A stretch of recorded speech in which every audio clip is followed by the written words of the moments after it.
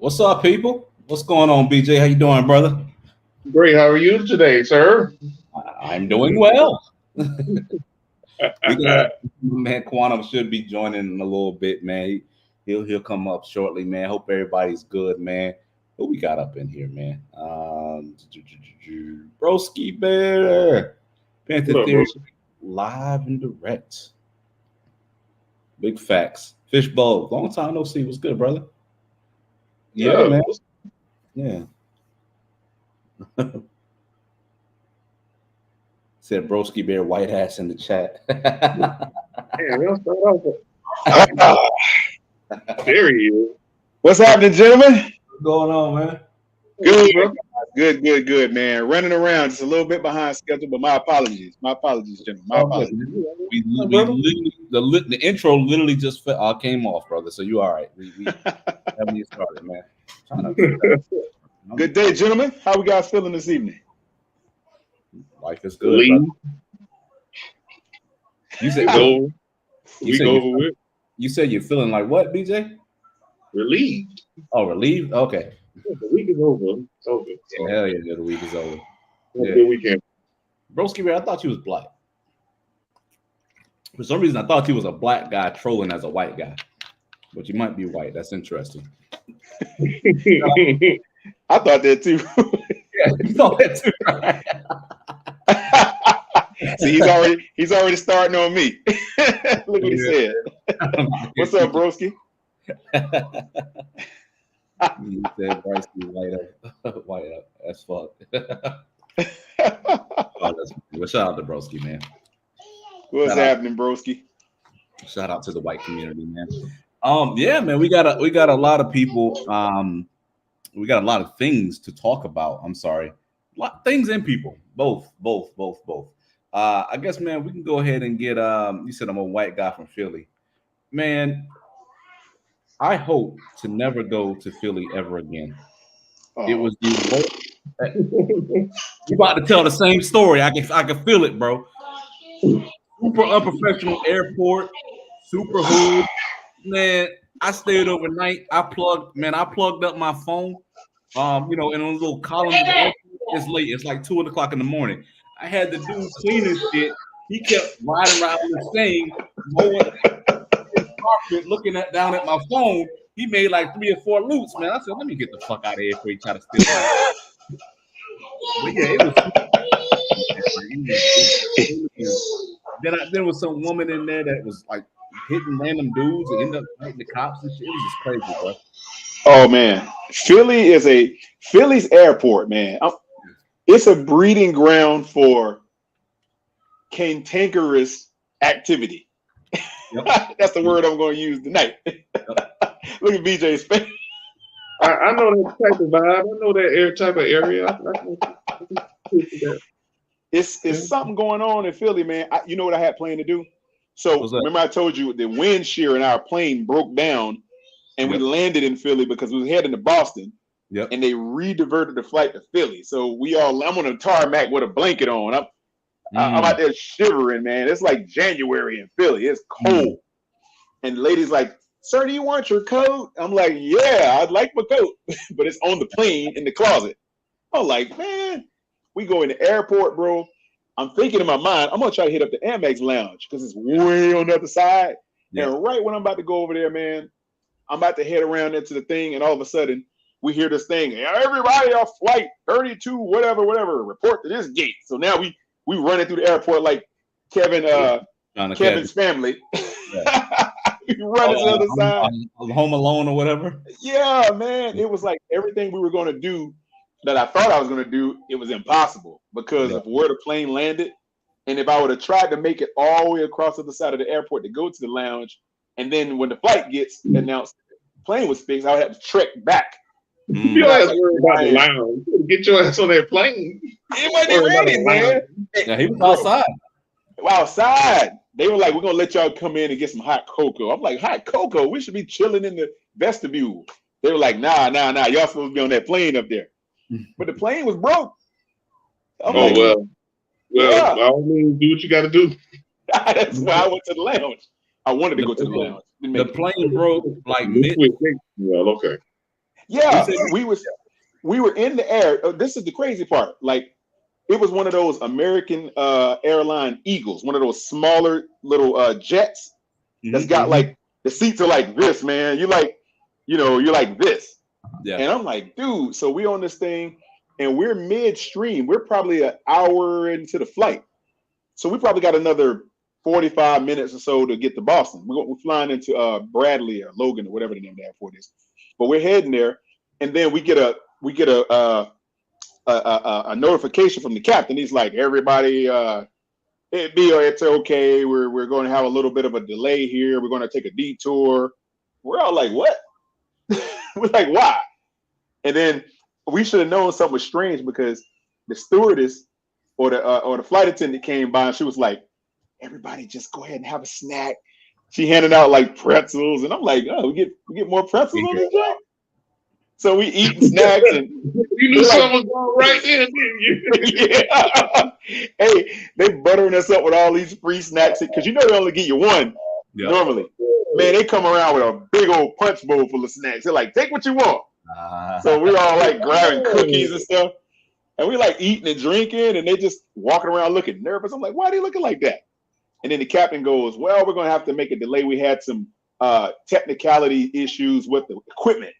I'm like, what's he talking about? Like stuff on the plane? No, I'm thinking the way he said it, it made it sound like he was talking about maybe just something they use on the plane, like cleaning system or something. He's, we're having technicalities with the equipment. And it wasn't until we landed. So Omar, when we landed, the dude hopped on when we pulled into the air when we were on the taxiway coming in. He hops on the thing and goes, "Oh yeah, people, yeah, we had an issue with one of the wind shears," and I had never heard of that. I didn't even know what that was. I'm not an engineer, but one of the guys behind me, I heard like 3 people go. I look back, I'm like, but you're landed at this point. Yeah, we're on the taxiway. We like, how they drive you to the gate. So now we're like, even though you're landed. Okay, go ahead. Yeah, we all on the ground, and everybody's, we gleefully filled up on ginger ale and Cokes and snacks because we could. Man, we drunk off that juice. Man, we talked the way it is. The free snacks be hitting, boy, especially when you're hungry. Man, we pull up to the gate. And before, you know how he tells you, the light go off and you can take your seatbelts off and stuff. So he says, light go boom. And he's like, yeah, everybody, we just, we're going to have everyone off the plane, which is emergency land. I'm like, emergency? Now he's dropping words that if he would have said in midstream, we would probably have a catastrophe up there. So now he's kind of sprinkling us with the hardcore language. So he's like, oh, yeah. We had emergency conditions with the wind shear. And I heard the people back there behind me going, so I turned around, I said, what's that? Because I'd never heard of that. And he said, the wind shear. It's like something that deals with the way that the engine, I guess it functions in midair with the way the wind. I don't know what it is, but he said it's very, very dire to the flight. He said, do you lose your wind shear, you could crash. I was like, oh, shoot. And I'm like, dang. And he's like, yeah, the wind shear broke down in midair and all this and that. So it started doing something weird. Yeah. So that's when they pulled us into onto the tarmac. They didn't even give us the little chute. You know how it connects to the plane. You get to walk into the air. They gave us a stairway. Yeah, they rolled a little ladder up there, man, and we jumped. We are going down a ladder, freezing. Boy, I'd imagine when you land unscheduled, they don't have a terminal for you to land in. So it wasn't a terminal, man. We parked. They put us in the middle of the tarmac, man. Look, I see planes going like this. Planes are going like this. Planes are going like that. This plane's passing us going to their gate. Yeah. And I'm like, why we don't have a gate? Like, it's a line of us. It's like 70 people. They put us over the snack. Yeah. Right. That's exactly what it was. So we out there on the tarmac free. So they handed out blankets, man. They're like, yeah, one for you, one for you, one for you. And I still have my blanket, by the way. I still have the blanket. They gave it to me. Man, we on the tarmac like this, brother. It was crazy, man. But The airline was fine, man. It's when we got into the airport, man, and I saw all the hood stuff going. Then we get in there, I seen like 3 people almost get into a fight. This one got mad because they told him one thing, and then he told his wife something else, and now he want to slap somebody. And I'm like, gee, it was pandemonium in that airport, bro. Oh, I heard a chick say, "You come up here, you're gonna be problems if you come up in here trying to start something." I was like, whoa. And this is the woman that worked at the airport. Jesus Christ. Yeah. There was a bunch of hood rats, man, behind the counter when I was there, man. They was yelling at people. They was getting real aggressive about the baggage check. You got to check your bag. I'm like, God damn. Hey, they make you measure it in that little thing, that little metal thing. Yeah. Yep. Niggas look mad broke. Well, thank you, sir. People who look like they got money don't have money. No, they don't. I'm telling you, man. If you look like you got bread, you probably got no bread, bro. You don't got no bread. Nah. It don't work like that in real life. Just for being around people who actually got money. Yeah. Trust me. Soul Swing, what's good, bro? DZ. What's up, DZ? What's up, Soul Swing? What up, DZ? DZ. Yeah, man. Hey, nice little thing going on. Yes, sir. Hey, man. Well, before we get started, man, rest in peace to John Amos, man. Oh yeah. One of the greatest shows of all times. Good Times, man. Definitely an iconic show, man. Part of some great, he was in Roots, he was in Coming to America, man. So, rest in peace to John Amos, man. I was having a conversation with BJ offline, man. They had a reboot of Good Times, right? The cartoon. You see that? I didn't see it. It got a lot of negative backlash, man. It was on some real hood racist. Let me play 20 seconds of it, actually, man. Oh, shoot. I've never heard of that. I've never heard such a thing. Yeah, it's probably one of the worst reboots. I would probably want to see it. Broski Bear say Pete Rose. Cabrini Green. Oh yeah. We was gonna cover that. Yep.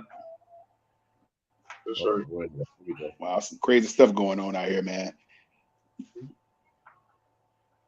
Never a dull moment in the United States of America, brother. Oh, never a dull moment. Not anymore. Nah, not anymore, right? It used to be dull as fuck. Tell me about it. It's a new world. I have important news. Let me guess. The state called and they want to cut you a disability check for your face. Hold up. You can get paid for that? This is from a fool who stares at his orange juice every morning. It says concentrate on the box. Who the dummy now? Shit. Me for not wearing a condom. Shadows fall over my heart. It all started with my grandfather, James Evans. My job as the man of this house is to take care of this family no matter what. I just want to let you know I'm going to take good care of Gray. Who is this I'm about to kill? Juan, my boyfriend. Daddy, let him go. Baby, she come with me.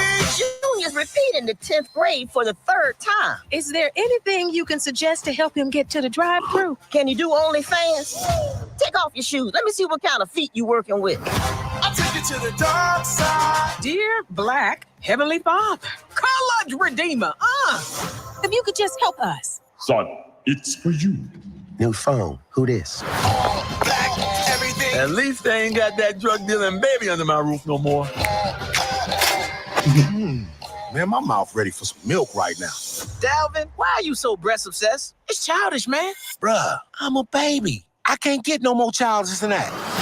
In a nocturnal state of mind. Your neighborhood is a real shithole. It's the system. I think you guys get the gist. Horrible reboot. Not funny at all. Nothing to do with the. I mean, what are you guys' thoughts? I don't know what the fuck I just saw. That was supposed to be the reboot of Good Times? Yeah. That's the reboot of Good Times. It got a lot of backlash. I mean, a lot of backlash. I don't know if they renewed it. Seth MacFarlane, dude behind Family Guy, is the guy behind it. He did a horrible job, man. Just took an iconic show and fucked it up. You know what, brother? I'll say this. That reminds me of a cross between Family Guy and Bebe's Kids. That's what they remind me of. Did that not remind you of Bebe's Kids? The way it was. Yeah, I ain't seen that. Or I'm sorry, Boondocks and Bebe Kids. Boondocks meets Bebe Kids. That's what it felt like. That. What the heck was that? Is that like a mainstream cartoon? Yeah, it's on Netflix. It's Seth MacFarlane, the dude who created Family Guy. Yeah. It's got a lot of stereotypical type of narratives in there. You say Seth MacFarlane, I'm like, oh, well, dang. Wow, a drug dealing baby. Yep. he been watching too much Dave Chappelle. That's what I came, bro. Man, I can't. That's even though, but come on, man. Y'all just take it. I mean, if it was another show or something like that, but y'all doing it off the strength of Good Times, that's what's throwing me off. Yeah, don't feel like Good Times. Run something different. Yeah. I think it would have got a better. It would have got a better review, a positive review, had it been its own show, like a new show. Exactly. But you trying to ride the coattail of an iconic black show like Good Times, you really barking up the wrong tree with that kind of narrative, because even in Good Times, there was always a positive message from the black family in that show. At the end, James Evans didn't stand for no crap. Yep. Straight up. He always kept the boys straight. Yeah.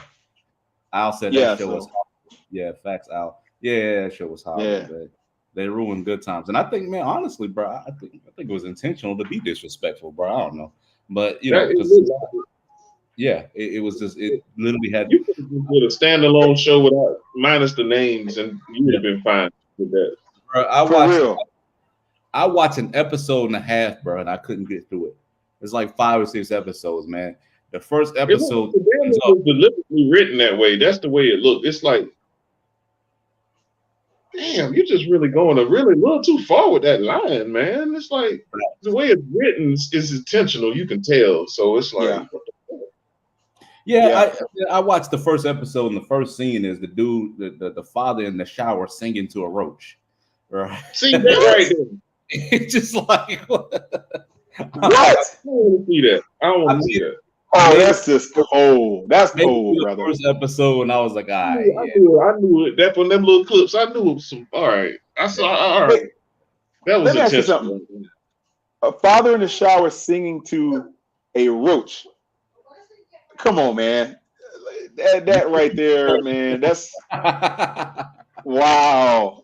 He's singing the Good Times theme to the roach. They're singing it together. If it comes from the Wayans brothers, I can kind of get that, but not from Seth MacFarlane. Get the fuck Facts. Yeah. The Wayans brothers are funny. They just don't. Yeah, and I know it's coming from a genuine place, but from him, I don't know about that. But even the Wayans brothers don't go straight stereotypical. Their joint is funny. No. You get what I'm saying? Yeah, there's a comedic stand to it. There's a comedic stance to what they do. Yeah. Just like Drinking Your Juice in the Hood. That movie. It had a lot of at the same time.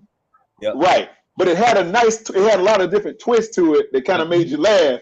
Correct. At parts where you thought it was going to be crazy serious, and all of a sudden, Keenan Ivory pop up like the postman and say something crazy. But let me ask y'all a question. Yeah. Since we're on this topic, what is y'all's favorite episode of Good Times when they were actually in their heyday, or they were actually showing it in syndication?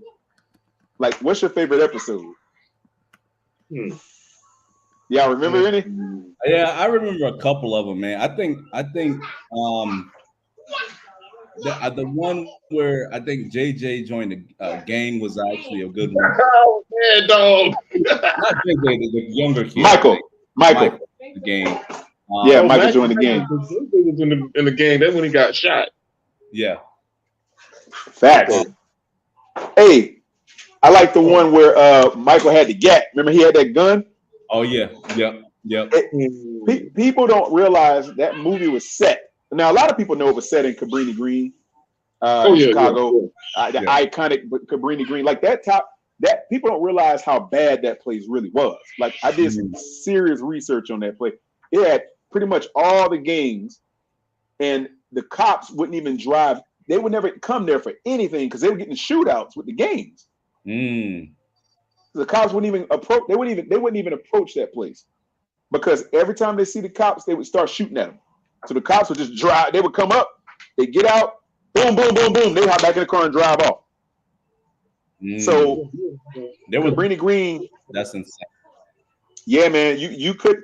There, I got friends that actually grew up there. That was in the Navy with me. Yeah. And they used to tell me, man, oh man, you come up here, man. I mean, you can't even. They have like they had that place, believe it or not, almost like the Carter in New Jack City. It was like that. Yeah. I think that's where they got the idea for the Carter from. It's from Cabrini Green. That's what they said. Yeah. So they crafted the ideology of the Carter on New Jack City after Cabrini Green. So that's where they get that concept from, because it was just like that. You couldn't even. They had it was like a fortress, man. And it was back in the 70s. That place was do or die up in there. No pun intended. Do or die in Chicago. Yeah, I don't know if the whole Colorado thing is true or not, but I know in South America that's really big, where these gangs are taking over whole apartment complexes. They charging you rent and charging you for utilities and shit. It's crazy. Yeah, the game is. Yeah, the favelas. You talking about the favelas, right? Yeah. Or the barrios. Favelas, favelas. Yeah, they doing that real heavy, man. Also, man, I remember the Red Party episode, man. That was a good one, man. I don't remember. Did James end up like playing pool or something like that to get the money or something like that? That's the one for me to get the rent money up. Get the rent money up. I think that's mine. That's mine right there. That's probably gonna be. I like that. Yeah. That episode and the fact. See, I like that episode for one reason. It's to show the rest of the world. See, like Black culture obviously has a leg in pretty much everything America does. It's undeniable. Yep. The thing about it is, but I don't think people realize to what lengths some of those families had to go through just to make ends meet. Yep. Like middle class America back then, they hadn't heard of gambling for rent money or anything like that. It was something, a brand new concept. They were very it was common. But look, if we were where most of us grew up, man, that ain't nothing. That's like every day. You know, man, Uncle sell the TV, the family TV, or whatever you got to do. You know, we've seen that before. That show lost its way when they fired John Amos, and one of the reasons John Amos really got fired is because, like we were just talking about, a lot of the stereotypical stuff on the show, this new show. Yeah, he was saying they were trying to put a lot of that stuff in the show in the 70s, and him and Florida Evans used to like fight the producers or whatever. Like, yep. Like, yo, don't put that in there, man. That's stereotypical shit. And they even had a problem with JJ, but that was kind of the instance that was like, okay, being a damn huh? Yeah, nobody like JJ. If you listen to interviews now, JJ will say, "Yo, nobody talk to me." You get what I'm saying? Like, they're taking this shit a little too far. It's a little cringeworthy in a lot of cases, man. It's like that's a fact. Facts. Like if John Amos and Florida Evans wasn't there, the one in the 70s would have looked like this cartoon, man. They really kept a lot in check. And he just rubbed the studios the wrong way, and they end up just firing him. And she married some other dude, and like so it just kind of threw off the show a lot, man. They killed him. They killed his character off. They say now. I heard exactly what you just said, Elaine. Yeah. About the reason why it started to go down its descend. But I heard it was more at the end. John Amos said, I saw a DJ Vlad interview. He said, they started making it more buffoonery with JJ. And that right there is the straw that broke the camel's back. Because like BJ just said, some of that stuff was way left. Like, and believe it or not, JJ say he didn't really love some of those scenes either. He's like, that's what they made me do. And I've also heard JJ got mad at everybody else for being mad at him, and he was like, "Oh, this gold mine, man, y'all gonna mess it up or whatever." You know what I mean? Because he was a star. Like his and see, another thing that John Amos said was, see, he and Florida they came from a more polished acting background. Correct. They were actually stage actors. They had like a lot of history behind them in terms of what they developing the skill. Go ahead. And they didn't like the fact that JJ and his buffoonery is what it actually it transcended the show to some degree, and he got more to notoriety for being the goofball, and the real acting exploits of he in Florida was kind of overshadowed. They didn't really like that. Yep. That's another thing he said. That was the problem they had with Will Smith on The Fresh Prince too, man. A lot of classically trained actors. Yeah. Like Vivian, the person who played Uncle Phil. That's another big part too to me, because he was doing Will Smith character. He was doing what? He was doing a lot of extra stuff too. I got a homie who has a problem with The Fresh Prince and all that. I'm like, bro, come on, man. Cut Will Smith. He had some moments where he was a little extra, bro. Yeah, it was. I think go back and look at it again. You'll find zesty moments all through there. Oh, really? Which one? Oh, yeah. Go back. Look at it with adult eyes. You'll see what I'm talking about, bro. Some zesty moments. Will Smith? Hey, he did have some real... all that. He does it a whole lot in that show. I didn't notice how much he did it. He does it very frequently. He did what? The mannerisms. Yeah. He had that one. You remember that dude? That one episode that sticks out of my mind as you say that, BJ. That one episode where it was Halloween, and the dude put the hex on him. Remember that? And then he went to the dude's house to get the dude to take the hex off. And then the guy said something to him. And he said, "What was that?" He said, "I just put a hex on you." And Will kind of said some little phrase to mock him. Get you, yeah. That was kind of come on, bro. It's funny, but I was like, I would say, man, a lot of dudes who grew up around like their mothers or a lot of women, they do adopt some kind of mannerisms, but they're not really gay. But granted, I think Smith was what do you say? Going overboard with some of the goofy shit too, man. That shit was really cringe too. I'm just saying, it seemed like a kind of like a little updated version of the shit. Yeah. But well, what is like that? I guess they did a reboot of The Fresh Prince, and I didn't see it, but I saw some clips. It's pretty good, man. It's really good. Really? Okay. Oh my God! It's but it's a drama, right? Yeah. It's dark. But still good. It's dark. It's like it. The only funny moments that are in it is young Will making it funny, and Carlton's character. He doesn't try to be funny, but the way he is. BJ, have you seen it? Yeah, I've seen the first season, and I think I've seen probably half of the second season. But yeah, from what I've seen, it's a very good show, man. It's very, very good. If you think about it, I don't know if you guys would believe in this or not, but from the original Fresh Prince, right, the comedic version, right? Mm-hmm. To me, it's reminiscent of Good Times, but on the opposite end of the wavelength. It's like the rich version of Good Times in a sense, if you think of it, right? You had the dad and you had the mom that kept everybody. You had the hood dad that worked all day, and the mom, they lived in the projects. Yeah. Same stat line in terms of keeping the kids in order, but dealing with the environment that's against you, and you living in But then you have the exact extreme dealing with the same thing, but only on the wealthy side of the wavelength. Isn't that ironic? It is. You had the buffoonish characters in Will and Hillary. You had you had Tatiana Ali was kind of like the smart one, so they had two smart kids, you know what I mean? Two buffoonish kids. They just basically the same concept, the same formula. Yeah, just one rich and one poor. That's the only difference. If you really think about it, they had Jeffrey, but then on Good Times they had what's the dude's name? Butler. The fix it man, the big heavy set fix it guy. Bookman, yeah. So you see the contrast. It was like everybody kind of played off everybody. You had all they do is reboot shows, man. I mean, you got Living Single, be like, oh shit, Friends. Let's make a white. They never got their props, man. That's messed up. They never did what? They never got their props because they came first. Yeah, Living Single. Yeah, exactly. Living Single. Yeah, Friends is show. It's literally a reboot of Living Singles. So I really wasn't into Friends. I tried to get into that show, man. I couldn't really do it. When I catch it on reruns, I might be like, "Oh, this is a Joey." Oh, but this shit's corny for the most part. It's corny, man.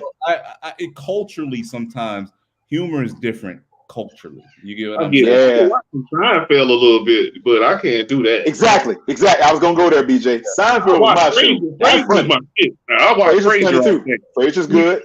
Yep, Frazier's good. That's my dog right there. So, but Friends, Yeah. nah. Hey, Soul Swink, I'm with you, man. I couldn't get into Friends. BJ just said it best. Like Seinfeld to me, it's the funniest show that wasn't really intended to be. You just laugh at what they would do. It's just the concept of what they went through that was just funny. It was naturally funny. They weren't even trying. It's what they would do. Like when Kramer would come in and slide in there and slide in the door or whatever. That's something funny, man. I'm sorry. It was. They were real characters on there, man. They was actually standing. Right. Yeah, man. You come in and like borrow the guy's couch cushion for no reason. You like what? Because everybody know there's a guy like that in everybody's hood. And I'd say culturally, but then again, it ain't really that, man. Because Cheers is actually one of my favorite shows, man. I ain't gonna lie. Right. Yeah. Let's get into the next story. What my man say? Seinfeld's writing's incredible. Is that the one where is it Seinfeld or Frasier where the dude got on stage and went on that crazy racist rant? Seinfeld. Michael Richards. Michael Richards got up there and I was just watching something on that. Yeah, it was funny when what's his name? Whatever the character is, he was trying to explain it to his friend. He was like, "Oh, he didn't mean it." Like, okay. But hey, shout out to him, man. Speaking of, man, we're gonna get into the next story. Let me share my screen. Sharing. Give me a second. Let me present. So, as you guys know, or may not know, Beyonce had dropped a country album. And, so Luke Bryan had some very interesting comments about why she didn't win or wasn't nominated or anything like that. So I just want to kind of hear what he says and then just, talk through 2-minute clip incoming. Luke Bryan is weighing in on how Beyonce was snubbed by the CMA Awards. The country music star recently sat down for an interview on Andy Cohen's SiriusXM radio show, where Cohen asked him about his thoughts on Beyonce's lack of CMA nominations for her Cowboy Carter album. Obviously, Beyonce made a country album, and Beyonce has a lot of fans out there that have her back, and if she doesn't get something they want, man, they come at you, and as fans should do. Yes. While the Play It Again singer is, quote, all for everybody coming in and making country albums, he said that doesn't necessarily mean they'll automatically get nominated for their work. Just because I make one, I don't get any nominations. A lot of great music is sometimes overlooked. A lot of great music's overlooked. Sometimes you don't get nominated. Bryan then shared a theory on why the Country Music Association voting body may have passed on the Texas Hold'em singer. He said, everybody loved that Beyonce made a country album. Nobody's mad about it. But where things get a little tricky, if you're going to make country albums, come into our world and be country with us a little bit. He went on to say this.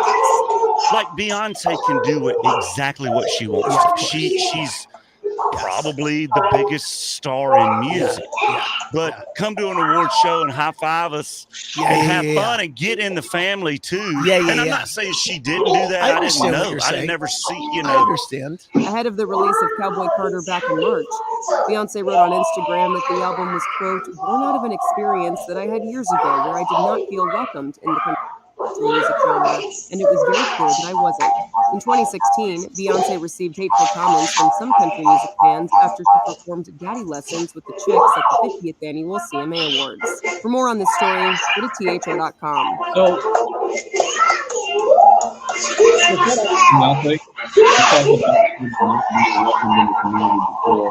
And Luke Bryan basically said, you didn't take hands and contact the right people in music to be accepted in the community. I didn't hear you, Elaine. Can you say that again? Your mic's kind of muffled. Can you repeat that? All right, can you guys hear me now? A 1 2? Yeah, we got you. So basically, she made comments in the past about not being accepted by the community. And Luke Bryan was basically saying, oh, well, if she wants to be accepted, she got to come high five and mingle in the community to be accepted by the community, and that's why she probably wasn't nominated for the award. Or her country album wasn't recognized, right? I got some thoughts, man. I'm gonna let you guys go first, though. You guys heard the Texas Hold'em song or whatever like that, and yeah. I heard a couple of songs, but I didn't know she had a full album out or whatever. Well, I didn't know how it was conceived or anything like that. I wouldn't. I'm not into country music. I mean, I like some songs, but I really could have cared less if she just dropped a country album or not. So I didn't track it. So I don't know about this. BJ, you don't have that song on your playlist? I'm saying it was trash, it's just not me. Hey, Elaine, you pull up at the stoplight, bro. BJ pull up next to you in that Cadillac Escalade, tear that song up. BJ let all the windows down so you can hear it. I thought about it. Yeah, is she being ignored by? In the past, she said that she's felt like not accepted or whatnot. People made comments. Well, first of all, is the album good? Yeah, that's what I was going to ask. I've heard a couple of tracks, man. It seems. Let's see how much it sold. Let's get some kind of Beyonce. It went multi-platinum. Of course. I don't even know. But did it, Elaine? Did it go? Just off the popularity, I'm gonna look right now. But I don't think Beyonce's sales would be a good indicator on whether it's good or not. It's gonna sell. She got the Beehive. She got people that's gonna buy. But I'm saying if it didn't sell well, that doesn't bode well either. That's facts. Beyonce. You know what? I'm looking at it this way. Here's my perspective on it. Like, she's a mainstream artist, without a doubt, right? Yep. You would think that pretty much any good song that she would make would have crossover appeal to whatever degree. Yep. But I think her audience has now transcended to the super mainstream, because I think that Beehive, man, it's really took her over to that she did the uplifting women's songs for so long. And I think that pretty much connects to pretty much every woman out there that way. Yeah. And if you look at it, with her not being able to crack into that audience, she shouldn't see it as a knock, because that's a whole different genre of music, man. That's a whole different genre of information, a whole other genre of information or whatever have you. And so she's trying to I think she's looking for that. I think she's looking for that that notoriety in another area. And sometimes you can be a little spoiled because you're so used to it in this area, but there's no guarantee that you're going to get it over here just because you're Beyonce. It sold 407,000 units in the US by far. So she sold 500,000, which earned See? So yeah, it sold 500,000. Looking for awards. But it is the highest. I don't know about this. That's why I'm answering these questions. But to not even be nominated is kind of crazy though. And nobody bought it. My thing is, nobody paid for it. Grammy nominated.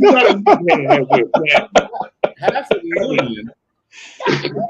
Come on, man. You lowering the bar here, Elaine. You lowering the bar. You know that, right? What do you mean?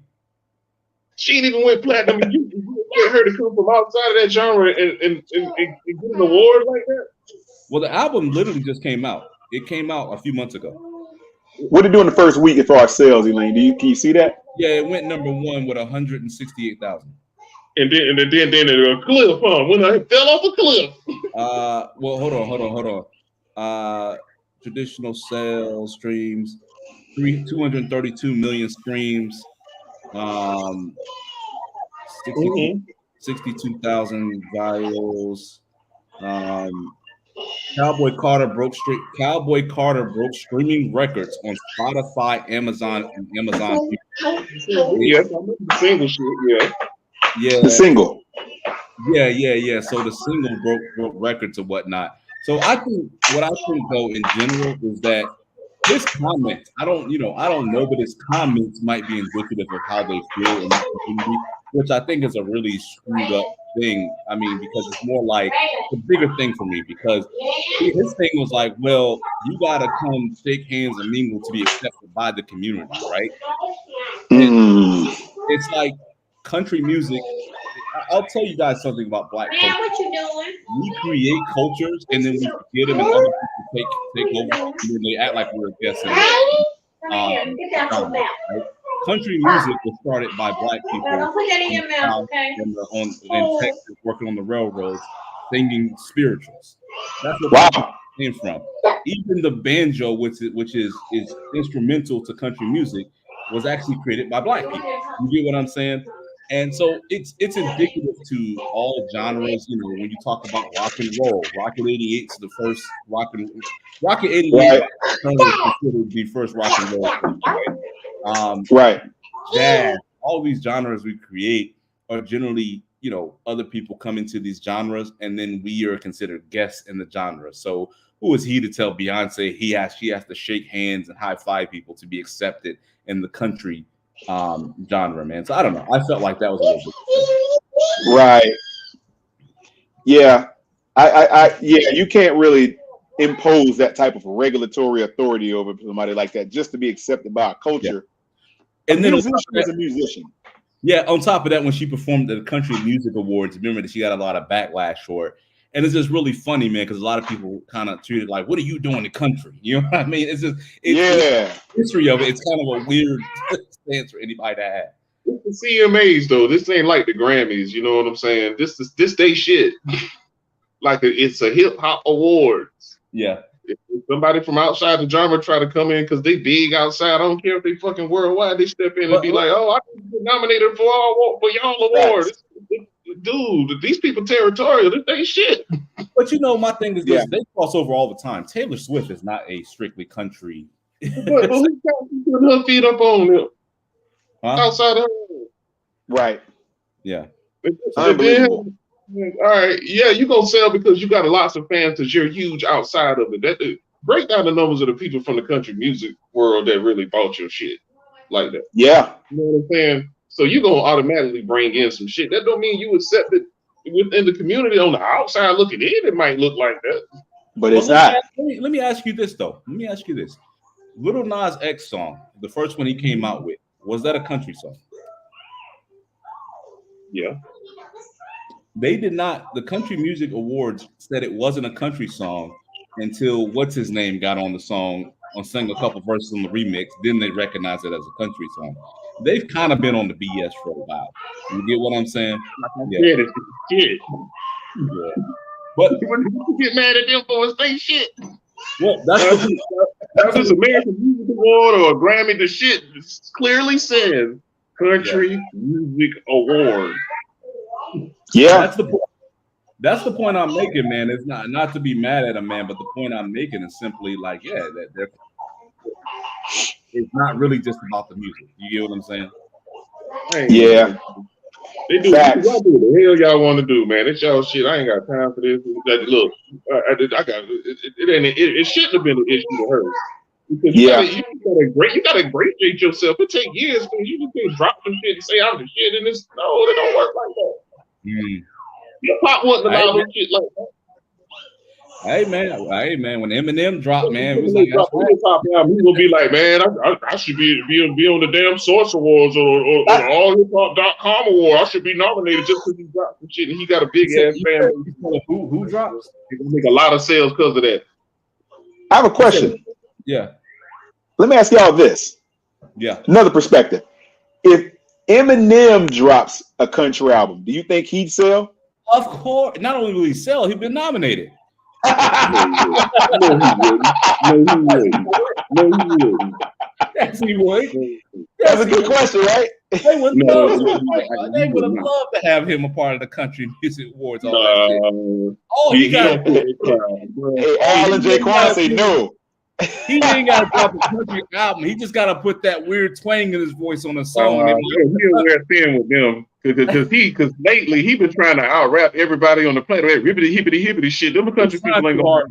He's trying too hard. It's kind of weird. That's a good perspective. Yeah. So, That shit was not fly. That's a different perspective, because the reason I posed that question, the reason I broached the topic is because you have a guy who is obviously not originally the race of the culture who created hip hop, but he's definitely one of the best MCs. Yep. He's in the game and he's dominant. He's been dominant for a long time. But then you kind of look at Beyonce, okay, well, obviously in R&B, but if she tries to cross over to the other side and make an album that's, of course, not of her original cultural background, but then Eminem can do it, but he'd get away with it, but he's already been accepted. Yeah, DJ.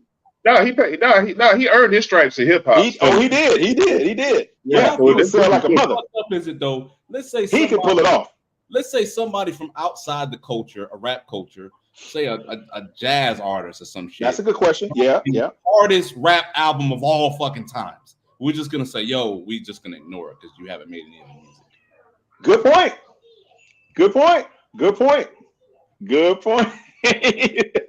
That's a really good point. I spit that hot fire. Let's talk about the docs.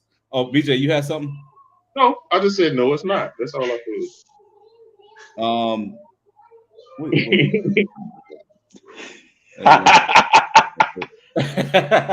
Yeah. As Game said, I never heard you in the club. I never heard you in the bar. I don't know who listens to Eminem, but he sells a lot. I'll be honest. I know exactly who listened to him. You need to stop, man. No, I mean, like, you know, I know who listens to him. I do. You know, you're right, BJ. But how many times in a urban environment have you heard Eminem get blasted? Not many. Never. Can you give me three in memory? I know one guy that went after him who really wasn't a rapper. He was the Source magazine dude. Benzino went after him with a song. I thought it was funny, but obviously it's not gonna make a dent. But no one else of prominence. He got some bops, but for real, man, come on, man. Eminem got Eminem got some all right stuff, but that first album is just fucking classic. It is. Yeah, the good stuff is early. Now he's like trying to do this like I'm out rapping you crap, and it's like it just comes across as like, okay, you're trying too hard, bro. You know, crass, very crass. The way he's good, the way he's got now. He's a lyrical wizard. He's got wizardry within him now. I mean, that's the genius that he possesses. But he tries too hard with it. He's like, well, look at my rapping ability. I'm gonna rapidly rap through this whole song. Like, come on, bro. Right. Yeah. What I don't appreciate is his producing, his production's quality. I think he needs to just let the producers do what they do. And you just drop fire bars on top of already hot production that's already circulating. Just get on some hot songs, man. You don't have to try to produce the beat and rap. If you ain't Kanye. Kanye is one of the only guys that can pull that off. Did y'all recall? Did y'all recall last year when Melly Mel was beefing with Eminem? Yeah, I heard that. Melly Mel dropped one of the worst diss tracks I've ever heard. I'm talking about no one prominence. That's what I said. Melly Mel hit him with that 1981 flow. You were sucking in. And he called up KRS-One was like, Eminem gonna kill you. He called up KRS-One was like, yo, man, I need that boom bap. I need you to go back to 1979, 82. Yeah. I need you to write that and get that to me. He hit him with that 1979 boom bap. You know what I mean?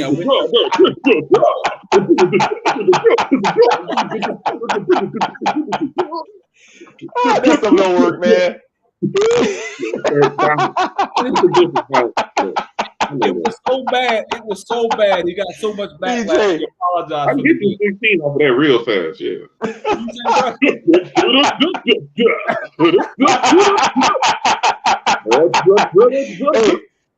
He sound like Cool in the Game. And the beat slow too. Oh yeah. Hey, he could at least broke us over the 2000s flow. Give us at least a 2000s flow. Come on, bro. That was his choice. Oh man, he shanked that thing like a bad kickoff, a bad punt. That thing was terrible. That man hit you with that 1981 Grandmaster Flash and the Furious 5 type. Curtis Blow. This is Eminem, bro. You don't. Oh God, man. He's gonna wrap circles around you.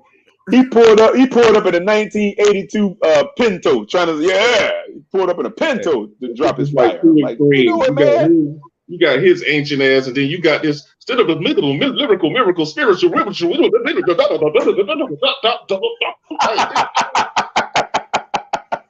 can't vibe to this shit. Oh my God! I know you can so- rap. His best music is his slow introspective shit. That's what could get him over. He's not going to do that right now. He's out to prove he's the best lyricist that ever fucking lived. Hey, what do y'all think? And I know, Elaine, I know you want to go to the next topic. Let me ask one last thing. What do y'all think about when the old school rappers beef with the new school rappers, and then they make this song? That stuff is funny as crap, man. It's like the old school dudes try to hook up with Marty McFly and them and get the time machine. Yeah. I would say Busy Bone did a good job with the. That's what I was gonna go with. Yeah. I would say Busy Bone did a good job. What are you talking about? Carbon Monoxide? That one? Oh, you heard that? Yeah. That's one of my favorite rappers. Like my favorite group of all time is Bone Thugs and Harmony. That's my favorite group. Well, favorite rap group. You know, the best favorite group. The best group of all times of any genre is Earth, Wind, and Fire. But besides that, man, rap is definitely Bone Thugs and Harmony. Oh, dude. Hey, but Busy Bone let it fly. He went ham, and those dudes knew they can't. You are not going to lyrically compete with Bone Thugs. You're just not going to be able to do it. We saw what Quavo tried to do to Chris Brown. That shit didn't work, man. he got slaughtered by a rap dude. It was like the new Meek Mill and Drake beef. That's kind of like that. What that felt like. It's like that was insane. Shout out to Melly Mel, man. He was way out of his league, man. He gave a good effort. He gave 1979. Yeah, of course. Yeah. Oh, you sucker MCs trying to diss me. Sucker MC. Hey, is that still a line? Sucker MCs. He played with it, bro. Hey, the 80s was something else, man. In the movies, they was calling everybody street punks. Yeah, they were. Your whole big had the cartoon. You had mutagen. You had anti-mutagen. You had a lot of shit. Slime. Yeah, you had a lot of toxic waste shit going on. It was weird shit, bro. It went from the early disc sucker MCs to the more modern studio gangsters in the 90s to now swagger jackers or whatever they call them. That's something funny, man. Swagger jacker. That's some funny stuff, man. Yeah, that clout shit took the fuck over, man, because it's so easy with these phones and shit, man. That shit took over. Everything used to be face to face in the with the times we talking. So yeah, you had to get your shit off and your reputation of in person out. Yeah, you did. And it was all about saying the most outrageous stuff to each other. Now you can't get away with saying some of the stuff they said back in the 90s and 2000s. You can't do that now. Like they would say some stuff, like Biggie Smalls. Now I hate to even say, I ain't even going to repeat the line, but he has a line on Me and My B. Oh, okay. Huh? I thought you was going to ask about what's beef when he said I got a homie that kidnapped kids. And that was a lot of shit said back then. That was crazy. That's what I'm saying. They can say stuff, man, and dudes would be like, "Yeah, that was fly, that was dope." Now you kind of look like you be like, "Pause." You know what I'm saying? Like everybody's guilty. Everybody's guilty. Everybody's guilty. Hey, y'all remember Me and My B, right? Me and My B. He said, "You look so good." Blah blah blah blah blah blah. That might have been the light version. That might have been the light version. I forgot about that line, man. Yeah, I'm telling you, like, and nobody said anything about that. It's like, did y'all just hear what he said? And they nah, man. They were so inundated with the sound. Yeah. When I heard it, I was like, yeah. What? Yeah, he had a lot of shit off, man. He really did. He got some one-liners off, man. He damn sure did. He got them off, man.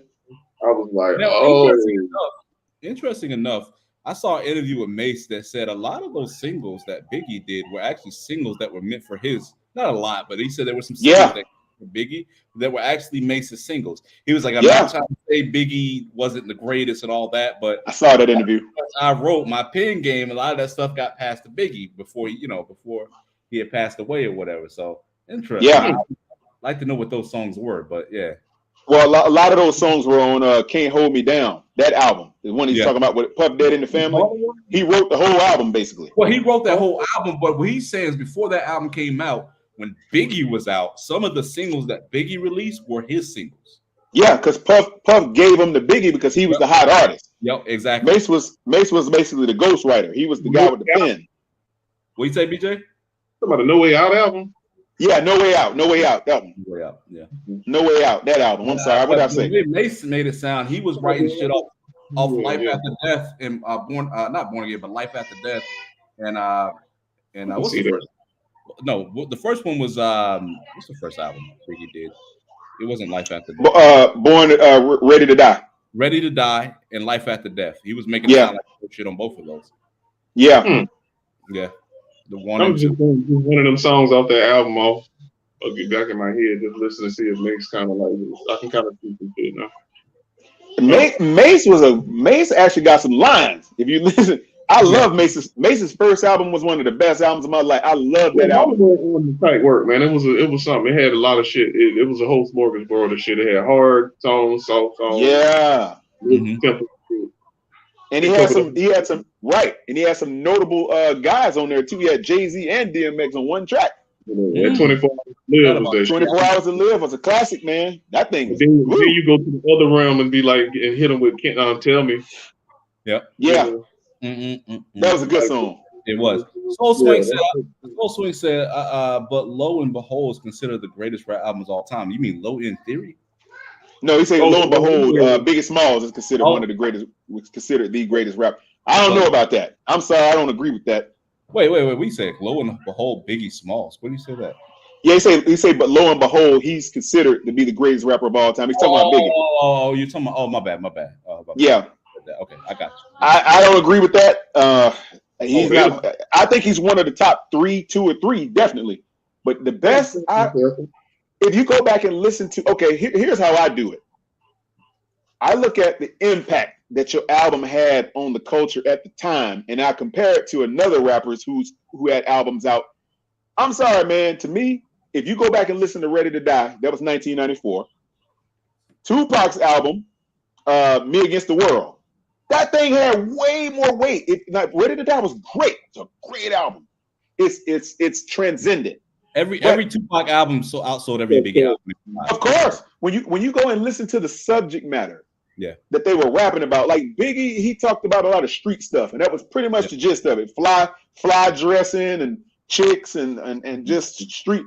Tupac hit every area. He talked about politics. He talked about street life. He talked about his political. Yeah, Temptation on the Me Against the World. That's a sentimental album for me anyway. So that's Touch the Mom with the Dear Mama. That record, Dear Mama, that thing was. Come on, man. Yeah. Biggie didn't have a lot of commercial songs that hit the culture the way that Tupac. Me Against the World, Ready to Die. They came out around the same time. Ready to Die came out 94, going into 95, winter of 94, and Me Against the World came out like a few months later. And All Eyes on Me had impact too, though. I can't say that. All Eyes on Me came out not commercially in the beginning, but in the hood and the streets. Ready to Die. It was a buzz going for that shit came out. Oh yeah. In the hood, it had a cult classic thing in the hood.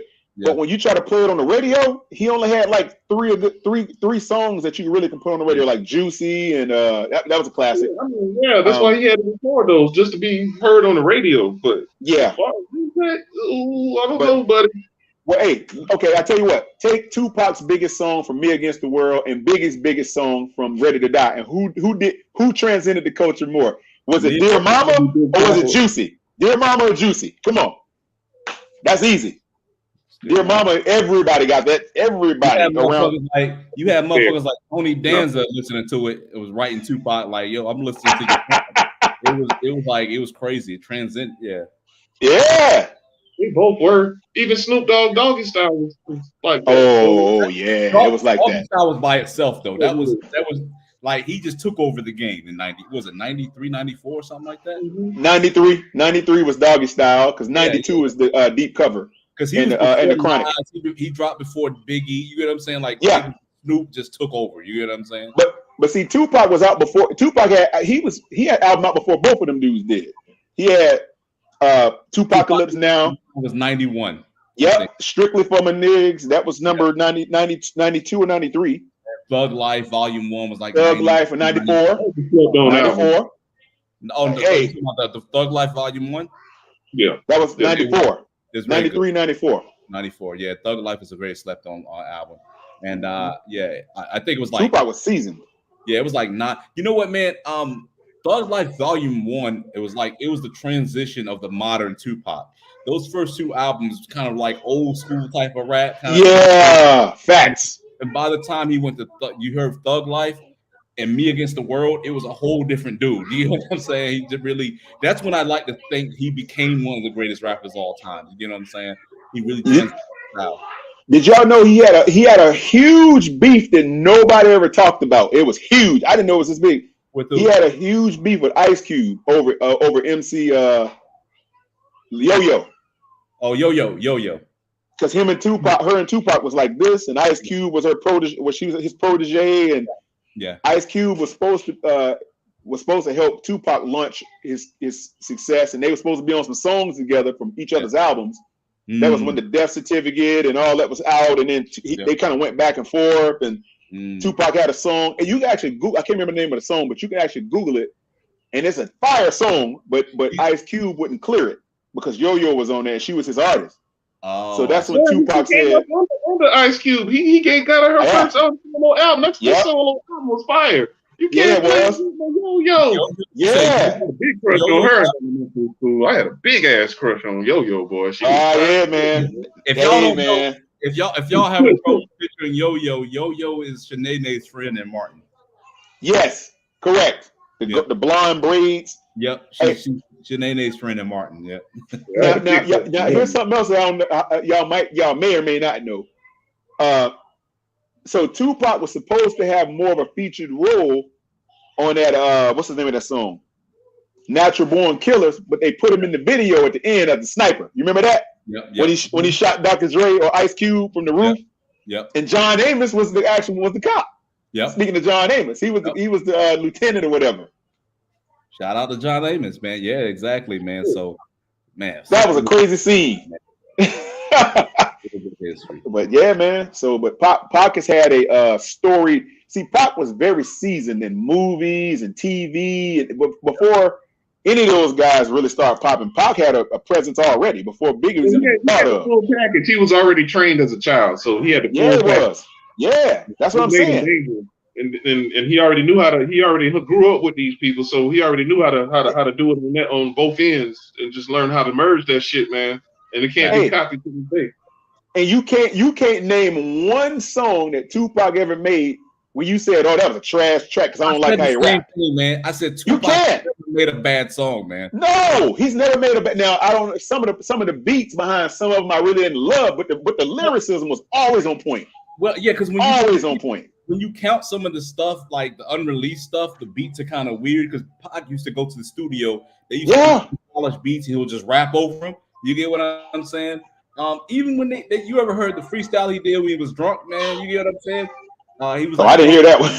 Oh yeah, there's one where he's drunk in the studio and he's just freestyling. Look up Tupac's drunk freestyle, and yeah. I know he did one sucker move that I didn't like though.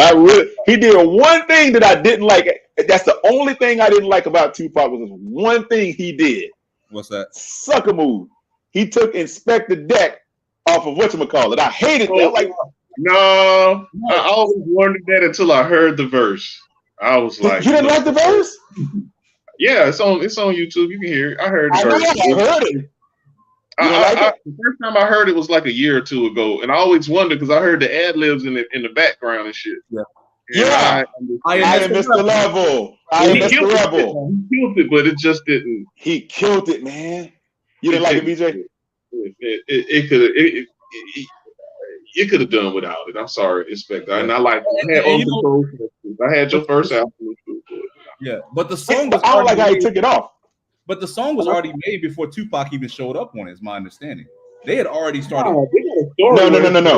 Went So to him. yeah, the way it was the song was actually a Dog Pound song. Yeah, okay, that's what I meant. And then Tupac was getting out of jail, so Suge decided to give it to Tupac. Yep. And then Tupac added his vocals last. Yep. And then when Suge said, "Oh, it's a Tupac song now," Dog Pound was like, "Okay," because they had already been eating. They had already released dog food, and they were like, "No problem." So they gave it to Tupac. That was an underrated album. Oh my God, that's one of my favorite albums of all time, bro. Dog Food was off the hook. Yeah. And then what happened was when Meth and Red got on the song, they all went out there and met up with Daz. They ended up at Daz's house to make the song, and then Rage was on there too, but they took her verse off. And she then never got a chance on Death Row either, man. That's crazy. Nah, and then when they put Deck on Deck was with them. It was Inspector Deck, Meth and Red were together. Yeah. But Tupac listened to he listened to Deck's verse and was like, "Nah, cut that. I'm taking that off." And he just removed the whole verse. Oh shit. It wasn't no more hate and shit. It's just like It didn't work. He didn't want it on there. I'm like, dang. I never went back and listened to the original with Inspector Deck out there. I might have to. Oh, it's fire, Elaine. BJ, what do you think? How would you grade the verse? 1 out of 10. Was Inspector Deck back? He was 7, but a good 7. Just the mystery of it all after all these years is worth just him not being on there. That shit was cool as fuck. Because everybody be like, "Hey, and that's the Rebel." Right. The fucking Deck. Yeah. This. And when you hear it, that's how he started his verse. Yeah, IMS the Rebel. Yeah, that's how it goes. Yeah. And that always for years had me wondering, like, what the fuck, man? Was he there? And then it was better than just hearing that. I think it was. The mystery of the whole shit was cool to me. Yeah. That's one of my favorite songs on it. That beat is fucking phenomenal. Yep. And shout that and Bring the Pain with Devontae did. Oh yeah. Oh, wow. That is a sonic fucking marvel. Oh my God. When your ears in the system, with the piano playing, Devontae killed the fucking beat, bro. That is one of the best Tupac beats I've ever heard in my life. When you hear that shit in the trunk,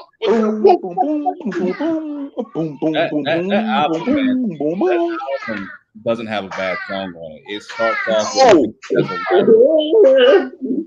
which song, BJ? What song, BJ? Which one? Trading. Y'all gonna be mad at me. I ain't never too much care for the shorty want to be a thug. That hit, bro. That hit, bro. Okay. Let me go.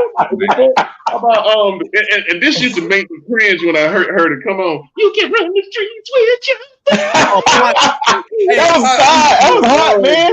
You didn't like that, BJ? That song was hot, man. Michelle A killed that. Michelle A killed that. That song was hot. Pot killed it. Oh, Jaquan, So Many Tears. Woo!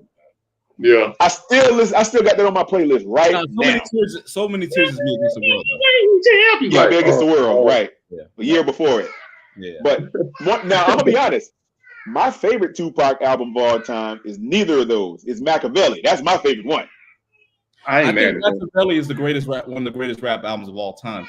And if you deny it, you crazy. Yeah. Not only that, but the production on it was just groundbreaking. That was the first rap album to use live instrumentation. Oh man, bro! Hey, did you hear the story? What you say, bro? Story? Nobody heard to use live instrumentation. It was. It was the first rap album to use live instrumentation. Okay. I'll write that down for later for you. Yeah. A lot of the other stuff was like samples and stuff like that, and like keyboarding and stuff like that. But someone getting there and playing guitar and all that stuff like that was not going on in rap music. No, your boy Johnny J and Heard 'Em Bad actually did a lot of production on there. I think QD3 had some production credits on it as well. Quincy Jones' son. But very good album, man. Very good. Oh my God, one of the best hip hop albums of all time, man. It was just like I said, man. Find me one bad lyric that he wrote on that track. Oh, just somebody tell me one bad verse that Tupac has ever rapped. I don't know of any. Nope, I don't. I don't know a bad song. Like BJ said, Shorty want to be a thug, right? Run the streets with your thug. Listen to the lyrics on it though. The lyrics are tight. I'll get you on that. That's what I'm saying. Even on a song that's questionable. I my one was not gonna like on there that ran it. It's just them two. It might be one more, but it ain't that bad, man. That ain't bad. All them fucking songs on that album, man. It ain't bad. I know. And then between Me Against the World and that album, my favorite song of all time from him is My Block off the show soundtrack. Ooh, DJ, that song, that album was dope. That album was dope. Yep. Dude, that nigga win the original version. Yeah, that. Yep. Boom, boom, boom, boom, boom. Yeah. Oh my God, bro, that song. That's my you favorite. can literally, if you had to drive somewhere at a long distance, you can just put that song on repeat and just lay back and drive. I did. That's exactly what the fuck I did. I used to love that track, man. Yeah. Boy, I first heard that song on the road trip going to South Carolina State to play them. And my partner gave me the we was trading CDs with our CD players. And he gave me that, and I ran into that. I fell in love with that shit. I said, man, you can keep that shit what you got right there. I'm gonna roll with this right here, man. and on that album, that Bone Thugs Everyday Thing, classic hit. That right there on that show soundtrack, classic. That's Oh yeah, because it was that girl had that song. What up, Star? I like to get to know you, y'all. What up, Star? What up, Star? No, that shit on there, man. I gotta go back and get that shit, man. I forgot about that shit. I can't find the album anywhere though, brother. I've been looking for the song. Like, it ain't even streaming anywhere. I've been looking for that album, man. You can't find it. Well, freaking Russell Simmons, man. That might be what it is. That's what it is. Like Russell Simmons, they did it on Def Jam. Yeah. I'm just they had that remix for How High on there too. That remix with Meth and Red, How High. That remix was dope. The original? Yeah. With the guitar? When I first heard that shit on DJ Clue. It's you be as I can. When I first, I was like, oh shit. The original beat? Yeah.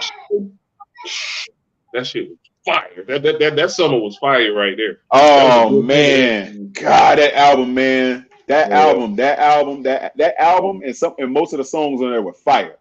Mm-hmm. Yeah, they don't make songs like that anymore though, man. Because now it's more so swag era. Yeah. To live and die in LA, toss it up, man.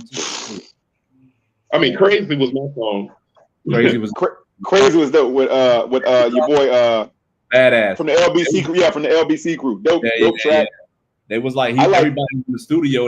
He asked the Outlaws, y'all got something for this song? Everybody was fumbling. Badass just on the wall, just observing. He's like, yo, I'll get on it. You know what I'm saying? Yeah. That's how we classic. Yeah. I like Just Like Daddy. That's my favorite one on the whole album. Okay. That's my joint. Yep. I could take away your food. Yep. Back. If you trust me. And of course, Hail Mary is just one of the most legendary hip hop beats. I mean, that goes without saying, man. Yeah, I mean that goes without saying. Well, I like Bomb First better than Hail Mary though. To be honest, Bomb First is dope, man. You know, Bomb First, man. When you read, I was watching just a documentary about the creation of the album. Tupac actually punched out that melody himself on the piano. Yep. Wow, I didn't know that. Himself. He asked a producer to do it. You know, one of those producers who probably didn't get paid. You know how Death Row was. Yeah. Actually, it was so funny, man. Death Row was so notorious for that. It was on the song. Crazy. I think there's a guitar riff, and there was a. Oh yeah. Man.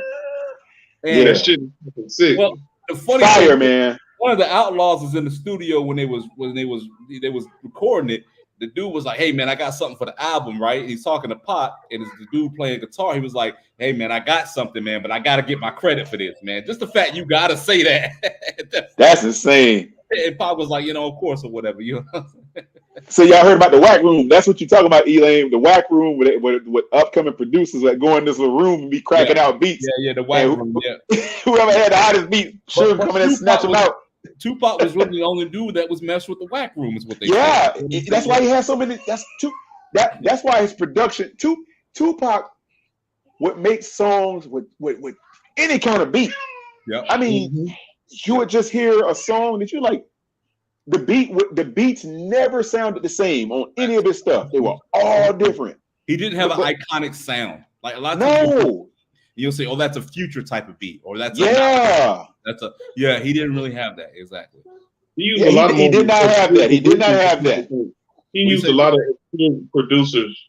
Yep. A lot, and that would kind of made him even more versatile, man. He actually mad and shit like that. The beat into actually a song, and then when the song, it's like he actually made the beat in a lot of ways. The way he wrote his shit, and they try to make him MC, but he's actually come from a classically trained background, like you said before. He actually is writing his lyrical poetry with a fusion of fucking hip hop lyric writing bars. That's how he write his music. That's why he ain't use a lot of fucking metaphors. You rarely heard him. That's interesting. Yeah, you're right. You know, Hurt 'Em Bad actually did Hail Mary, and he said he left the joint with Tupac, and when he heard Hail Mary, he was like, "Damn, Pac done fucked up my beat, right?" He didn't like what Pac did to the beat, man. But just after, he was like, "Dang," end up hitting the streets and being hard. One of the most iconic. Now, there's so many Tupac verses, man. You can go through all of them. But one that sticks in my mind, I like when he's on an album with a multitude of artists. So I like those. I like those songs like 4, 3, 2, 1, where everybody's bringing a certain flow, and you get to see you get to see the variation of artists, and they get to shine and show you what they're made of. Yeah. Amidst all of the other artists on the song. There's different tones. Yeah. He got that one song on that album on All Eyes on Me. It's the one where Inspector Deck and them was on there. Got My Mind Made Up. Yeah, Got My Mind Made Up. All the that Tupac verse was so fire, man. The way he came in and hit that track. He went lyrical on that one. See, he had to let it go. That's what he was rocking with, though. He was rocking with a bunch of Lyric B. What up? Because Corrupt too. Because Corrupt underrated too. Oh my God, Corrupt, one of the best lyricists, man, ever to hit it. Ever. That's what people say, man. I just That's what they say. I heard a lot of Corrupt stuff. I just never really got into it, man. I don't know. You don't like you don't like Corrupt's lyrics, man? He lame. I know he's lame. No, I recognize the technical skills are there, man. But I think people put a little exaggeration to it. What? Oh my God! What? Yeah, I'm arguing with him about this tonight. I'm not gonna I can't believe you saying that. Corrupt. Okay, let me give you one of the dopest Corrupt albums or dopest Corrupt albums, in my opinion. Go ahead. The Streets is a Mother. I knew he was gonna say that shit. The Streets is a Mother. Dude, that's one of the hottest, man. This dude got a song on there called Welcome Home. It's so mellow. Go listen to that. Welcome Home, Corrupt. Check out that song. I had to listen to it from the beginning to end. I never listened to that from the beginning to end. And he flamed DMX on that one track too. Remember that one, BJ? They had a beef. It was over a woman though or some shit, right? Foxy Brown. Yeah, he was married to Inga. What he was calling her Inga at the time. Every interview, he was calling her government name. I think that's her name, Inga or something. Inga Marchand. Inga Marchand. And he was. That's Foxy Brown. Inga Marchand. Yeah, I figured it out, but I was like at the time, like, what the hell is he talking about, man? So I was like, all right, bro. And I think at the time, Mac 10 was with E-Bars or some shit like that. I think or something like that. Who? Mac 10. Oh yeah. He used to be married to her. Yeah. So.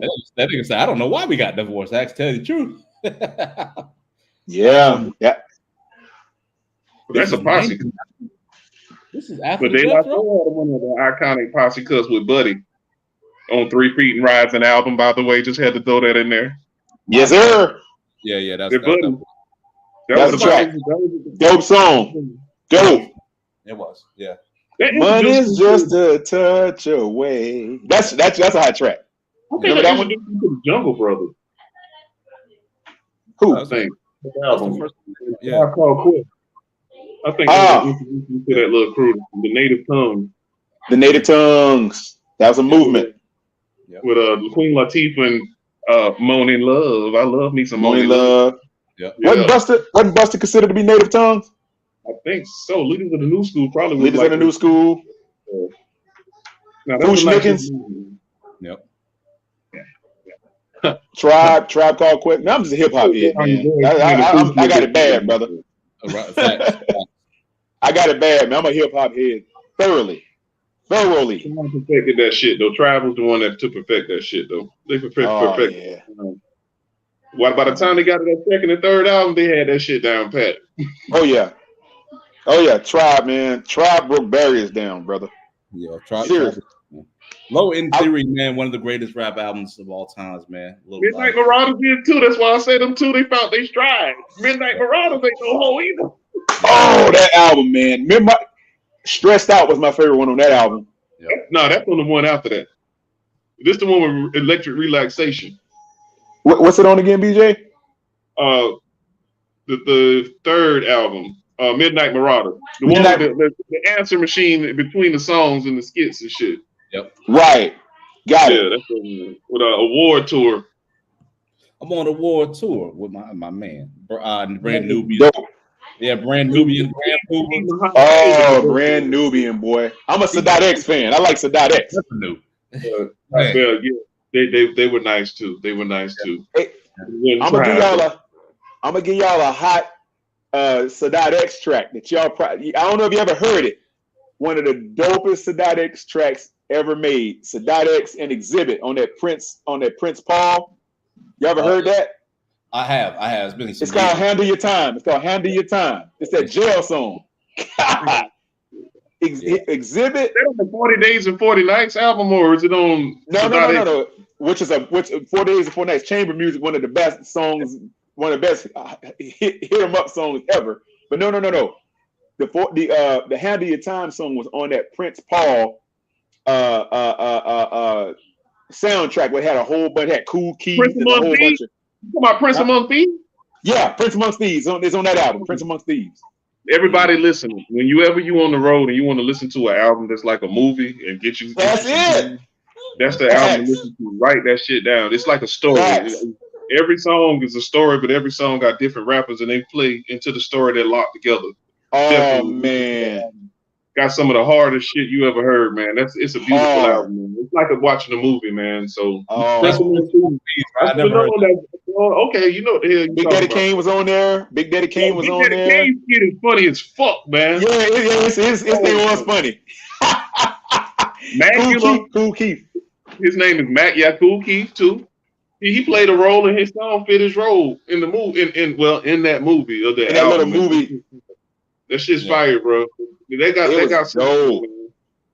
Elaine, if you never heard that Handle Your Time with Exhibit and they were in jail and they were representing the jail population when dude got thrown into jail. So they was like rapping against the dude in jail, saying how this is gonna mess him up and all that. Man, that song was funny. It was dope. Yeah, it's Exhibit, Kid Creole. Yeah. I'm looking at the album now. They made a video of that song. Yeah, they did. They did make a video of it. I saw it on Rap City back in like 1995 or 6 or something. But the album came out in '99. This joint got 35 tracks to it. Jesus Christ! It's like a movie. It's stories. It's like every rapper had a part to play. It's like a rap movie. Mm-hmm. It's like a rap song. It's like a rap musical almost. Yeah. Shit, fire, bro. Fire, man. Elaine, you gotta listen to the whole album. It's fire. Yeah, Chubb Rock, Biz Marquis on it. I forgot about Everlast. Got the funny role in that shit too. That shit Who? Who, Elaine? Who, BJ? Chubb Rock. Oh, Chubb Rock was funny. Yeah, Chubb Rock's on it. Oh man, I can't say it. What? No, I got the song playing in my head, man, because they was doing the beatbox on it. You know what I'm saying? Yeah. Don't say it. I know what you're talking about. Dude, I like the central booking when they was bringing them in. Okay, boss. Right. See, BJ, yeah, you be in there, you be listening to it, man. Elaine, you got to check that album out, brother. Go on YouTube, listen to it. Out, man. Actually, soon. Dope album. Yeah. Dope album, man. You got what I need. Let her toss your salad. And the way he right.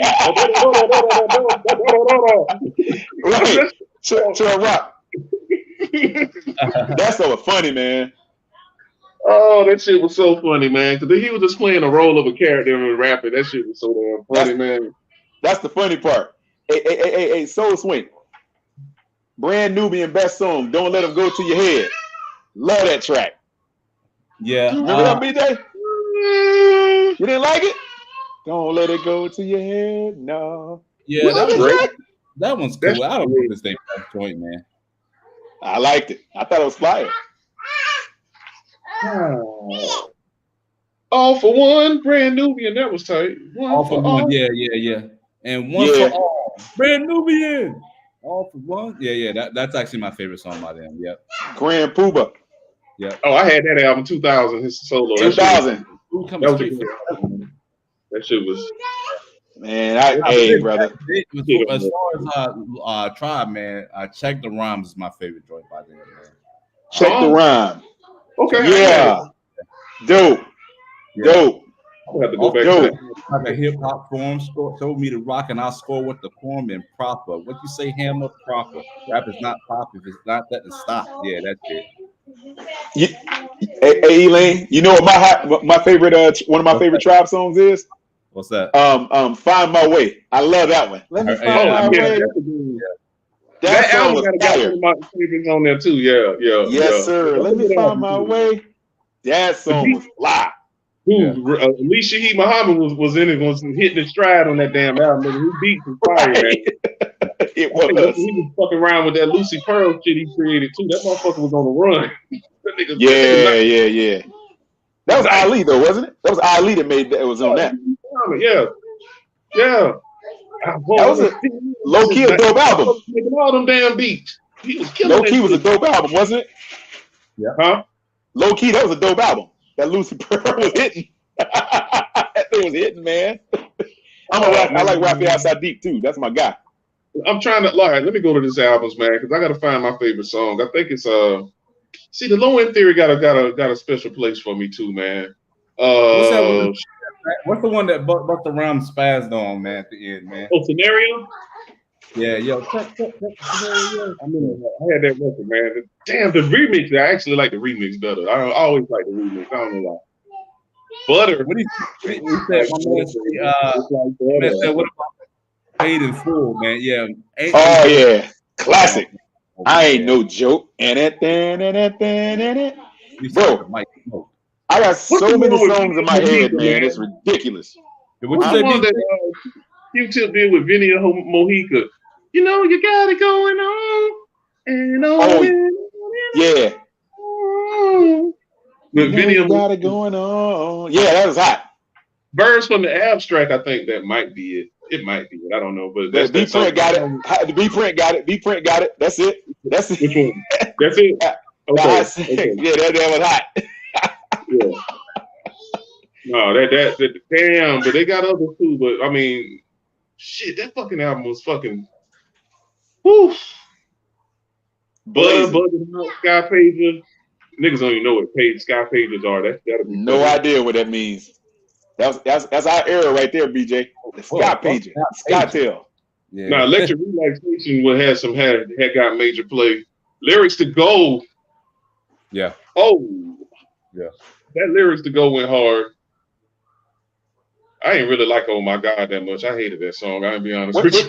Which album you want, BJ? Midnight Marauders. Oh, Midnight Marauders. Yeah. That kind of sounded familiar when he started. Oh Midnight Marauders was a dope album. Got 5 mics in the flex. Which one got 5 mics in the source? Which one got the 5 mics? Probably Midnight Marauders or the Low End Theory, one of them two. One of those two got 5 mics. Because probably Midnight Marauders. I think that's the one that got, because 5 mics are hard to get in the source.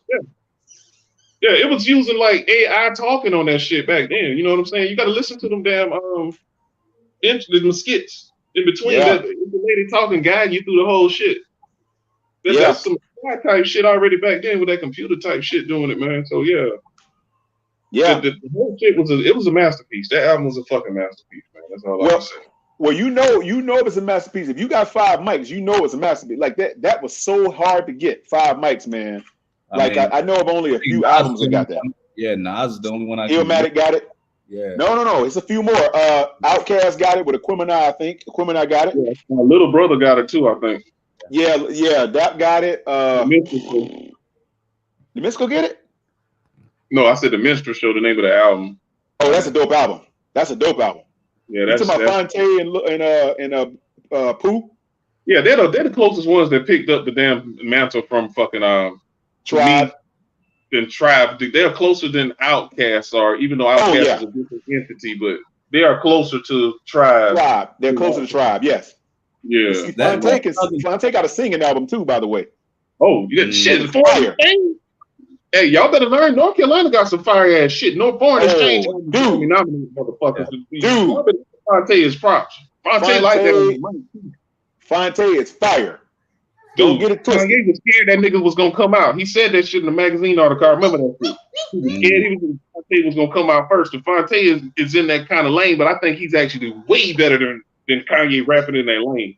Oh yeah, dude. Fonte is all world. That dude's vocals, his singing ability and his rapping ability is if he wanted to do what a lot of these rappers are doing now, where they can actually sing and rap like Drake, and he could actually pull it off.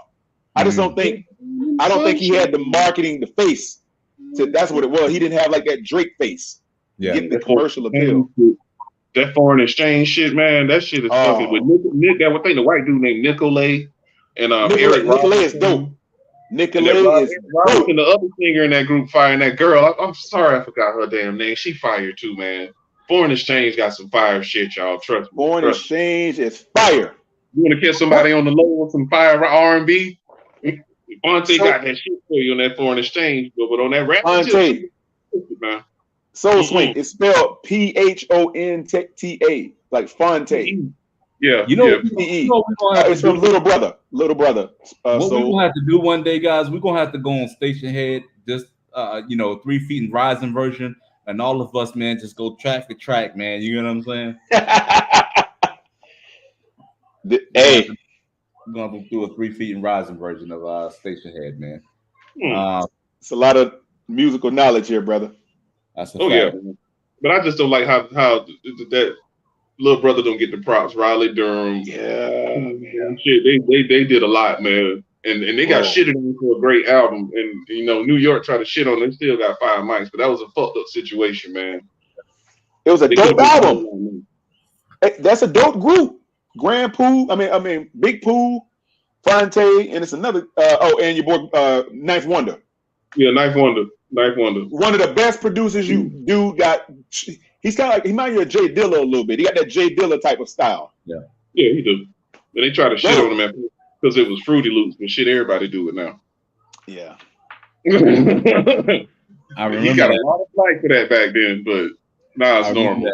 It was like he used Fruity Loops, and that was kind of considered like a little cheap, little gimmicky, or just like a low end type of production tool. You know what I mean? It's a lot of work involved in that too, man. Chopping up beats like that, the merging. Hey, you like laying down each little segment of the beat, man. It was You got to stretch it out and damn transpose it and change the tone and the melody to make sure all that shit match up, because you got to chop out all that damn vocals out of it to make it a nice beat. Yep. It's a lot to go into that shit, and they wasn't getting respected. But now, hey, he did Threats on the Black Album anyway. Yep. He chopped up the R. Kelly beat with the one with Cedric the Entertainer, Threats. Yep. I chop you. Oh yeah. Yeah, that's from the R. Kelly song. He chopped R. Kelly beat up. Yeah. Hey, I didn't even know there was Cedric the Entertainer doing that skit, man, for the longest. That was so funny, man. Ninth Wonder. I put the wolves on you. Yeah, right. Starting to look like Red. Rags. Oh, he was in his that song. Put your smarts on the side of your garment. Oh. You're right. Threats, pimp. This Threats, pimp. I can't. I it's not a match like drill, buddy. And that's where the little brother split kind of went. That's when shit started. Oh man, that was fun. That was hilarious, man. Yeah, He said, man. I kill you, put you inside the mattress like drug money. Not Oh, Molotov cocktail. Like, I literally did not know there was Cedric the Entertainer, man, for years. that's him. That's Threats. I did. Pimp. Yeah, this Threats, pimp. I'm like, it don't sound like him. It did to me. Hey, Elaine, you remember that? You remember the intro? You know what we're talking about? Nah, I don't remember that one, man. On that man. Jay-Z. What song is that? Oh, this Jay-Z Threats. song. I know. Yeah, My that bad. one. This Threats, pimp. Yeah. I didn't know that was set, but I was a kid when I heard that. I ain't Bro, either. so I didn't even connect the dots, man. So yeah, I definitely didn't know that was him. Yeah, I didn't know either, man. One of my favorite, the Black Album, one of my favorite albums of all time. It is one of his best because he after that. He might have had one more good one, and I'm gonna give him probably American Gangster. Oh yeah, I was going there. American Gangster. That's about it. People be talking about 444 and all that Magna Carta. I'm like, Actually, even Blueprint 3 is. Actually, I felt like 444 was actually one of his more complete albums. It didn't have the highs of the other albums, but from beginning to end, it's one of the only Jay-Z albums that I like from beginning to end. Yeah. Wasn't that song with Pharrell on there? I'll say that again. Wasn't the song with Pharrell on there? That I think You talking about Ambitions? That's on Blueprint 3. Okay, that's what that is. No idea did this whole album. Yeah, no idea. Not be. Oh well, see, we're in the same wavelength. That's the fire Jay-Z songs right there. Dope. You know what I'm saying? Those are the fire. Those the real fire Jay-Z songs. That's what's missing from 444. But like lyrically, just from beginning to end, every song Jay-Z was in his bag, man. I value an album that has consistency over an album that has the highs and the lows and whatnot like that. And I feel like his other albums. Sorry, Lil Wayne. Lil Wayne, yeah, there's a lot of highs and lows on Lil Wayne album. Now, Lil Wayne's an extreme. You get what I'm saying? If you listen to a Lil Wayne album from beginning to the end, it's a lot of filters, a lot of highs, a lot of lows, a lot Shit of is all over the place. You know damn well that shit's all over the Nothing's place. consistent. There's no consistent theme, but there's gonna be some dope ass tracks on a Lil Wayne album. You get what I'm saying? Yeah. And I really value something I could just stick in the, I said the damn CD player. Jesus Christ, man. We've been talking about huh? Okay. He said Lil Wayne's the GOAT. Okay, so Swain. He ain't made no album like Illmatic. He ain't made no album like Ready to Die. He ain't made no All Eyes. He ain't even made no Built for Cuban Lane. The album is, what do you think? Like, what is it, 400 Degrees or something? Don't say that, man. No, the Carter 2, I was saying. That's Juvenile. Oh, what am I thinking about? Not 400 Degrees. He had what did Lil Wayne have? The Carter. Nah, what was his first or You second? talking about the little Fireman on there at 4,000 degrees or some shit? No, was it The Block is Hot? The Block is Hot, I think. Block is Hot is what I'm thinking about. Yeah, The Block is Hot. Because he had a different. See, when you think of transcendent artists, now you could consider today's Lil Wayne. Well, the last 10 years worth of Lil Wayne has had those real good artistry type of songs. But when he first came out, he was just a little. I ain't free for nothing. Little Turk stuff. He wasn't writing his own music, yeah. Yeah, see, that's a different. Like he wasn't transcendent back then, although he was hot. But it's more like a gimmicky and pop type of Lil Wayne back in the late 90s, early 90s, late 90s, early 2000s. 500 Degrees was Lil Wayne. 500 degrees. I'm thinking 400 degrees. Yeah. Juvenile, right? That Go DJ song is what did it. This is called. It was the Go DJ song. It was the turn of the tide. Okay, that's when shit started changing. Yeah, and then he came in with that Carter series. That's what did it. Yeah, the Carter series is what changed it. Yeah, the Carter series did it. Wait a minute. It was either that or Fireman. It was them two. So Fireman and Go DJ what did it. Because those North people started taking note to that. They weren't really paying attention. I mean, they knew, but they wasn't pumping him in the club like that to that Fireman. They love that damn Fireman. I swear to God, boy. New York people love that song. I was like, damn, it's great. But the first Carter, which is 2004, and that first Carter had Go DJ on it. He shot that out. That fireman had that 500 degrees. Yeah, Cash Money Millionaire, Bring It Back. Who You Wanna? There's a few joints up here. It just wasn't a lot, man. Earthquake. No, the Carter 2 was when he hit his stride. When he started getting really lyrical. That's when he did it. That was the transformation for him, like Tupac did. Y'all talked about earlier, because because then he came up there and showed him how to, put his bars and shit. Yeah, and then he kind of morphed it in and merged into his own shit. Oh, what I'm saying? What was on the Carter 2? Shit, I forgot about that. That's crazy. Mm-hmm. Which one? Carter 2. So you had Fireman. That's when you really knew, because he had all the mixtapes coming out and shit. The mixtapes actually out. You had Hustler Music, Fireman. You had Receipt, which was a dope track. Yeah. That was the turning point right there, because you had all the gangster grills, man. Yeah. And all them damn mixtapes was out there. He was killing that shit, man. Man. Yeah. His mixtape. Yeah, his mixtape run was legendary. I ain't gonna lie. His mixtape run was very legendary when he was just on everything. Remember, he was doing all the hooks. Well, everybody. The feature run, when the word got out in the industry, if you send Lil Wayne a feature, he'll get it back to you the same day. Everybody just sending them features, and then he was on everything, man. Yeah. Boosie had a run like that, where everybody was sending him songs. He was doing the same thing. Yep. Dedication 1 and 2 in the drought. No ceilings. Boy, he was. Yeah. He was a little problem. That boy was a little problem with the dedication. Yeah, he was. Wayne is very talented. I mean, because he's like one of the only artists outside of like Jay-Z and a few other guys that don't write this. They don't write the lyrics. They just go in there and they build it by memorizing the lines as they spit them, which is crazy. I saw when Lil Wayne was on J-Rock's song, he harmonized how he wanted the verse to sound before he actually constructed the words to the verse. Yeah. First time I've ever seen anybody do that. So he was literally in the studio, like just literally just mumbling like the highs and lows and the deflections of the song, because that's really what a lot of it's made of.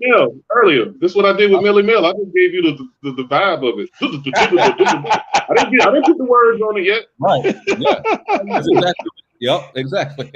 Hey, now Kendrick did that song with J-Rock, which I thought was a dope track. Pay For It. That was hot. Yeah. That Kendrick verse, man. That Kendrick verse. Yeah. He's another Sufi that he's a hybrid of a lot of shit. Yeah, he is. He's like a pot stirred up with a whole bunch. That Kendrick verse, man. That Kendrick verse. That won me over with Kendrick. He's the MC that I thought I'd never see that evolved, that survived everything throughout all the crazy shit going on in hip hop, keeping its damn integrity. Yeah. He's like a Megatron of MCs. He's like a Megatron of MCs. I thought that I would never see that in this climate, but he's proven me wrong. He really has. I'll be honest, man. I was one of the proud early adapters of Kendrick Lamar. I don't think anybody was listening to him before I was listening to him. I was listening to Kendrick Lamar. Huh? What, Section 80? Oh no. I was listening to Kendrick Lamar in 2006, back when he was on the Black Wall Street Journals with Game. Game used to have he was on the Black Wall Street Journal with Clyde Carson, your boy, just a whole bunch of like just Bay Area rappers, and then J-Rock and then were up and coming or whatever like that, and they were just all kind of following Game around. Same label. Yep, and they would follow Game around, and Game would just kind of put them on. So I remember just listening to him in the Wall Street Journals. Kendrick was kind of whack back then, man. But then when I he got much better. He got significantly better. You think he did? You think? Yeah, he got significantly better. I mean, he's one of the greatest rappers now.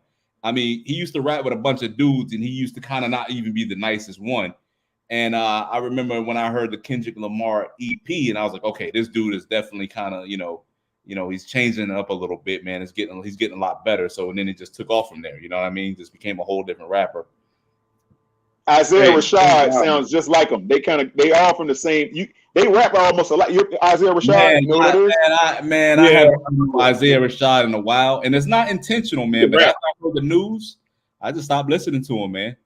I ain't heard anything about him. Yeah, he can rap. He kind of remind you. He sound like Kendrick when you listen to him sometimes.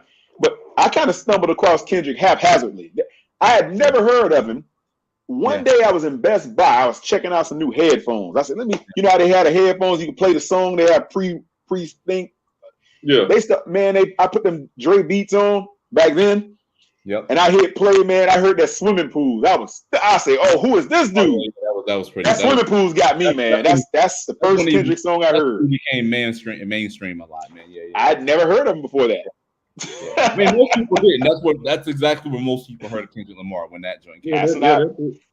I said, I don't know who this dude is, but that song, man, I still love that song. Yeah. You can play it in so many different formats. It's basically magic. Basically, that was like a cheat code down there. Yeah. That song was crazy, man. That was, and then the metaphors and shit behind it. When you sit back and listen to it, the song's actually deeper than what you see on the surface with the hook. So it's like, man, he got so many layers to him, man, that you can pick it up on different wavelengths and get different meanings from the damn song. Yeah. He's very diverse. You know?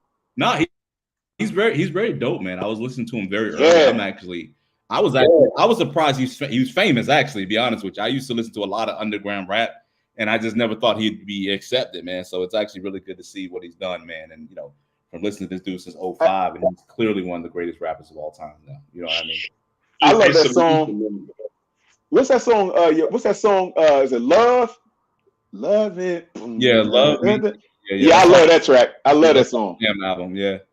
I think it's fly. Yeah.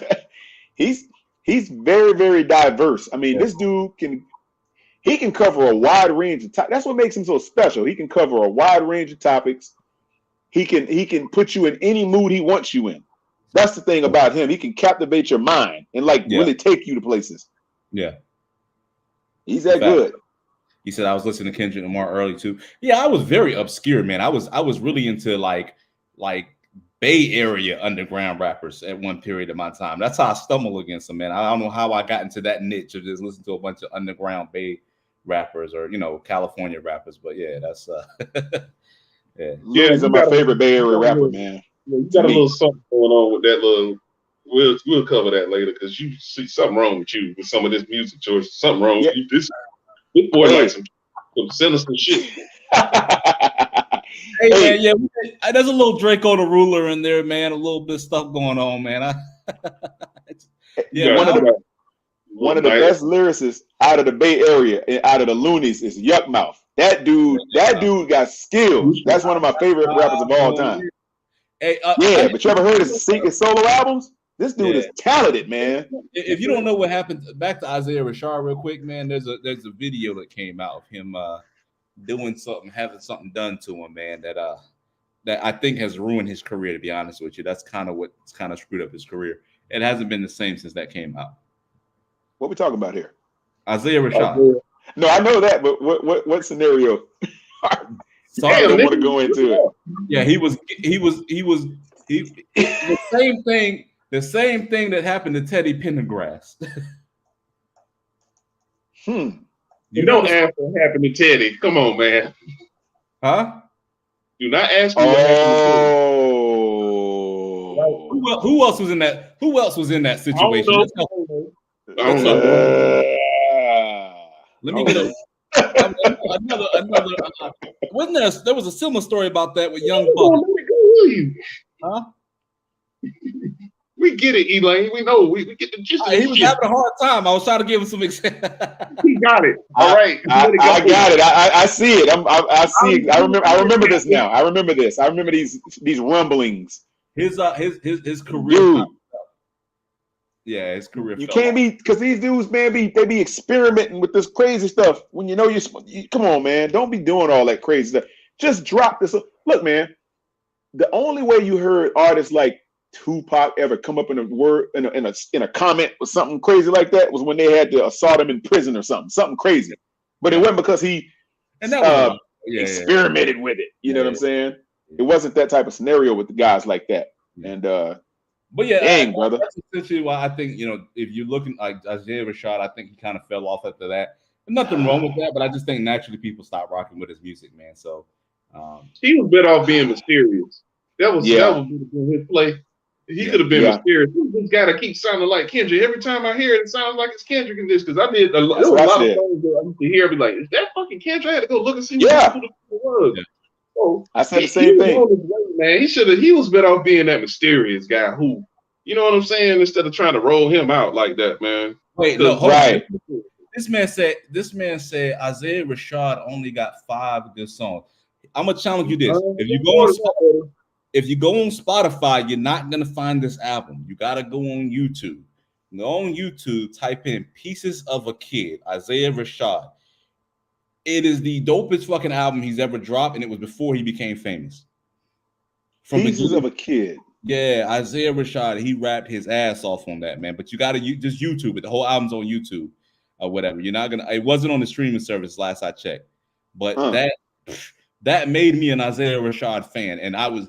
Ever since I heard that, I was disappointed by all the other albums he came out with, all the mainstream shit. They was never as good as that. Yeah. He had some really good songs that weren't like mainstream radio songs, but if you heard his album, you'd be like, "That's fire!" Like, what was that? Hold on. Like How to Pimp. Yeah, like that. All the talent, man. I mean, everybody from that label kind of has the same style. If you ever listen to it, that. J-Rock was the only one that kind of was like a. Oh, he a hood dude. Yeah, he was a hood dude. Yeah, right. J-Rock was the only one that kind of put you in mind of Exhibit or somebody. Kind of remind you of a guy like that. He had his chance. That song was getting played on NFL, NBA, everything. He had his shot to just go. And he didn't do it. Why? What happened? He lost steam? Yeah, he lost a lot. He was on NBA 2K. That song was everywhere, man, for the whole year. Yeah, but see, the thing. Get out the way, y'all. Oh, that one. Yeah. That was dope. But this song was everywhere. That was that. I'm more of a pay for it. I like that pay for it verse though. Yeah. Hey, listen. It's I had to make sure I had it right. It's this joint dropped 9 years ago. It's Isaiah Rashad, Pieces of a Kid. It's on YouTube, 49 minutes long. Listen to the first 2 tracks. You ain't gonna stop listening to it, guys. Pieces of a Kid. I'm about to check that out. Yep. Yeah, this is like some joint that he dropped before he even got signed or whatever like that, man. This is probably the shit that got him signed. Is that dope? Yeah. And just never lived back up to this shit. Yeah, shut the hell up. What? You know, talking about he ain't never live up to that shit. Are you crazy? He did. No. Have you heard? Oh, I'm about to check this out. I haven't heard. He ain't never lived up to this. Nah, he was rapping his ass off on this joint, man. Man, you better quit it. Because you know good damn well, Good Kid, Mad City is a fucking story too. No. I'm talking Isaiah Rashad. About Isaiah Rashad. Oh, okay. I'm thinking you still on Kendrick because I was about to fight. Oh, no. Hey, what's the album with a band? What's the album with the band? Say again. What's the album with the van in the little Polaroid? Yeah, that's Good Kid, Mad City. That's the one. That thing, boy. Yeah. We're talking. Now the next joint he did after Good Kid, Mad City was a disappointment. I ain't gonna lie about that. You know what I'm saying? Yeah. To Pimp a Butterfly? Yeah. There's a lot of no. To Kill a Butterfly? That's why it was such a disappointment. He knew it was a disappointment. That's why he went in a completely. It was not a disappointment. That album was a masterpiece, man. That shit won a damn Pulitzer Prize. What the hell wrong with you, Elaine? There was some good tracks, bro. I ain't heard it. I didn't hear it. Hold on. To Pimp a Butterfly is a classic, is what you're saying. Yes. You hesitated, bro. Why you hesitating, man? You don't bump your damn head, Elaine. You don't bump your damn head. You don't believe that. I do believe that. Yeah, he had to think. Out of all people should like King Kunta. Black man taking no losses. Oh yeah. Bitch, what are you like that shit, man? I was like, what the fuck? Nigga, that baseline was wicked with George Clinton. Boy, are you crazy? Yeah, I'm about to check it out. T-Lane, something wrong with you. You need to be tested. There is something wrong with me. I'm not going to dispute that, brother. Your ass don't like King Gunther? Yeah. That's rich. Coming from you. You don't like King Gunther. Yeah. Dan was kind of back on track. Dan was his second best album in my opinion. I ain't even off that album. You trying to skip shit. That thing was dope. How you ain't like Institutionalized? Well, there's some good dope tracks. No. Like there's some dope tracks on that album, right? Be All Right is one of my favorite Kendrick songs, and that's on there, right? No, I'm talking about now. You skipping again? I ain't finished with what I'm on. Complexion. It don't mean a thing. That was okay. Yeah. With Rhapsody from North Carolina too, y'all. Rhapsody was on that shit. Rhapsody is dope. I'm not gonna let you poo-poo the fucking album. I ain't even naming hits. I'm not gonna let Rhapsody you. Rhapsody is dope. Yeah, I gotta check that out. I ain't even heard the album, man. I can't even say anything. I've never heard the album, Quantum. What we gonna do? We're gonna end up on Station Head. Me and BJ gonna do a versus. Was it Good Kid, Mad City? That joint versus something I think is better besides Good Kid, Mad City. And I'll let you. No, see, I didn't say that. Now you starting shit. I ain't put them against each other. He's like, I ain't say that. I'm only talking in context because I said I'm disappointed. It's a disappointment. So let's put that joint up. Let's put Damn up against some other joint of his. I'm gonna go back and listen to all these albums tonight so I can see. Where does Damn fall in the most commercial album? To be honest with you. Where does Pimp a Butterfly fall in the Kendrick Lamar discography? I wouldn't be mad if you put it 2 or 3. Now 4, but if you do Section 80 in front of To Pimp a Butterfly, I'm not mad. I'm not mad at that at all. Now that last one, I'm still digesting that shit. What's his worst album? You a man, but what was you trying to accomplish, G? What's his worst album though, BJ? Let's talk real. What's Section 80 was like the EP, and then you had Good Kid, Mad City, then To Pimp a Butterfly, then Damn, and then the Harold Melvin and the Blue Steppers. What the hell was the name of that album? It's Harold Melvin and the Blue Notes, which is a great group. But Mr. Popper and Mr. Morale and the Big Steppers or some shit like that. Yeah. Well, I have to say everybody has made mistakes in life, fellas. I give them a pass. Mr. Morale and Pimp a Butterfly are at the bottom of all his albums he's created. Okay, I'm gonna have to go back and listen to all his albums. I only heard like 2 of them. I haven't heard them all. How many albums he got? How many albums does he have altogether? He got like 5 or 6. I'm about to listen to him because I only know about 2 or 3 of his albums. The other 2, like the latest ones, I haven't even heard them yet. Like obviously this They Not Like Us, that new phenomenon. That thing has got most streams ever. They say that's crazy. That's not even a part of the album, which he fucked up. No, it's not. It's just a single. Yeah. Well, that Mr. Morale and the Big Steppers, that's a whole nother damn. That's like eating black licorice sometimes. It's like, nigga, what are we doing here? This is the show. He's testing his musical genius, BJ. He's testing his musical genius. That's my problem. He just tries to get into this abstract shit. I'm doing this. You guys don't understand it. But come on, man. I'm trying hard. You know what? I gotta do that. Go back and listen to that album for real, and then I'll say something about it. You said the Big Stepper joint? Yeah, I'm gonna go back and listen to it. I'm about to check them out, man. But a lot of people say it's not a good album, bro. You get what I'm saying? I understand that, but I'm gonna look at it from an artistic lens this time, and then give it a chance and see what we're talking about. You know what, man? For albums like that you actually, because some artists will see the thing about it is some of these artists make so much timeless music, right? That you hear it when they introduce a whole nother area of music that you didn't think they'd do. It kind of mess with you for a while until you keep listening to it. Many rappers over the years, like nigga, what's wrong with you? Yeah, that's how they do it. They'll drop something. You're like, what was that? And then I'm gonna be honest with you.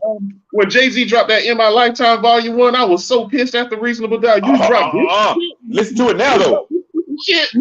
No, he had some bangers and some classic songs on there, but it was the one he did with Lil' Kim. I like what boys like. I know what they want. I'm like, what the fuck are you doing, Jay-Z? Yeah, I know, man. Too much. Reasonable Doubt guy would never do this shit. Trying to be old Biggie bad boy type shit. It's like, boy, what did you do? He had some songs on there that were In My Lifetime. The streets is mine with the Blackstreet. I hate that fucking song. I hate it. That song I didn't love it either. Teddy That Riley song made that song. It's a Teddy Riley song.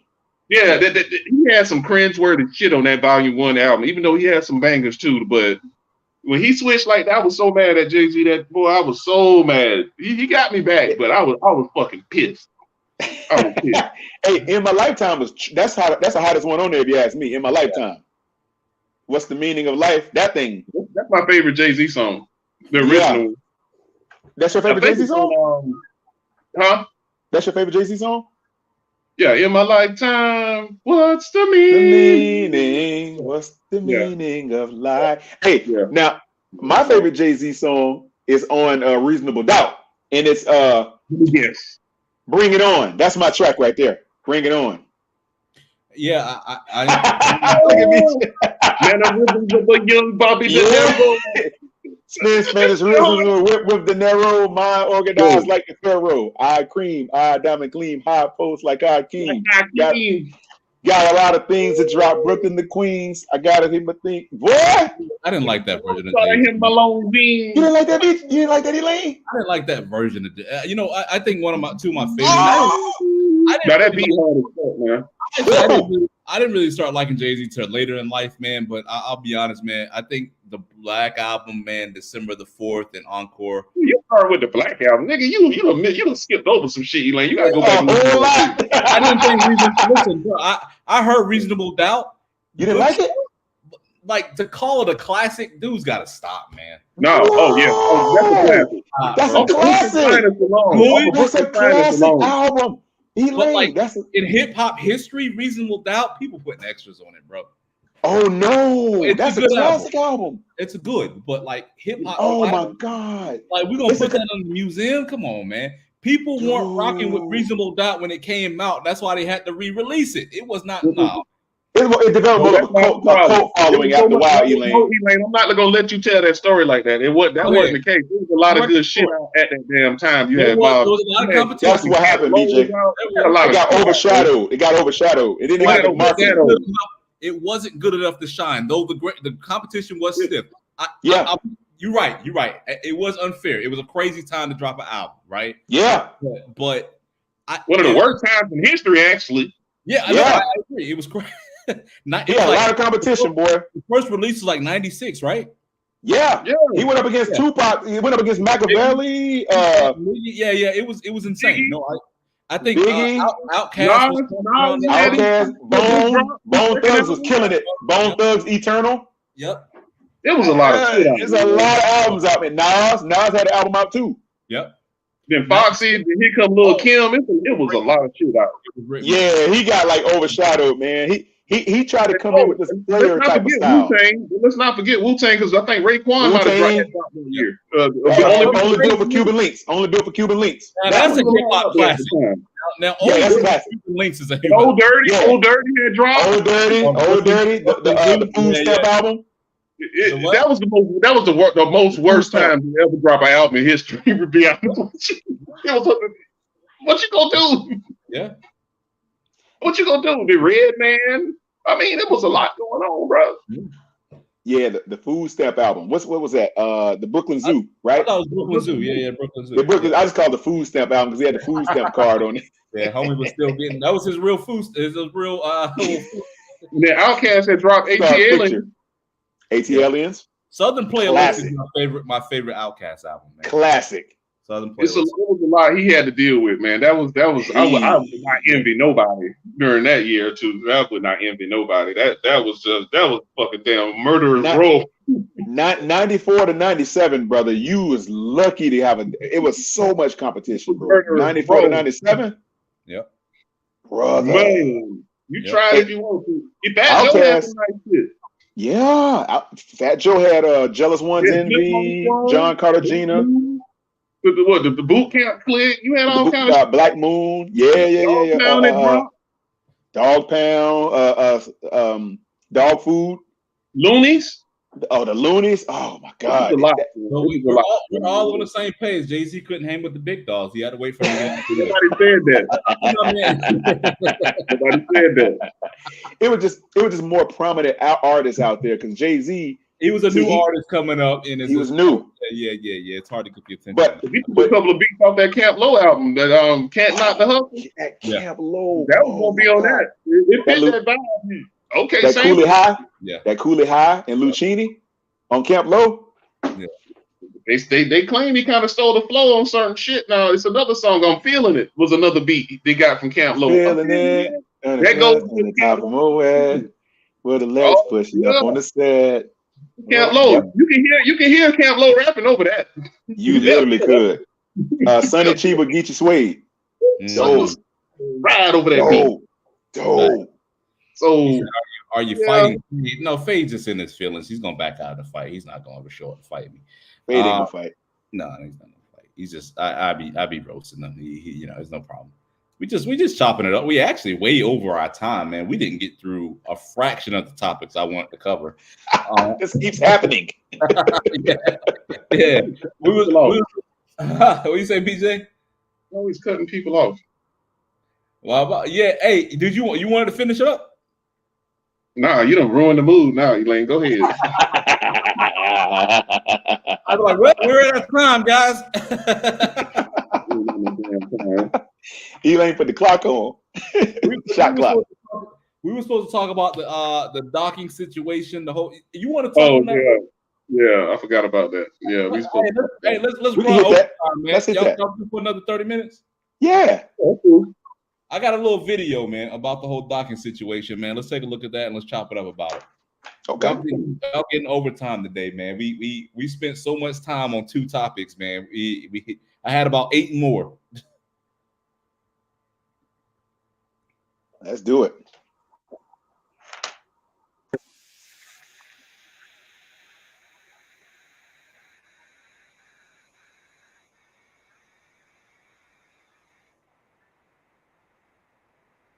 Yeah, and then he don't even know about the Streets Is Watching album. You know what I'm saying? He don't know what he's talking about, man. Oh, with Christian and them. Oh my God! Streets Is Watching Jay-Z. Mm-hmm. Come on, man. Y'all be hyping up this Jay-Z shit, man. He's all right, man. I mean, he's not on Nas level. He wasn't on Biggie's level. He done stole a lot of his lyrics from them. I mean, some of his shit's all right, man. But that like Reasonable Doubt, y'all want a versus, man. Me and BJ gonna have to do a versus on some of these. No, you don't. No, you don't want to do no verses with me. No, you don't. And y'all decide who's telling the truth about this music, man. Because at the end of the day, man, these Jay-Z fans, bro. I like Jay-Z, man. I like more of his swag and his style more than a lot of the songs. But I like them later in his career. Yeah, I like them later in his career as he matured. Yeah, that one song he had on Mace's album, to me, that verse he had on there was one of the hottest. Just I love that verse on I remember I haven't heard that. She got what you want, then got a man. Why would she cheat on you? Hey, that verse was fly. You remember that one, BJ? Yeah, it's been like 10 years since I heard the album, but yeah, I remember he was on it. Yeah, whatever, man. You don't even like it. What the hell you talking about, man? You don't got the replay. Be good, agree with you. Be good, say he's overrated. Jay-Z's overrated. Be good agrees with you, Elaine. Yeah, that's what we're gonna do, man. I'm gonna end up doing a versus with BJ. We're gonna go to Station Head, bro, and we're gonna settle this, man. I'm gonna show y'all. Who the hell you gonna put against me? Who you gonna put against me? Well, what you want to do? You want to do the Jay-Z joint first and show how Reasonable Doubt ain't really touching anything Nas has done, or you want to talk about the Kendrick album, man? I'll put any better than Nas' second album. Be good. Reasonable Doubt is better than it was written. Yeah. Oh no. Yeah, I know. Before Gusto, you Blood Blow. I know all that shit. I know them all, man. Okay, I know. Wait. You said Reasonable Doubt is better than it was written? What? Yeah. What? What's wrong with you? I don't know about that. I don't know about that one. These, and then the next song is I Got a Gun, and then the next. I know this whole album by heart. I know it. I gave you power or whatever. Watch them that be close to you. Make sure they do what they're supposed to do. Kind of. Oh, all right. I'm gonna give you that. I gave you power. I'm gonna give you that. Oh boy. What song does Jay-Z have that's close to that? Just conceptually, man. Just. You mean I gave you power? I gave you power. Yeah. The only thing that's close to that is Tupac's song, Me and My Girlfriend. That's I'm saying, what does Jay-Z have? I say Regrets off of that album. Just want to go off the album. I say Regrets. Regrets. Oh, Jay-Z? Mm-hmm.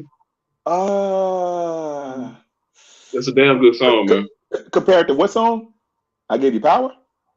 I mean, that's my only haymaker I could give conceptually with a song talking about with a concept. You know what I'm saying? Concept, yeah. Regrets. Yeah. Okay. Yeah. That, I Gave You Power was. I can't touch that one. I like one of my favorite songs on that album. It was written was Black Girl Lost. That song was fire. It was one of my favorites too. Jodeci, yeah. Casey was on it. Casey, yep, Casey. Lisa. Yeah. That was pretty good. Baby. It wasn't no banger. Let's be real. There wasn't no banger. It was an album track. It was an album track, though. It was an album track. It fit real well. Yeah, it hit well. I'd rather Can't Knock the Hustle. Sorry. Yeah. And then come on, man. You want to talk? Come on, man. If I Rule the World, better than that. If I Rule the World, it's nothing on reasonable. Outkast be good. Outkast. That's easy. You said Outkast and Fugees. Yeah. Outkast. Yeah, If I Rule the World, that beats anything on Reasonable Doubt as far as bangers, man. Nobody. Come on, man. Facts. Yeah. Because it's more commercially, it's a bigger commercial success, obviously. Exactly. Jay-Z didn't have it. Jay-Z only had that one with Foxy, the one that was only one that actually got the mainstream. Successful song Jay-Z's ever been on is a song that features somebody else. Think on that. Say it again, Elaine. Stop, man. Yeah. Repeat that. Let me clear my throat. The only commercial successful songs Jay-Z has ever had is songs which featured someone else. No, it ain't. How about Hard Knock Life? You need to stop lying, Elaine. Stop lying to these people. That was the early Jay-Z. Yeah, it was the only one. Give me some. Oh, the only one. H to the Izzo, V to the Izzo. Who the hell else on that song, Elaine? That's on the Rock La Familia album, though. So you got Rock La Familia album. That's a pretty good album. Yeah, it was nice. It was a nice album. That's a slept on album. Theme song Sopranos plays on my mental piano. That's a dope album. You can't. The do-rag. Man, I don't know if you boy Elaine need to listen to that album. What's the song? I can't remember the name of the song. Memphis Bleak. Oh, you like that on Reasonable. Which one? Reasonable Doubt with him and Memphis Bleak going back and forth. Yeah, that song. I like that song. That song was dope. Yeah, that song's very dope. Yeah. I can't remember the name of it, BJ. That Memphis are going back and forth on like going back and forth type of shit, man. He was like they're kind of bigging up his little homie. Like that. Oh, you talking about I done came up, got my life on the line? Yeah, okay. No. Yeah, I done came up. That doesn't sound right. All I got is my boss and my words, and I won't trade it for nobody. That's on. Yeah. That one. That was on Hard Knock Life, wasn't it? No. That was on Reasonable Doubt. No, that's might have no. Because part 2 was on Hard Knock Life. Because that's that bitch feed. But the original Twisted Feed. That's part 2 because he introed Hard Knock Life with that Memphis Bleak. That was part 2 to that song. Yeah, so the original was on Reasonable Doubt. It's like the end. It's like one of the last tracks. That's what it was. Yeah, that's the one. That's what happened. They carried it. Yeah. What's the name of that damn song? Rise or something? Or? Which one? Man, but they got on the Hard Knock Life album. I forgot the name of it. I know you talking about. Yeah, part 2 was on the beginning of Hard Knock Life. Yeah, that part. That shit was hard too, though. Bring the drama. This ain't Jigga, this your little nigga Bleak reporting to you motherfuckers live from the street. That nigga started that nigga album with his shit. Nah, this ain't Jigga, this your little nigga Bleak. I was like, I give y'all one artist on Rockefeller to me that didn't get what I think he could have got if he would have had a little bit more push. It's Freeway. When he first that first Freeway album, bro. Yeah. Philadelphia Freeway, yeah, that shit was Philadelphia Freeway was dope, man. That song with Mariah Carey, remember that one? You know you got me. Pretend like I listened to a lot of those. You know you got me. You know you didn't. You never heard that song, BJ? I mean, Elaine. I know you heard that song. You got me. Who? Which one? Freeway and Mariah Carey. That one. No, I don't think I heard that one. Yeah. Oh boy, you got to play that song. Yeah. What you think, BJ? He had some shit. Beanie did. Beanie, come on, man. Yeah. Beanie is classic. Nice. Petey Crack, all of them, it was nice, man. Yeah. Beanie's The Truth album. The Reason. Oh no, which one? The Truth or The Reason? No. I mean, the Young Guns is kind of whack, but whatever. Shit, that album was straight. I didn't get to hear it. I never heard it. No better love, don't stop getting on, baby. I didn't hear it. There's no better love. I never heard the whole album. I never heard it, BJ. Man, come on. Can't Stop, Won't Stop, Rockefeller Records. Yeah, that's what I think of when I think of them. Yeah. Man, that song had a little bop to it. Stop it, man. Stop it, Elaine. You're a hater. I like the dudes. I just never got the chance to hear their album. Was it? He said it was dope. Yeah, that was Chris and Neef, I think. Chris and Neef, yeah. No, that was Young Guns. Yeah, Chris and Neef. Chris and Neef, the Young Guns. That's them. Yeah, he trying to get me discombobulated. That album was straight. It's called Tough Love. Yeah, Tough Love. Okay, I haven't heard it. With their Timberlands and shit on it, man. Don't listen to Elaine, y'all. He don't know what the hell he's talking about. I'm giving y'all the real, man. That was a good album. Real, man. I didn't hear it. Jay-Z said he said get them dudes like $300 a show, man. He didn't believe in them. Really? Really? He didn't believe in them, man. Y'all just warm bodies, man. He called them camp arms. They were camp arms. Y'all wrong as hell. Y'all know the State Property had some good albums, man. Oh, dude, did they? Look. Oskino and Sparks, dope. Yeah. Easy dope. I hope Sparks. Oskino and Sparks, nasty. We gonna have again, man. We gonna do some verses, man. We gonna let the people decide, man. We can your lame ass for shit, man. You don't know what the hell you talking about. We can go back and forth. But at the end of the day, let's put up some songs, man. Let's put up some songs. You put up some Chris and Neefy to some of this hip hop classic shit. I'm gonna drop. Man, now see, why you gonna do that to me? You put up Chris and Neefy. Then you gonna pull out a bag of classic shit. What the fuck, man? You get to pull from the Chris and Neef bag. He gonna go to Tupac and all.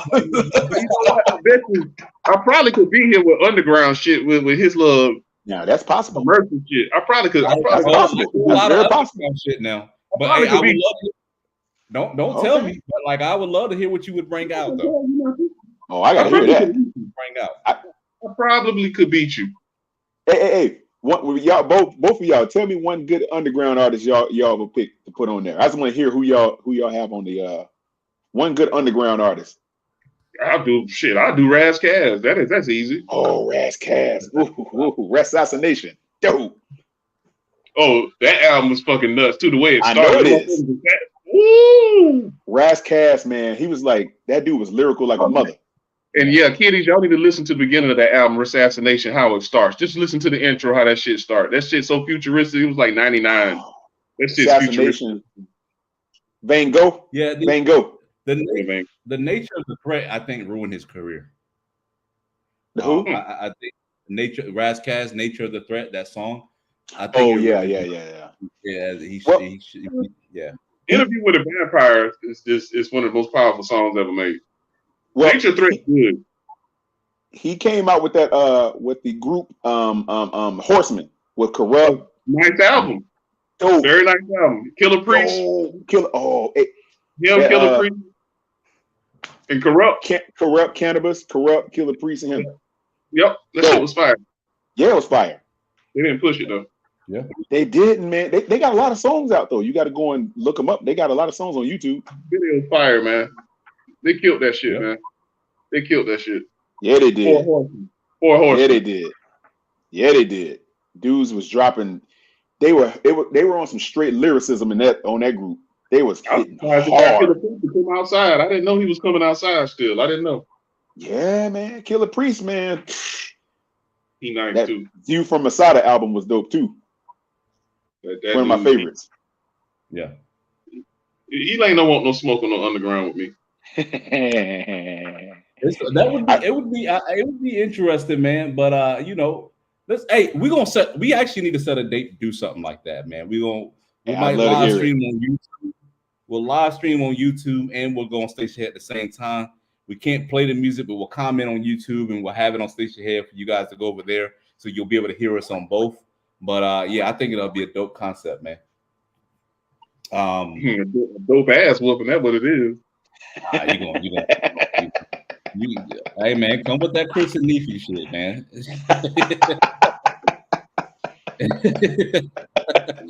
You keep thinking that shit, man. You come with that. He hitting low. He like. You keep it up. You keep it up, buddy. Hey, what was this topic you were talking? Is this it right here? Yeah. Oh, okay. That's what I was looking at. Trying to see what that was.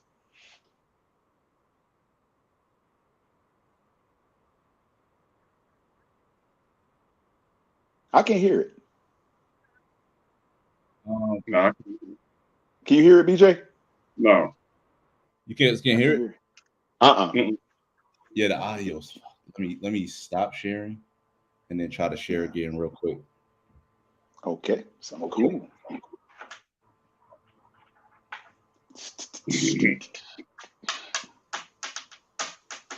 See, y'all got me, man, and all this hip hop stuff, man. Damn shame. Then I curveballing with Joe Budden. Oh, boy, you will have a long day, longer day than you think you would, boy. That one makes me take my eyebrows, bro. But I'll be honest, I didn't get really deep in Joe Budden's. Boy, you will have a long day. Trust me. Joe Budden is nice. Georgia, one in Brunswick and one in Savannah. Dock workers across our country are on strike over wages and automation. This is affecting dozens of ports, including 2 here in Georgia. Atlanta News First Asia Wilson is live right now in Midtown. This could impact all of us. You're exactly right. Experts say if this goes on for more than a few weeks, it could reignite inflation and cause a shortage of goods. This strike is affecting 36 ports across the country, including 2 right here in Georgia, one in Brunswick and one in Savannah. Now, at midnight, the contract between the ports and about 45,000 members of the International Longshoremen's Association expired. Now, while progress was reportedly made in talks on Monday, dock workers started walking picket lines just after midnight. They want increased pay and protection from automation. Ripple effects could be felt from right here in Georgia. Just to put things into perspective, the Port of Savannah ranks 4th in the U.S. for retail goods, and the Port of Brunswick is America's 2nd busiest for auto parts. Now, experts say cargo and goods could get backed up and lead to possible shortages. All the truck drivers that come in and out, all the stuff that they buy and sell, all of the warehouses that you've seen in Pooler, these are going to pretty much come to a stop, as well as all of the activity in and around the port. Now, industry leaders also say an extended strike could also cause a shortage of certain cars. It could also impact holiday shopping, as typically by this time of the year, retailers are typically stocked up about 70% with holiday products. So this is certainly something that we'll be keeping our eyes on. We're live this morning in Midtown. Asia Wilson, Atlanta News. Thank you for that. This is one that strikes home with me, man, because I know what I guess they are fighting against automation and stuff like that. It's a thing that I have with my job at VJ. I'm gonna let you kind of talk first, brother. What are your thoughts? I mean, I got an unpopular opinion. I think they are wasting their energy fighting the future instead of trying to adapt and get with it, to put it in simple terms, because automation is coming sooner or later, whether you like it or not. Yep. Okay, go ahead and get this next contract signed within, if it's 7 or 10 year period, you need to get yourself prepared for that time, because after this is the last straw for them. They're going straight automation after this. So you need to learn how to get on the other side of it, man. Let's lay the landscape for people, because really what it is they're fighting for higher wages, and they're trying to hold off automation because I guess they feel like automation is going to take their jobs and take their leverage to fight for higher wages. I'm fighting the same problem at work, man. You guys know I'm an IT manager, and you know, I got a team that I took over back in November that's in the Stone Ages. You get what I'm saying?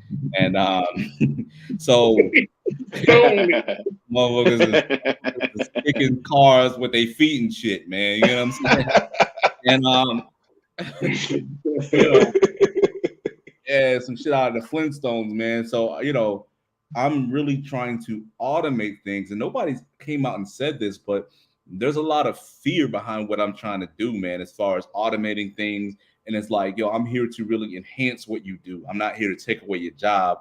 Though automation could do that, but I'm more interested in just enhancing your job. Instead of getting you to click buttons all day, we can automate these things. We can take you to the point where you're just doing your analysis work. But a lot of people fight against, you know, automation for some reason. But it's the way of the future, man. At one point, you know, motherfuckers didn't want to like the phones that allowed you to call somebody directly, because you're gonna put the people who patch the phone calls out of work, right? Or, you know, automatic elevators is gonna get rid of the people that control the elevators. Like, we can't stop progress, man. You know what I mean? So I think, you know, though they're worried about their job, like, automation will drive down costs for everybody in the country. You get what I'm saying? And it's good for all of us, man. I mean, I guess that's easier said than done for a person whose job ain't at risk, but I don't know. I guess that's a very unpopular opinion to have, man. It is, but it's inevitable. So why not just, instead of fighting it, why be ready? Just like newspapers. You don't buy a newspaper, they're gone digital. All of those people have to adjust. Right. Yeah, you got to pivot. Coal miners, we don't have too many coal miners no more. All industry, in order to I'm trying to get people to understand that they are holding us back. Basically, I understand that that's your job and stuff like that, but other countries are already doing this. They're running way more efficiently than we are. If they're unloading 2 ships in the time it takes us to unload 1. Yep. Y'all getting all this overtime and stuff. I get it, man. The world is moving on with or without you. Facts. Yep. That's the fact of the whole matter. Again, people talking about eggs costing $7, man. It's gonna get worse. You get what I'm saying? You know, not only with these strikes, man, but you know, automation is gonna drive down the cost of a lot of that stuff, man. So I fight that. When you said this, bro, it hit home for me, man. Like, because I fight this battle every single day at work. Just trying to optimize and auto. You know what I mean? Just like, you know, stop clicking buttons, 1,000 buttons a day. We don't have to do that. You know what I mean? So, you know, people resisting the change. Have y'all they've done it at every leg. You got still coal mining towns. Them shits done dried up. They still 30 years ago.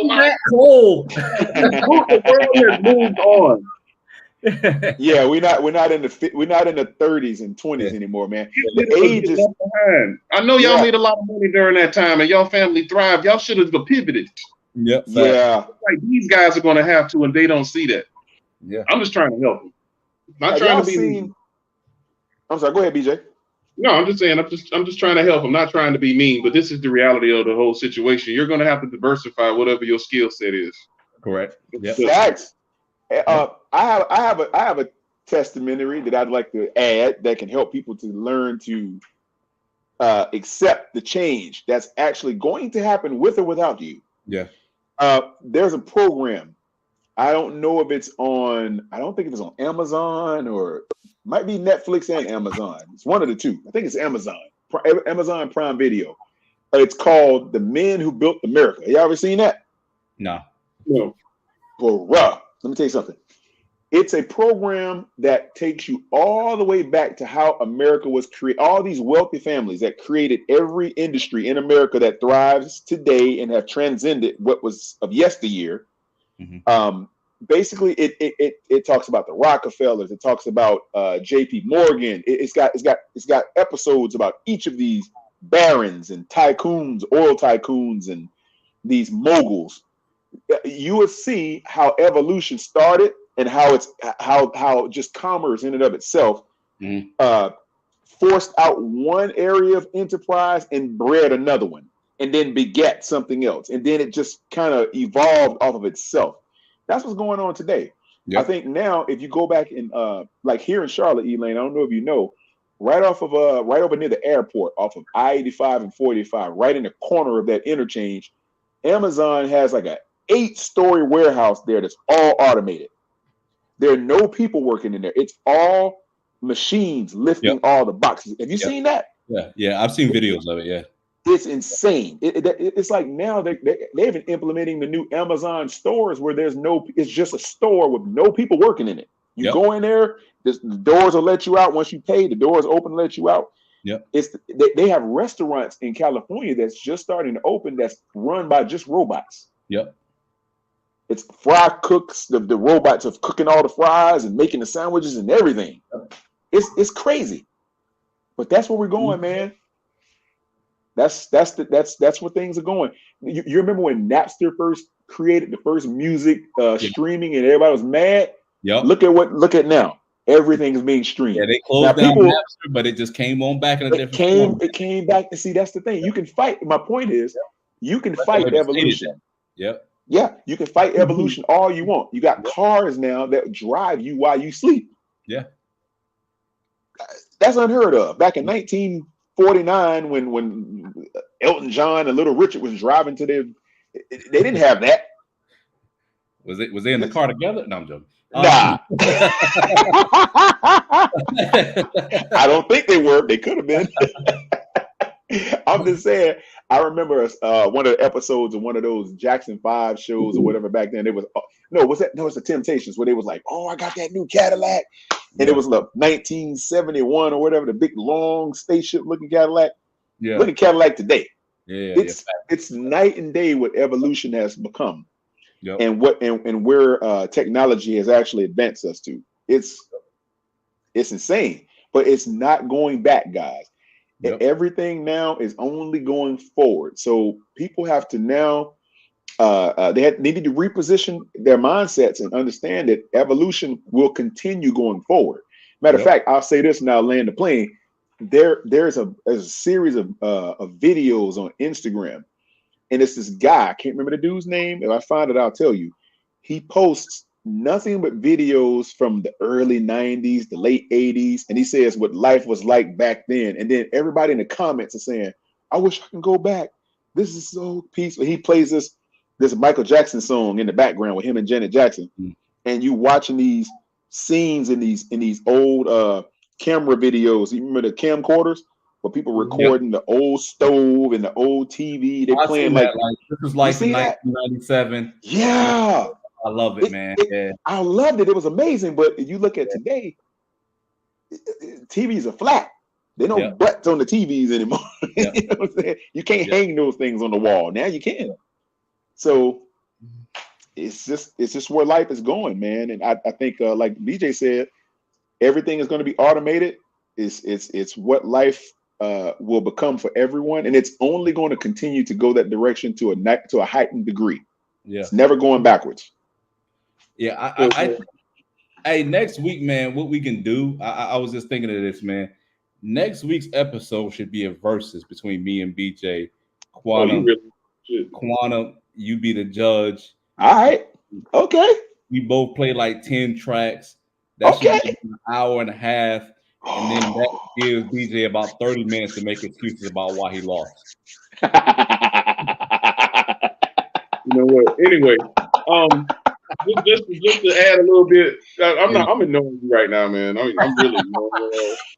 I went back to my little thing back here, my history in Chat GPT. I had typed in where would we be at 21, 2,400 years from now? This was back in this. I was doing some research, just trying to piece some shit together, and it said for wait, what was the question? Where will we be in 21, 24? Okay. 100 years. One of the challenges it said was technological disruption. Rapid technological advancements may lead to job displacement, economic inequality, and social disruption. necessitating policies and programs to address workforce transitions and to ensure equitable access to opportunities. Yeah. Remember Orson Welles, 1984, the book? Remember that? Mm-hmm. Yeah. This all puts you in the same mindset, man. You remember when Y2K was a thing and everybody thought we were going to die? At December 31st, 1999, everybody was freaking out. Mm-hmm. They would talk about, look on your zipper. There's the Y2K zipper. On your zipper on your pants. People were losing their minds about Y2K. People were taking money out, and everybody thought we were going to die at 1999 at December 31st. Goods and shit. Damn thing happened. Now this is crazy because I went to the store last night to buy some toilet paper and paper towels, and dude, man, I can show you here. I ended up buying this big freaking bro. This was like the last one there. There was no more storm that's coming or whatever. People going crazy. Yeah, it was insane. I said, man, what is going? It was literally no hand towels or nothing, paper towels on the shelves, man. It was like this. I said, well, ask the lady. I said, well, what's going on? And she said, well, it's the storm. I said, what storm? How long the storm gonna last? I said, what storm? She's like, well, the storm from Asheville. Yeah, but that's 2 hours and a half away. What are you talking about? There's two more coming. Y'all didn't know that? That's what they said. I heard that. They said there's one this week and one by the end of the weekend or something. But is it what's the category on these? Is it supposed to hit us or is it gonna? I ain't checked it in 2 days, but like it was out there, man. It was hold on, let me hurricanes. 1 second. Dams broke. Took Asheville by surprise. They didn't see it coming. Yeah.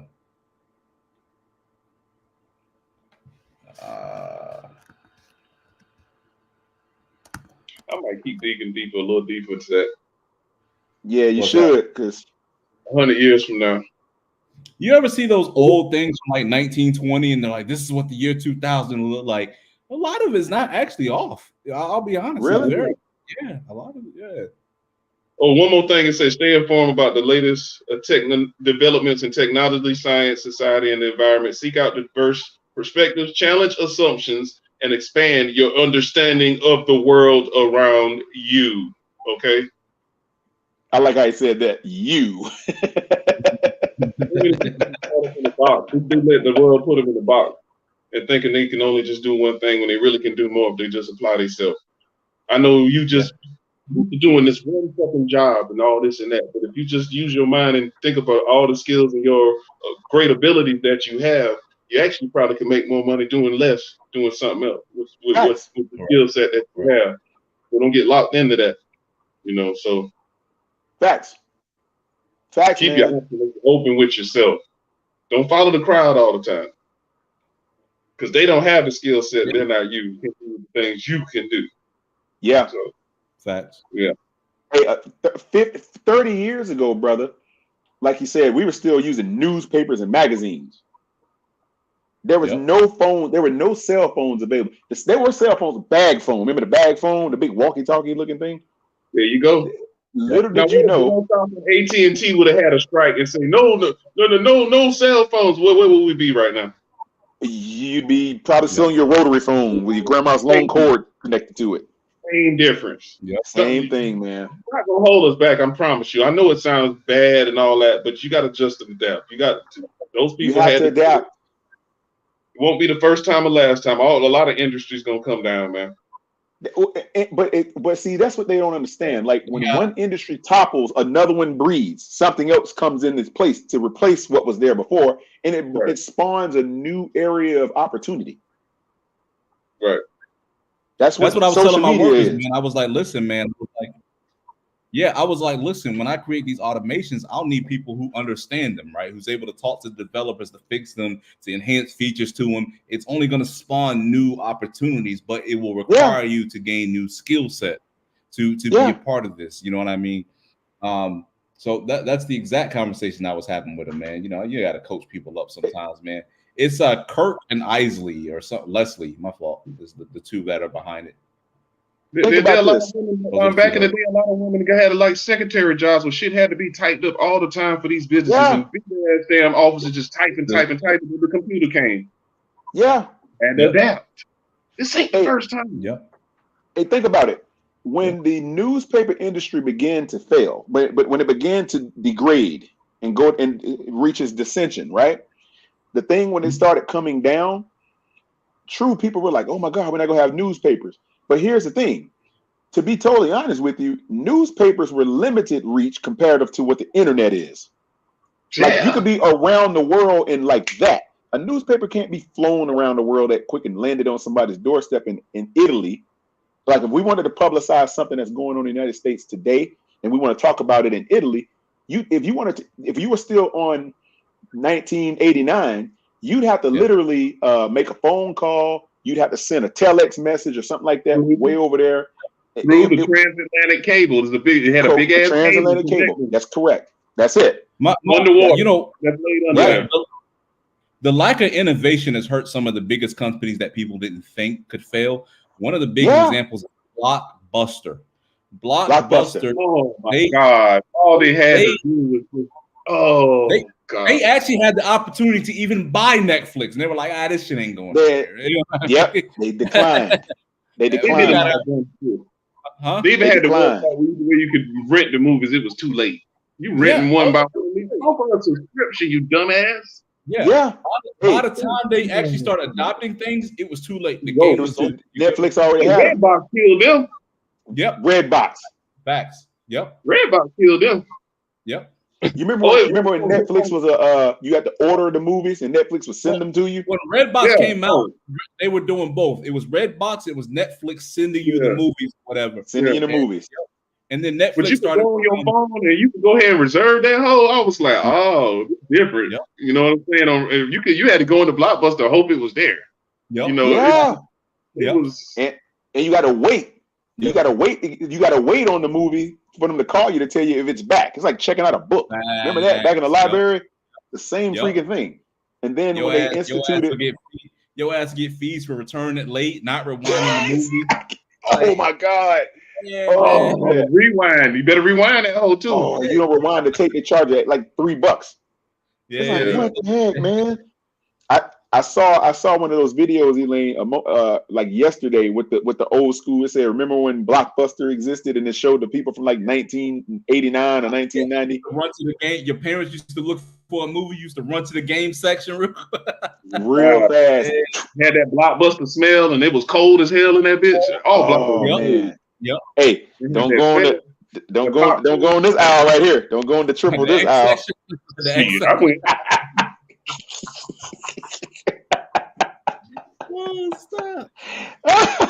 Hey, they had a whole section like, hey, you get off that aisle. What do you think you're doing over there? When I got to high school during the summer, like midday, before 12, you roll up in there. You can rent that shit to right, especially a high schooler behind the damn day. You can rent that hoe. Yeah, I'll give it to you. They be like, look, slide it to you on the table. Yeah. You can Hey, man. Nah, man. Hey, when Netflix told them they tried to partner with Blockbuster or something at first, and Blockbuster was like, nah. No, they had the opportunity to buy Netflix early. Yeah. Early. They was just basically it was on some. We got damn near 5 stores in every major city. You get what I'm saying? Ain't nobody about it. Yeah.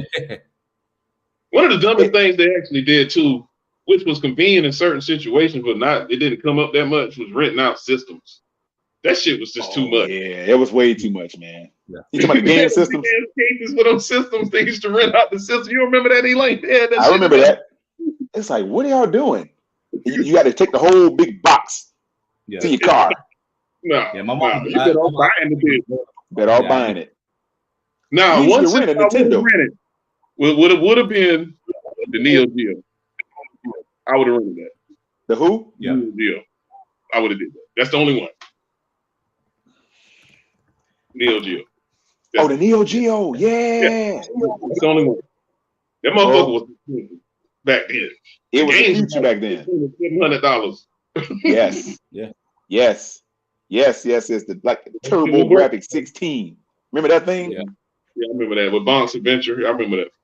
Boy, but yeah, man, Blockbuster was an American icon, man. That was an experience, man. You was a kid, you go to Blockbuster with your family, pick out your own movie. Your adults pick out their movie, man. Just American iconic brand, man. Just gone. Lost in the sauce forever. But don't let a movie just come out. You'll see 80 of them bitches in a row. Yep. Oh, fact. They have a whole bunch of copies. Yep. I give you another example. You remember the Sam Goodies in the music stores? Oh yeah. Same thing. You go in the store, they have CDs. 50 of them in there. Yep. And all of a sudden, they shuttered all. I remember when I started seeing all the all of the record stores just kind of. You could see the end coming. It's like a train wreck happening in slow motion. It was like you saw the crash coming. Yep. And now like FYE, smaller and smaller. You know the music section started doing this. Yep. Now it's all digital, and people fought that. They were like, "Oh, we don't want our digital. We don't want to download." Remember MP3s? You used to download the MP3. Yep. There's a And lot that of was dudes who adapted 20 early, years man. ago. A lot of dudes adopted it early, man. Motherfuckers was making millions selling ringtones, man. A lot of people adapted Ringtones. Yep. Ringtones. Yeah. That was the Evolution, thing. man. That was with the flip phone still. Yep. With ringtones. So yeah. Motherfuckers pay 99 cents to have a song ring when you have a song going when your phone rings. Yes, I paid for that. Your boy was the first one to do something like, what's the dude? Soldier Boy. He was one of the first ones that was doing that kind of stuff. They wasn't even understanding what he was doing. He was killing them. Soldier Boy was I don't know about the ringtones, but Soldier Boy is very innovative, man. He was one of the first artists to use YouTube to innovate, to promote his joint. Soldier Boy is actually one of the first people to actually film himself playing video games, man. Like a lot of that was actually a lot of people didn't catch on to that trend. Now we got Twitch and all that shit. Soldier Boy was early, man. He's innovative. He's a game changer, man. That dude he's light years. He was ahead of his time. Yeah. Seriously. Sometimes people, not a great rapper, but as far as marketing and all that stuff like that, ahead of his time, man. People didn't really realize what he was doing, man, and how a lot of the techniques he had would just be replicated. You know something? I was just thinking of something. I'm gonna rewind this back a second. Remember when I was talking about the men who created America? That show. You'll find out that this is crazy. Thomas Edison was a pupil of Nikola Tesla. Okay. Oh yeah. Yeah. You wouldn't think this. And then they both got their funding from guess who? When it was J.P. Morgan, James Pierpont Morgan was their financier. Those guys all knew each other, but you would never think that because we heard about them singularly in history. Yeah. But it's amazing how all of their stuff, like Rockefeller and all the oil money and all of the steel, like the steel enterprise, all that stuff, man. It's crazy how it's all evolved into what we see now. Yeah, and their families tied to this stuff for generations ago. It's amazing. In the newer versions of it, where you're dealing with the Facebook with Zuckerberg, it's just the new version of the oil tycoons. It's just tech. It's all it is. Now it's tech. And the regular world tycoons. Now you just got internet tycoons now. So Thomas Edison. Go ahead, brother. Go ahead. Yeah, Thomas Edison actually. Yep, that's a fact. Thomas Edison actually stole a lot of his ideas. Actually, that's what they say. So shade with you. Yeah. He often gets the credit for creating the light bulb. This is the guy who actually created the light bulb. He actually stole a lot of ideas from him. He actually took him to court. Took him to court and won. And Lattimore is actually the first person to ever publish the first book on electric lighting. So before the light bulb, anything like that, this is the guy who did it or whatever. So yeah. You know the difference, Elaine? The difference was Edison had the funding. Yeah. That's why he had the money behind it. Lattimore actually worked for Edison. Huh? Lattimore. Yeah, huh? Yeah, a he lot worked of for those that. guys. Yeah, so he has a bunch of patents and stuff like that. He wrote the first book on electric lighting, and even when Thomas Edison actually came out with the light bulb after he created the first book, his light bulb wouldn't stay on. It was Lattimore who actually created the carbon filament that actually made the light bulb stayed on, and that's the light bulb. Right, the So filament. yeah, he took a lot of his ideas, man, and he actually there was a couple of other ideas he ended up suing him over. He was like, "All right, man, that's enough, bro." You know what I mean? Yeah. He won. Yeah. So even during this time, dude won. I mean, we're talking the early 1900s. He took him to court. Yep. 1905, 1906. Exactly. Yeah. I read about that. Yeah, I used to do a lot of historical research. Yeah, you know, he beat him in court. He had to be doing some fucked up shit. Like, come on, bro. Beat him in court. He's able to prove his claim. Yep. Yeah. Yeah. A lot of those guys have similar storied histories together. Yeah. These guys actually had a lot of back and forth stuff. They were in competition. It was basically monopoly back then. It was the same. Right. It's the same type of scenario. Yeah. How much can I get to bankrupt your industry to put you out, and I'm going to take over? Yep. That's what it's all about. Hiring them and putting bankrolling them, trying to be first. So that's what it was. That's what it was. Yep. Who can bankroll who, and who can get to the top of the mountain quicker? Yeah. That's what it's all about. Or have a mole come in and work beside him, and then get all the damn secrets and kick you to the curb like he did Tesla ass. Yeah, they got Tesla. They did Tesla bad. Nikola Tesla. That's how Apple was created, man. It was working for, he was working for Microsoft, and he took some of the That's ideas. true. Yeah. Bill Gates, and your boy, they were good friends. Yeah. Steve Jobs. Yep. Bill Gates worked for Steve Jobs. I think Bill Gates got fired or something, and then he went and created Microsoft. Yep. That's how that was born. Exactly. It's just like the Facebook dude. Facebook. What's my guy's name? Yeah. You know, your boy Zuckerberg straight up just stole the ideas from two dudes who hired him to do the Facebook. Correct. Just took it, and he ended up having to pay them like 50 million or something. It was something millions he had to pay. Okay. Some money. Yeah.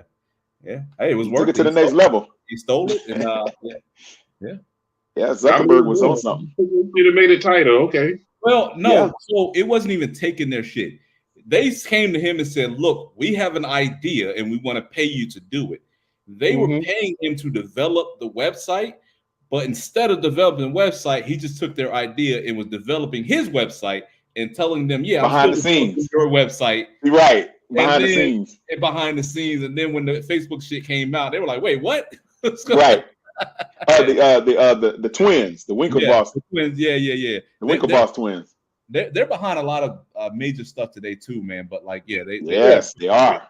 Yeah. They adapted. All Harvard guys. They all went to MIT. Yep. They adapted, didn't they? Yeah. That's but the greatest minds of the world all adapt. Yep.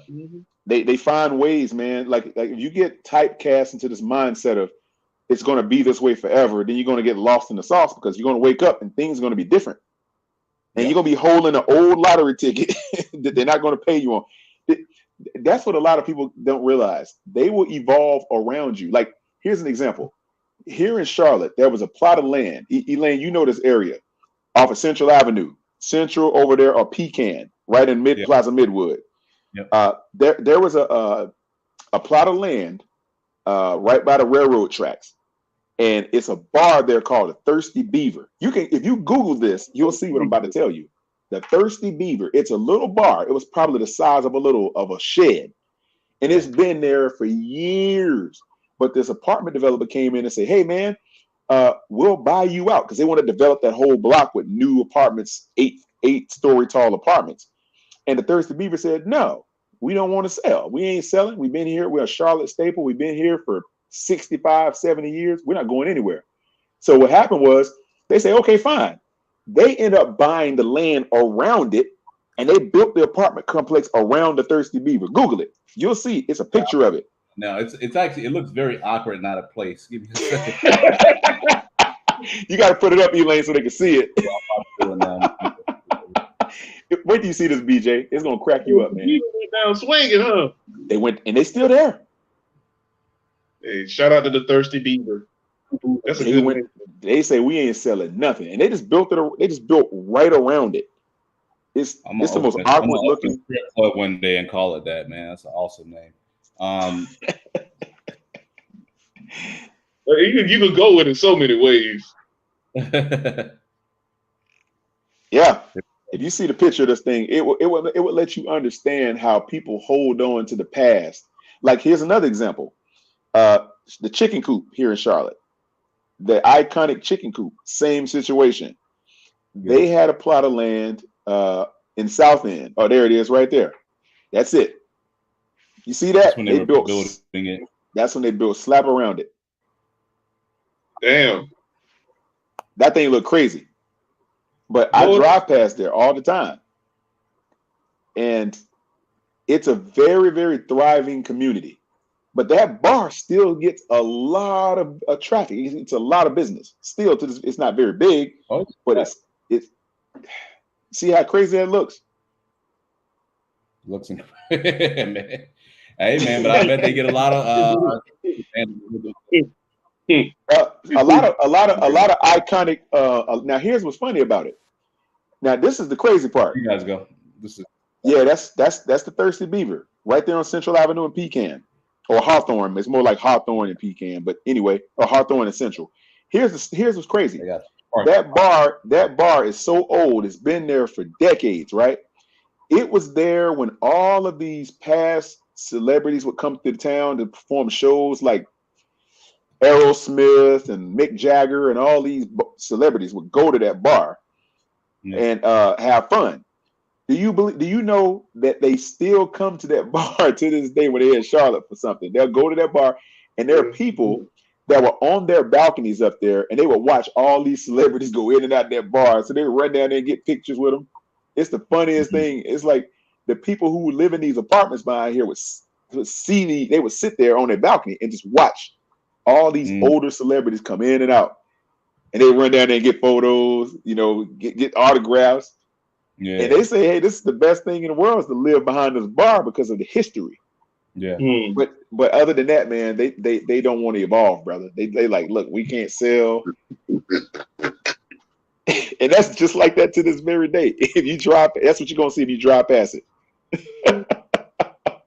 Almost look like an eyesore, to tell you the truth now, man. It's crazy. It does. You better watch out here to catch a Molotov cocktail. Walk around. Hey, I can't tear it down.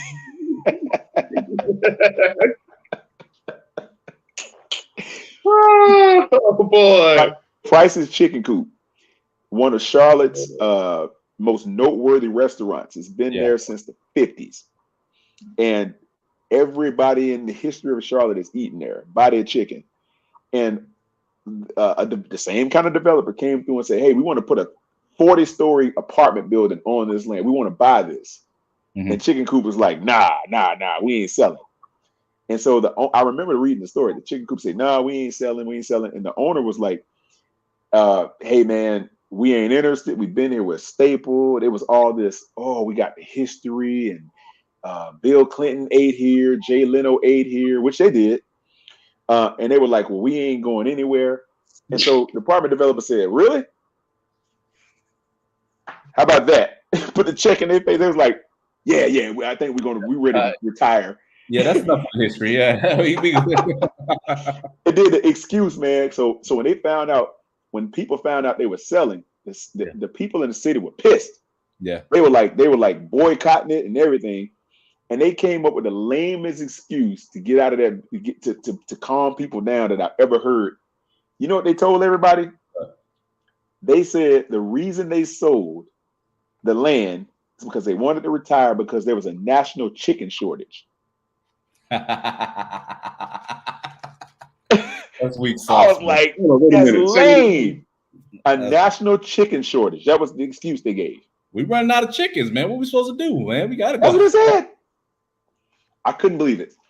They got a nice check out of that. I think it sold for like $20 million or something, that plot of land. But now they're building like a tower on that. They've been like a 40-story apartment community there.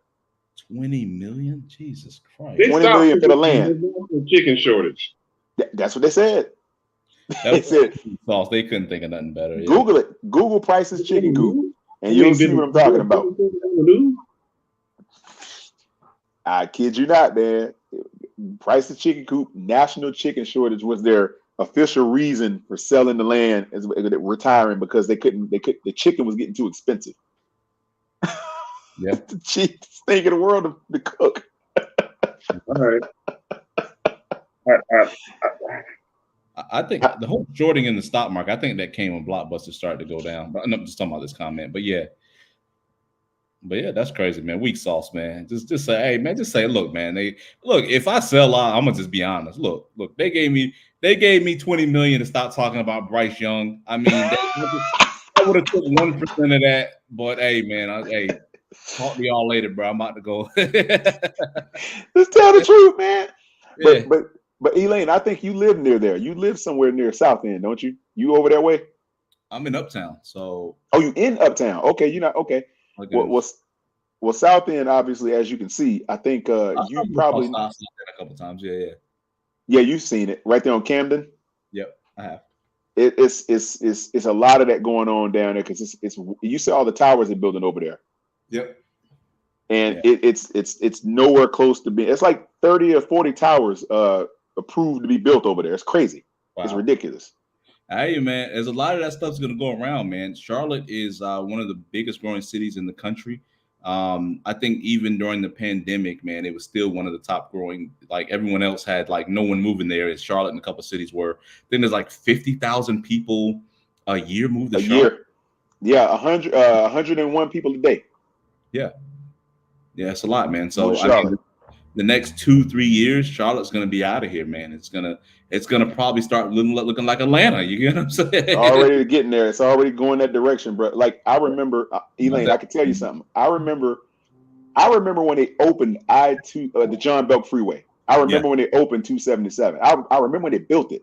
Yeah, I was probably 7, 8 years old, and my grandmother, I would ride with her in her car. It was vacant for about a year or two. Nobody would even take it because they were scared to drive on it. I remember we were the only car on that freeway a couple of times. Wow. On that entire freeway going beside Bank of America Stadium. Wow.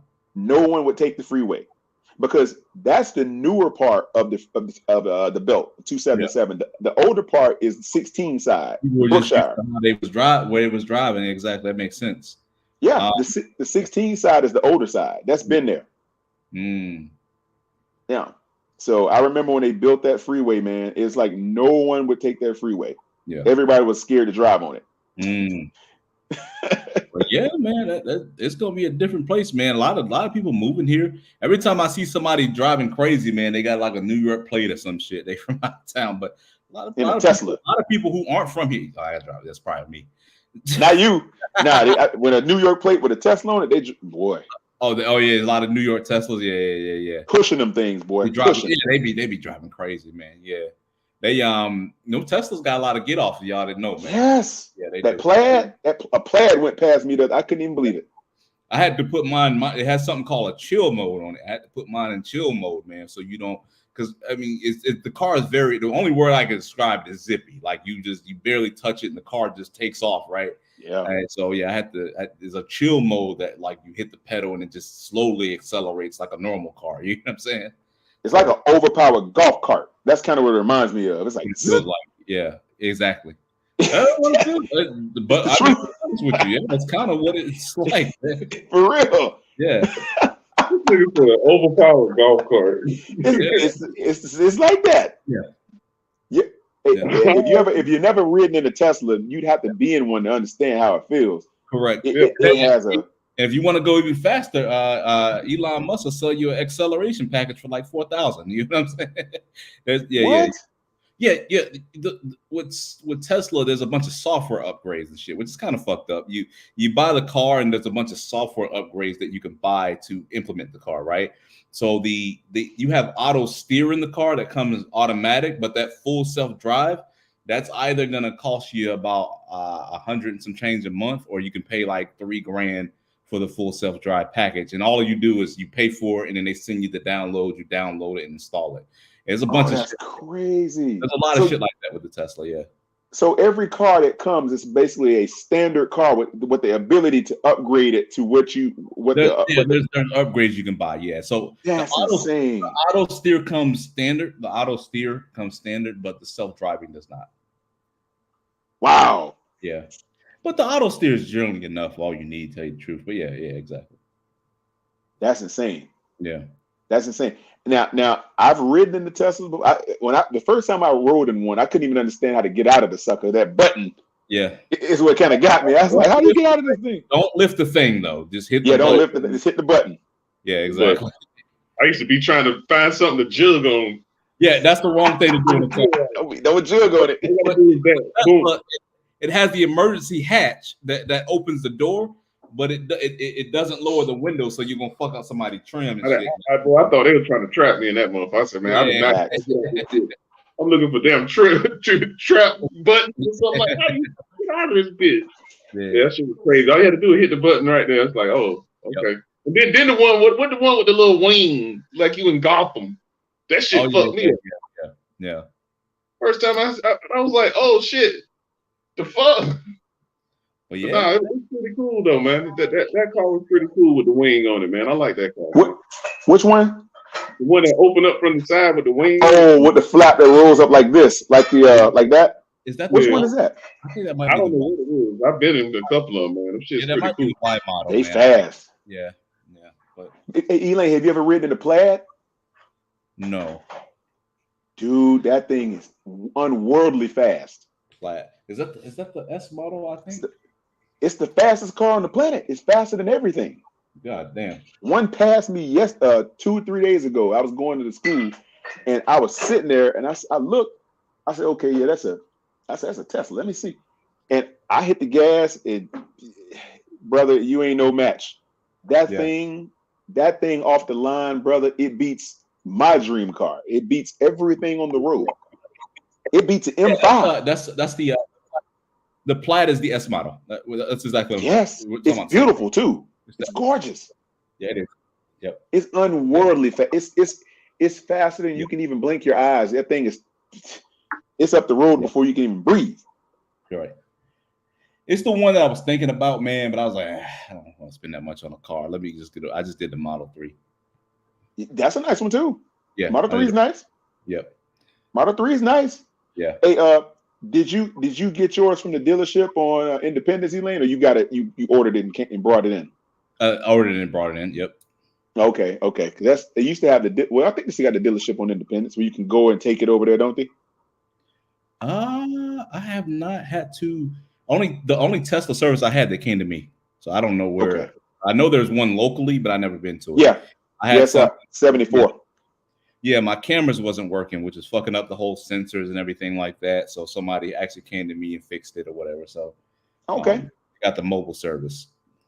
Okay, yeah, there's a dealership on Independence. It's way out on the east side of town, since East Charlotte, way out that way. Yeah. But yeah, I haven't checked it out, man. I just, there's a little charge station right by my house, man. That's the only thing I use, man. Yep. The charge stations they're popping up everywhere now. I'm starting to see most of them. Yeah, they're everywhere. Yeah, they're trying to get rid of the gas engine, the gas turbine engines. They're trying to get rid of them. Correct. I'm sorry, man. My next vehicle is gonna be that M5. I gotta get it. Gotta have it. Bro, I guarantee you, man. You'll be like me. Once you go Tesla, you'll never go gas again, bro. I promise you. I agree. I like it. It's just that M5, man. God, Elaine, if you ever sat in one, man, and just felt the sheer power, brother, of what that thing can do. It beats Lambos. It's that fast. It's ridiculous. Hey, I'm not in speed, man. You talking to the dude that literally turned down the software to make my Tesla accelerate slower. I hear you. He ain't trying to do nothing. He ain't trying to do nothing.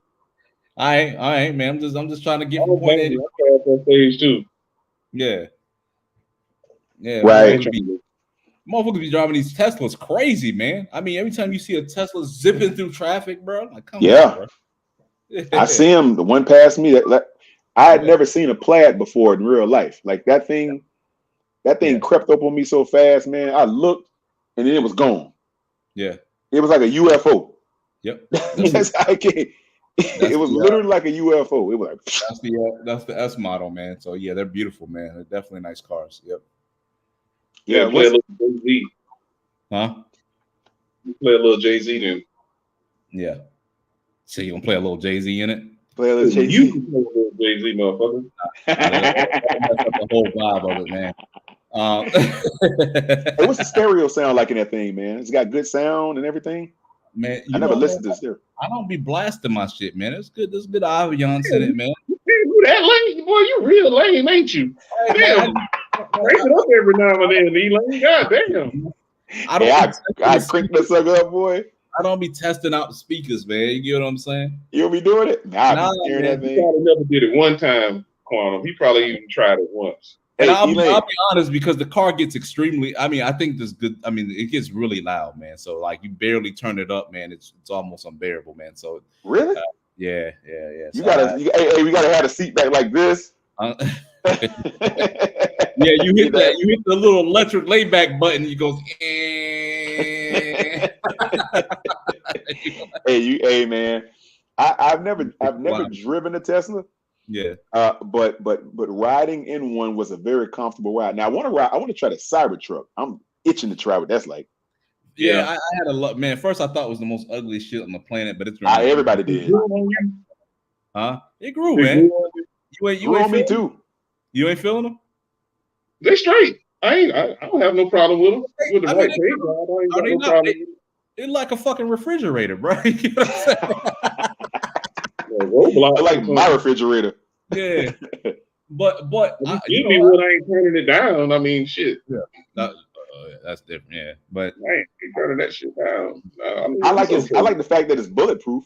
I like that. It's actually bulletproof. Yeah, it's actually literally a bulletproof, man. Your boy Joe Rogan was shooting it with arrows, and it was just. Yeah. Is it heavy? All Teslas are heavy, man. The Model 3, the smaller ones, my understanding is they weigh just as much as SUV. In fact, the Teslas are so heavy that some cities are actually charging Tesla owners tax for using the road now. Because its head is cracking. Yeah, because what happens is your car is so heavy, it wears and tears on the road, and a lot of the taxes that they put in the gas prices goes towards maintaining the roads. So if you own the Tesla, you are putting more wear on the road, and you're not even paying the taxes that go towards fixing the road. So yeah, that's how heavy Teslas are, man. So Cybertruck, forget about it. It's super heavy, but the regular Model 3s, they weigh just as much as SUV. You're not. They're extremely heavy. Wow. Yeah, they're not normal sedan cars. Those batteries are heavy as hell. Yeah, you would think so, because it's a motor. It's not an engine. It's a motor in that car. Correct. And the battery is under the car, right? Yep. Correct. It's in the bottom of the car. I've kind of broken it apart and looked at how they constructed it. Yep. It's very innovative for what it is. It's like a brushless motor. You don't have anything in the trunk space. There's in the front or the back. You know what I mean? So it's all storage space. That's insane. But okay, let me ask you this. What type of vehicle did you drive before you drove the Tesla? 2017 Hyundai Elantra. Okay, so you're more of an economical kind of car, like a sedan. Have you ever had anything with a turbo or a twin turbo in it, like a V8 or better? I've never been that type. No, never been that type. Okay. Because if you ever have anything like that with some straight power in it, I never. Kind of hard, man. Speed, man. I'm always cool on it, man. I'll never have the need for it, man. To get like I go outside, I hop in one of the cars. If you have something with a twin turbo V8 in it, man, when you fire that thing up, brother, the tremble that goes up your spine, it just look at BJ. Listen. When I fire up that Tesla, all I hear is the sound of the tires hitting the pavement, brother. It's quiet. It's scary. It's quiet, yeah. You don't hear nothing. It's like a hummingbird. Yeah, that's probably when you ask me about the music and the radio, man. When you there's no other noise to distract you, man. That's why. It's very That's why you don't get to feel anything, but just is it a sturdy build? Like is it feel strong and it does. It doesn't shake or anything like that, man. The cabin is incredibly quiet. The cabin is so quiet that I went through a construction site. Yeah. When I got a nail in my tire, it didn't go all the way through, but I literally heard the nail in my tire. Dang. That's not quiet. You know what I mean? So I was like, what the fuck is that sound? I looked outside. There was a nail that almost went through, and I was like, oh, there's a nail in my tire. Yeah. 336. Tell him 336. Big Tight got a 78 Cutlass. See, man, let me tell you something, brother. If you ever ridden in a have you ever rode in a BMW, Elaine? I'm pretty sure you have. Yeah. What's the fastest one you've ever ridden in? I don't know them too well, man. I've been in a couple of them. It was a 500 something. I've been in a 5 Series. Okay. Yeah. If you ever been in an M5 or God, man, that's Tesla worthy speed. I mean, it's that fast. That M package, man. When you fire up that twin turbo V8, brother, with 500 horsepower or more, yeah, dude, that engine, man, you feel it. It takes over your whole body, man. But see, I don't want to buy nothing like that. Where can I drive 200 miles per hour? You know where? It's just knowing that you can. Okay. I know I can do it, but I can't. But look, here's S550, definitely 336. He understands that Mercedes S550. Check this out. Here's the thing. You would understand this also, Elaine, having a super fast car. It's nothing more annoying. And this happened to me when I was 21 or 22 when I drove the buckets.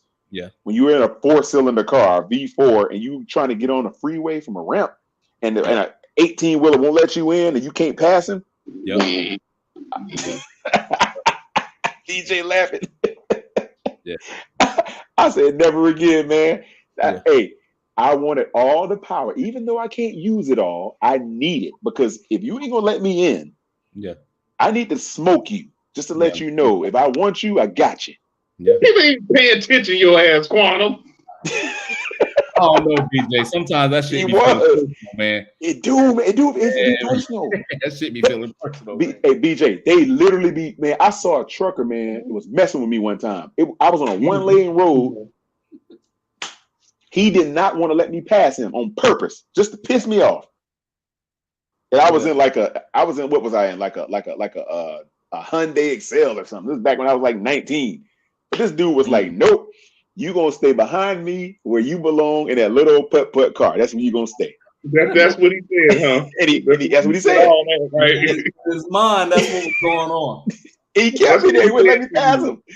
Man, I was so mad. I had to follow this dude, man, for like 35 minutes on the one-way road. I was so pissed off because I kept seeing the line. You know, you got the break in the line with the dotted line. I said I could pass him, but he would just speed up. That's a dickhead right there. Hey, that's what I'm trying to tell you. But bro, I remember when I got my first stroke, I had a 95 Mustang GT. I was like, mess with me now. Boy, we hit that thing, man. And that's when I started getting a little bit of respect. But I didn't get the real respect till I jumped over to the Lexus line and then to the BMW line. That's the BMW line. Try me. See what you get. Try me now. Yeah, I don't know. I always value the technology over, the muscle, the speed. Even now they got the Mustang, they got the fully electric Mustangs, and they got the fake exhaust sounds. Y'all seen them shit? Yes, and it's terrible. It's the best of both worlds, man. If you want to hear all that noise, they got noise for you, man, the whole time. No. That's their fake crowd noise at practice on Mint Street. That's what that is. Yep, exactly. That's fake crowd noise. Yeah. Get you an electric car, man. They make it sound like a muscle car for you. It don't, but you don't feel the rumble in the engine though. That's what you don't feel. You get the sound. I've never been in one, but I imagine they don't replicate that. It's just the sound, probably. Yeah.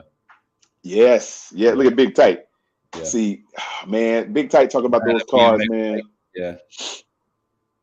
Yeah. Hey, that 74 Nova with a 350. Man, these engines, man, these turboed engines, man, they deliver my son right now, he dropped his children off tonight, went to Gatlinburg. He's got a M3, I think it's like 2016, 2017 M3 carbon fibered all out. Oh my God, it's gorgeous. It's baby blue. It's so fast, man. It's a twin turbo V6, I think it is, but it is so fast. It's so powerful. When he hit the gas, you hear the backfire out of the tailpipe. Boy, whoo! I'm gonna tell you, man. It's so intoxicating, brother, to get in one of those cars, bro. And you know you the baddest thing on the road if somebody try you. Look at BJ. I'm past that stage, man. I'm good. I'm past that stage. I'm straight. You don't want to be BJ. I So don't you never necessarily need it, but it's cool. I ain't hate it. But do you want to? Do you okay? What pisses you off on the road when you drive your car when you're trying to get somewhere and somebody just poking around on the highway and you can't get nowhere because of them? I mean, I pick and choose now when I blow my horn now. I ain't blowing a horn. I'm at the gas pedal. That's my horn. The gas.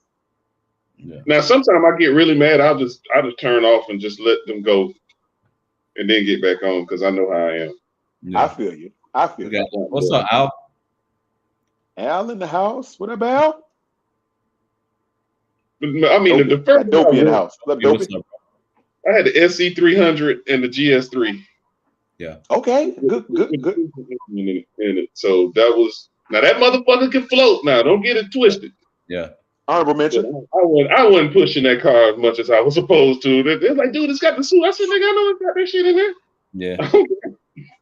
Bro, I don't even, man. I drove some shitty cars, man. This is probably one of my. I think we all have. I had a Mazda Protege not too long ago. Huh? Hey, that was a high car. Yeah. Gas saver. Mazda Protege, little shit, man. I had a 2000 Buick. I forgot which one it was, but it looked old as fuck. It looked older than 2000. That shit was, you know what I mean? Yeah. It was one of the last old school designs they had. That shit looked, that shit. I remember I had a Chevy Celebrity. Yeah. A Chevy Celebrity. That was a station wagon, wasn't it? No, it was. Oh, you saw this shit? What was it? No, the most notorious car I had was it was an Oldsmobile Achiever. I used to like those. I was going through that. I had so much problems with that car, man. I was going through 75, 85 through downtown, and the bolts of the steering wheels came out, and that motherfucker was in my lap. Oh, traffic like this. I'm like, give me a fucking break. And you can still steer. All the wires is hooked up, but I had to hold it up and steer, nigga. So I had to get that done. I had to do that twice with that car, and then the rear main seal went out on 285 one time. I was leaving from a cookout or leak, and I had no brakes on 285. That little car, I had no brakes, bro. I don't know how the hell I went up that ramp and kind of eased that bitch on. Got that bitch towed, cuz. Boy. But that steering wheel shit fucked me up, bro. Because I'm sitting here, I'm thinking, damn, I can still turn it, but I got to hold this heavy shit up. Nigga, I thought I was going to die. That car was there with death trap. Oh, my God, bro. What happened? Like they didn't bolt it down or something? Huh? They didn't bolt the steering wheel down? See, I got it from my dad. He a big dude, and he very heavy-handed. So he drive with his foot on the top, and he was putting so much pressure on that bitch to when I got it. After a while, the bolts kept wanting to stay. That's what it ended up being. What it was. We figured out what it was because he's a big motherfucker, and he'd drive like this, and that's what did it. He's so damn strong. He done stripped the damn bolts. I never heard of anything like that's crazy. Stripped the fucking bolt. So when I got it, it kind of weakened up on me, and that motherfucking bolt said, bloop. Yeah. Oh my God, bro. Yeah, my shit. On 75, 85 had to be terrorizing. It was because on each side about 8 lanes. That little interchange, that's a freaky interchange, man. Downtown Atlanta. But why would you put 2 major interstates together in the middle of a downtown area in a major city? Who the fuck does that? I don't know why you talking about the connector. In my life. This is the shit I had, man. That 2000 Buick Century, man. And man, I financed this one. Right. And then I used to have, man, You couldn't tell me nothing, man. It was the first car I bought. I financed, man, and I had my little cassette to USB converter. Oh yeah. The USB thing that comes out, the original aux cable. Yeah, I forgot about that. Yeah, now, you was making some decent shit though. Yeah, it wasn't trash. Nah, it won't, man. But you know, for 2000 and what year was this? Like 2008 when I bought it. I was riding around a 2000 car, 2009-year-old car, something like that. So Hey, that's not a bad car. yeah, Nah, that's nah. not ugly at all, man. It looked like something you grab, but it ain't ugly. Yeah. That was terrible. And I had a 1991 or 92 Nissan 240 SX, 200 SX, 200 SX. I had a chick, man. I came and picked her up in this shit. Some chick I knew in high school. She just reached, she's like, yo, I need a ride. I gave her a ride, right? This funny story. I gave this chick a ride, and she's like, oh, you just bought this car? Or whatever. And I was like, yeah, I just bought it. I was like, how much it costs? I told her, like, man, she was like, for that amount, you could have bought a better car than this. I'm like, you asking for a ride. You ungrateful bitch. He's talking about how my shit look. You can some shit you keep to yourself. Yeah, you could have kept. Yeah, I would always fucking ride telling me I could have got a better car or some shit. Oh, get the fuck The nerve. Oh, you could have got something better than this, but you need a ride. That's exactly what she said. I was flabbergasted, bro. Like you begging for a ride. Yeah, her ass wanted a ride. Her ass needed a ride back from work too. I didn't even pick up the phone. Oh, you could have did better than this. Not because I was mad, but I had something better. I was doing something. But at the end of the day, I did ride twice. Yeah. I need a ride, but yeah, you could have did. Yeah, you could have took shit at. Oh, and they never gonna answer that question. Oh, mine in the shop. It's always in the shop. Nah, she ain't had no car. This shit was like, I think the shit cost me like $6,000 or something like that. I financed it. You get what I'm saying? Hey. And yeah, man, it was like $6,000. Oh, $6,000. You could have got something better than this. Like you walking. Yeah, you need a ride from me. Yeah. I'd have been did that. Told me like, you know what? Just get out. Just get out. She had the nerve. I hadn't even, man. We were still in the parking lot of our complex when she said that shit, man. I was like, you. Hey, I know it's better than this. The city bus. Yeah, the city bus. Man, ride that motherfucker. Yeah. Yeah, she needed to get to Metro car to Cary. I didn't know there wasn't even really no buses going out there like that. So hey, man, you walk your ass out to Cary. Boy, man, look. Let me tell you something, man. It's nothing worse than living in a big city, having to rely on the bus, man. Oh my God. Have you ever tried riding the bus in Charlotte? I can imagine it. Yeah, that doesn't seem as convenient as it does in Raleigh. But they got the rail system here though, too. Yeah, but see, that's the thing. Well, as of recent, but I remember, man, when the rail wasn't even built, and you would have to ride the city bus that connects to the express buses all over. See, I don't think people realize if you've never been in Charlotte, you don't know how big it is. It is freaking spread out, man. Yeah. Like, I heard it's like 400 square miles. I was unaware with like, wait, what? That's what I'm saying. Dude, you'll be all the way out past the airport and you're still in the city. Yeah. You try to ride the city bus to the airport. See how that works out for you. Wow. It is.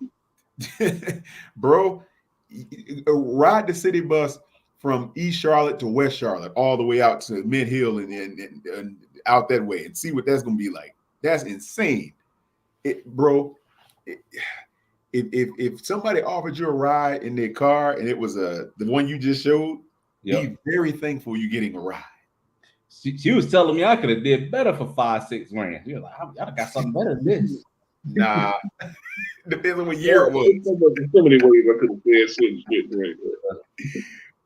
What year was that, Elaine? This was 2009, 2008, maybe. Yeah, you ain't getting for $5 grand in 2009, man. What do you expect to get? This was a because this was a 9-year car, a 9-year-old car by this time, right? So this is a 2000. I had a 2000 Buick Century. And she had a problem with that. Yeah, she had a problem with that. Get the heck out of here. Yeah. That was considered a very nice car at that time for that time frame, bro. It was nothing wrong with a car like that. I don't know why people keep. Why does everybody think you got to be in a foreign car? I'm telling you. You don't. Foreign cars are expensive, dude. Trust me when I tell you that. It's just like a woman living at home and don't got no transportation to judge you. Come on, man. Nah, man. Get out of here, bro. To have a decent vehicle that's paid off is a blessing. Yep. Expensive cars, foreign cars are so expensive, brother. Yep. You know what I had a person say to me one time? One of my cars is it's a little older version. But they were like, why you didn't get the new one? Yeah. Like, do you understand that even the car that I had, one of the cars I had, the year of the car is still expensive to maintain because they don't change it based on the year. You still got to pay the same money to fix it.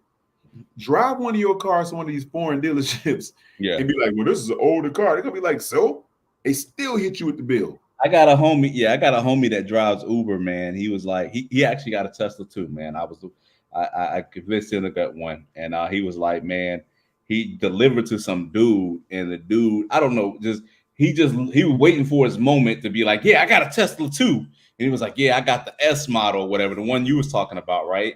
And he basically like, yeah, man, it's the S model, this is that next level right there. But for what you doing, man, that car right there is good for you, man. I'm like, oh, nigga trying to stun on you, bro. You know what I'm saying? You got no salt in your game, brother. Yeah, he's not so salt in your game, man. Like, salt in your game, man. That's good for you. The Model 3, yeah, that's good for what you doing. You doing deliveries, okay? Oh man, that's foul, bro. Yo, hey, look, man. Shout out to my homie Nas, is in your car, Elaine, but it sounds like it ain't cheap. And I'm gonna tell you something, man. No, it's not. But the model, the model S model is like the next step up from that too. You know what I mean? So you're talking from 40 to 50,000 to like 80, 90,000 now. You get what I'm saying, bro? Yeah, I'm telling you now. The window regulator. Yeah. In my back passenger rear broke. All I was doing was just rolling the window up. Yeah. And it just went. It was that. Dude, that cost me $400. What? Just to fix the window regulator, just to roll the window up and down. Door apart to get to that motherfucker, man. Huh? You gotta take the fucking door apart to get to that bitch. What I'm talking about? A couple cars, I just left that bitch. Yeah. I'll slide it up and lock it in. Hey, I rolled when I fixed it, when I got it fixed, I rolled the window up and locked it so I can't roll it back down anymore. Yeah, that's what I did back in the day. I had a couple of hoopies like that. I get it right, I get it locked in right there at the spot where the rain won't get in and hit lock on that bitch. And lock. And nobody moving it. Yeah, I've been in them spots with them cars, man. That shit, yeah, you gotta do it sometimes. Yeah. You gotta line it up with the seal now, because if you don't line it up with the seal, that bitch is raining. And then you hit it, that shit come down all crooked. Yeah, oh boy. You can't straighten it out, get stopped. So you fuck. That bitch jump right off track. Go through. The rain just hit you. Come right through. Bro. That's why when it's dry, you gotta line it up with the molding now. You gotta line it up right. Line up with the molding so it fit. It fit in the little thing. When the rain hit, you ain't got that little crack because it'll fuck you up, bro. Hey man. I remember there, boy. I remember them days. Dude, I wish. Y'all got me laughing like a motherfucker. The window defroster ain't working right, and you driving in traffic in the damn rain, and the motherfucker, you trying to get it to defrost, this shit keep fogging up more. It's like, what am I doing wrong here? and then you grab a whole shirt from the back to get the damn fog off trying to see. Oh, man, them days there, man. Hey, DJ, you Mr. Miyagi in the back of your car. Wipe on, wipe off, wax on. That defroster is not defrosting for some fucking reason. Something's wrong here. It didn't get real hot in the car while you trying to hit the defroster. It's like, and it raining, you sweat. It's like, nigga, this gotta get out of this motherfucker here. Hey man, look, they got foreign cars are designed. If you don't fix them according to how you can't take it to the side mechanic and fix it. It ain't gonna work. You got to take it. Who knows? You got to take it to a specialty place to fix them things. You be like, it ain't like you're driving a Chevy Corsica or some crazy car like that, and you just take it to Backyard Bill down the street. He'll fix it for $78. Yeah. No. You try that. It's always something that if you don't fix it right, it never performs. Like the rain keeps coming. You're like, what the heck, man? Yeah. It don't work. I wish if you go foreign car, man, you literally got to have a budget, man. I'm telling you, people just don't do it. You just don't be trying to be hot and cool with foreign car. They same thing almost with a Tesla a little bit, man. Even now, man, I need to change my air filter, man. I gotta schedule an appointment to do that, man, because you gotta lift up, unscrew floorboards and shit, man. It's crazy, man. You don't just lift up on the hood and change it. You know what I mean? It's small things, yeah. You gotta take the floorboards out just to change. It's like there's a side panel and you rip it back. And I was watching people do it, and motherfuckers that were doing it were fucking up the clips. They were breaking the clips off as they was doing it. Like, I don't want to. You know what I mean? Motherfuckers doing tutorials and breaking the clips off and shit. Let me just get some.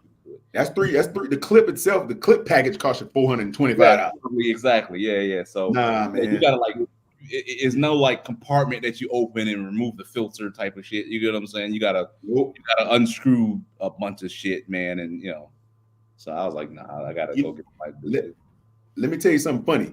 If you have a BMW that's a V8, they have something in these, and especially if you have a turbo engine or a twin turbo, they got something called rod bearings in these things. If your car hits 90,000 miles, and you don't change the rod bearings, screw your whole engine up. Just the rod bearings, you got to. It's these little clips that go under the camshaft. It's these little U-shaped clips. And you would think these little clips shouldn't mean much, but they gotta rip the whole housing off the bottom. They jack the car up, they rip all the bottom off of it, and then they take. I've seen it done 10 times, but that's a $5,000 job, $4,000 to $5,000 job. What you saying? You got a 73 Corvette out? What are you saying? That's a good car. Yeah, if you kept it in good condition. Nah, man, foreign cars, bro. They just they nice, they beautiful, they pretty, they fast, but they expensive. I be seeing, man. I be going to those little shops, man. I'm like, damn, why oil change so expensive with BMW? It's the same. Is it not the same oil?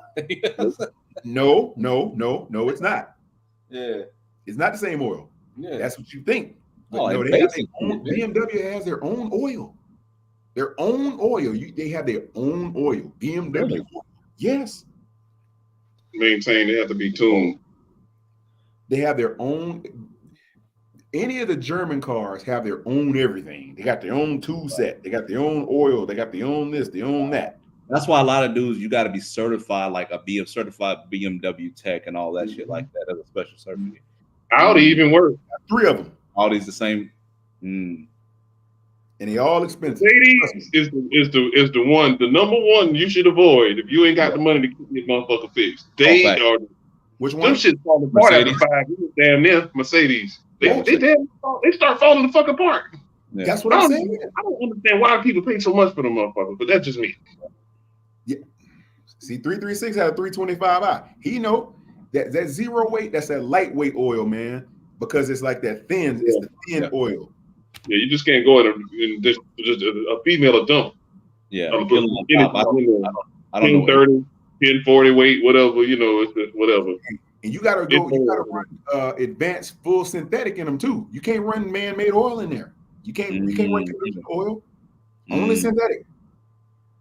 Yeah, I used to be throwing anything in my shit. Oh heck no, man! The oil itself, if you go buy synthetic oil, the good kind, it's gonna run you $85 for 6 quarts. I need 30, 40. I'll do the 40, 30, 30 this time. Whatever, it's cheaper. Blew it up, man. You bought it because it's cheaper, not because of the right oil. Man, I was broke, man. Even get the cheap, but what you supposed to have? Get the cheap version of that. Goddamn, man.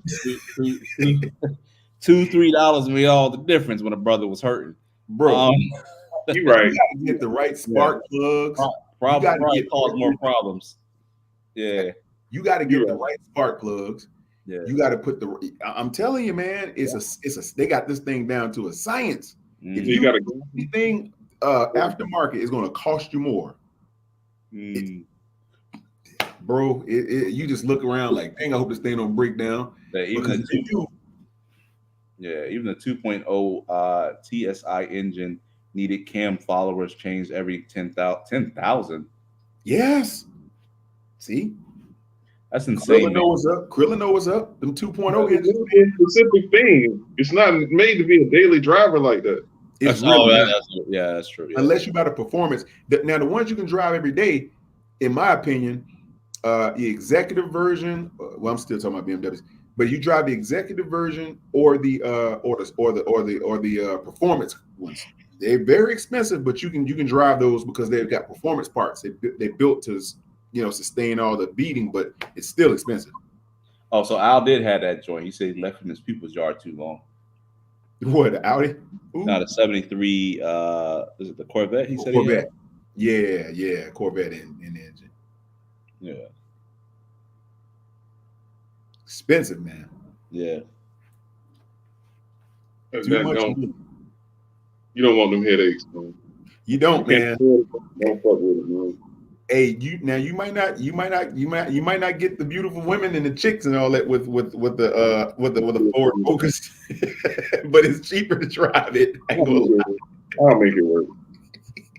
You say you make it work, BJ? Yeah, I'll make it work.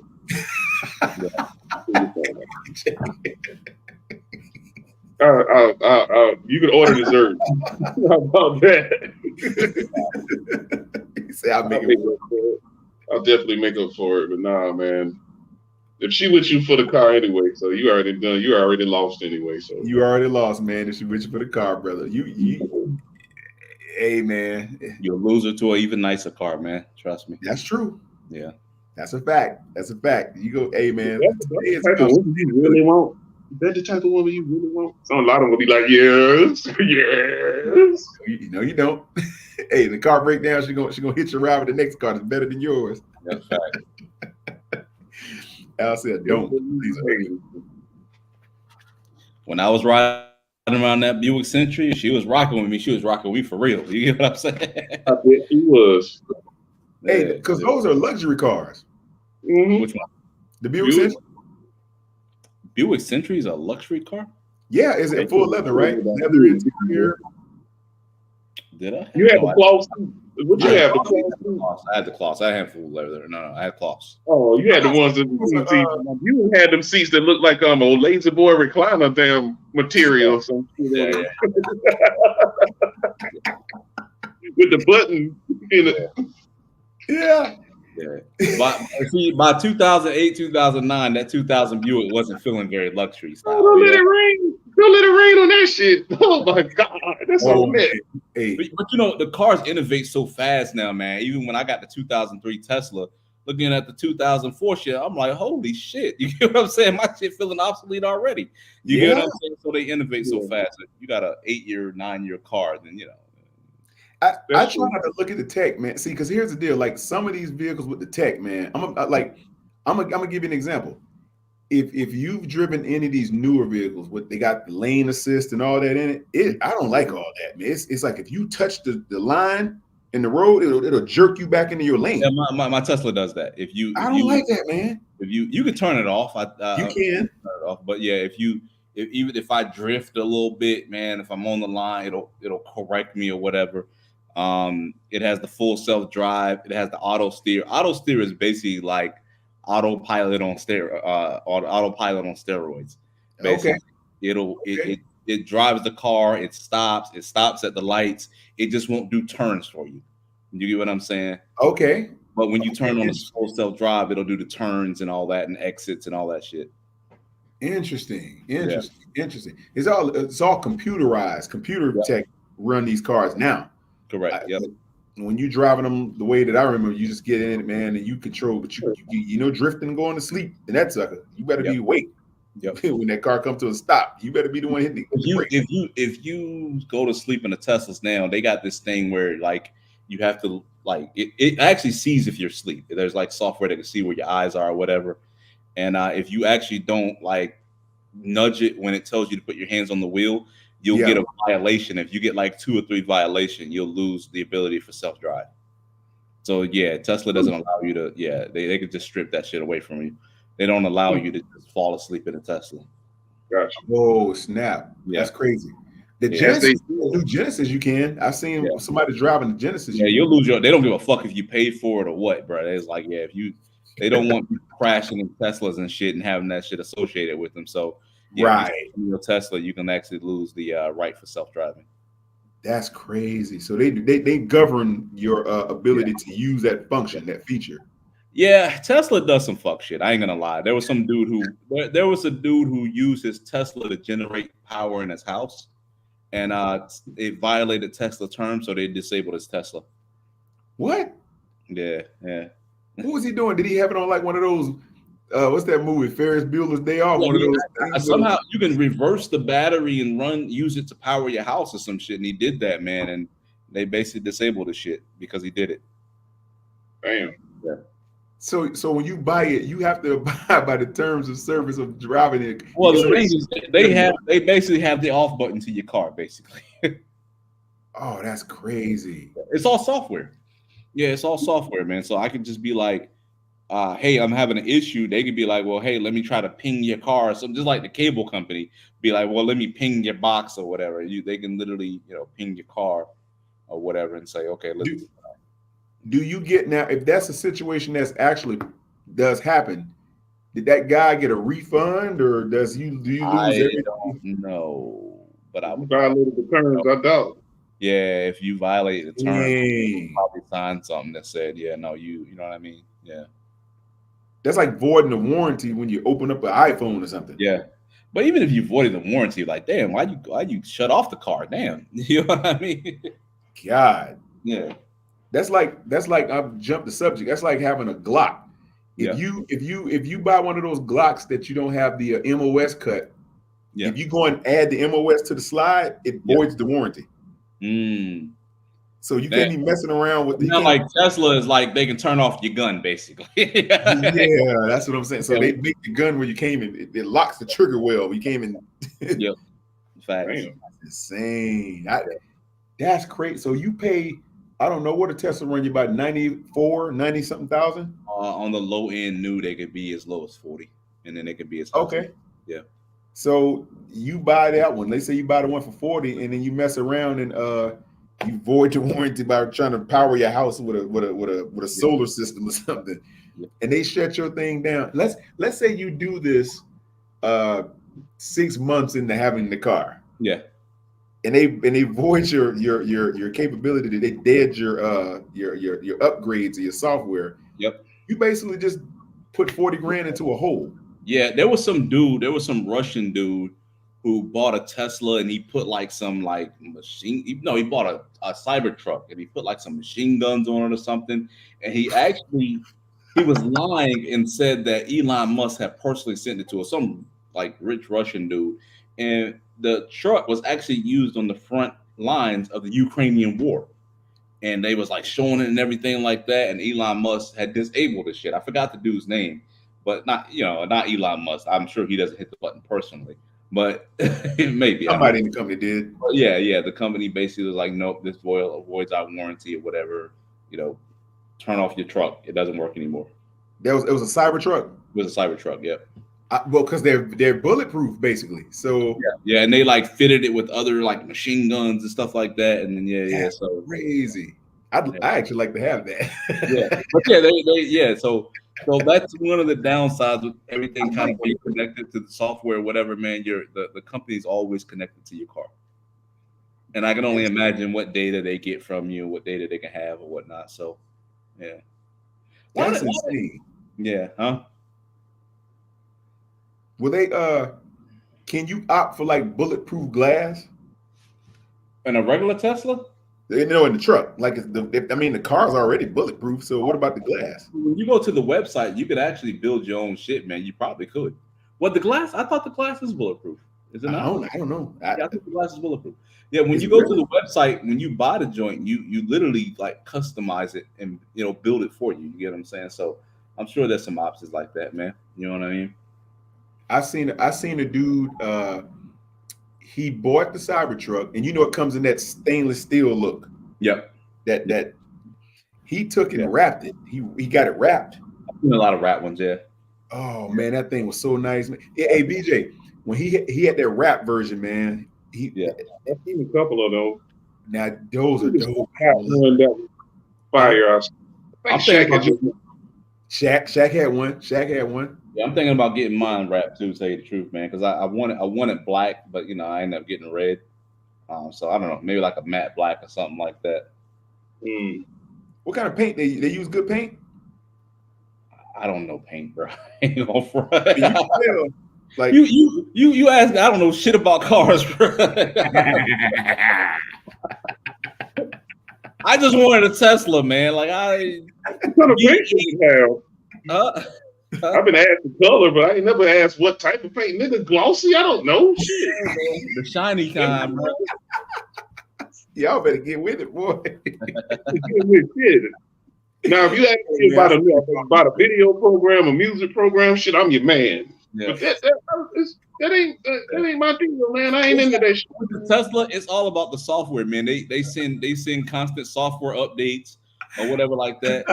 There was a recent update that like changes the light patterns when you hit a corner. It dims it for you. You know what I mean? So there's always software updates. Okay.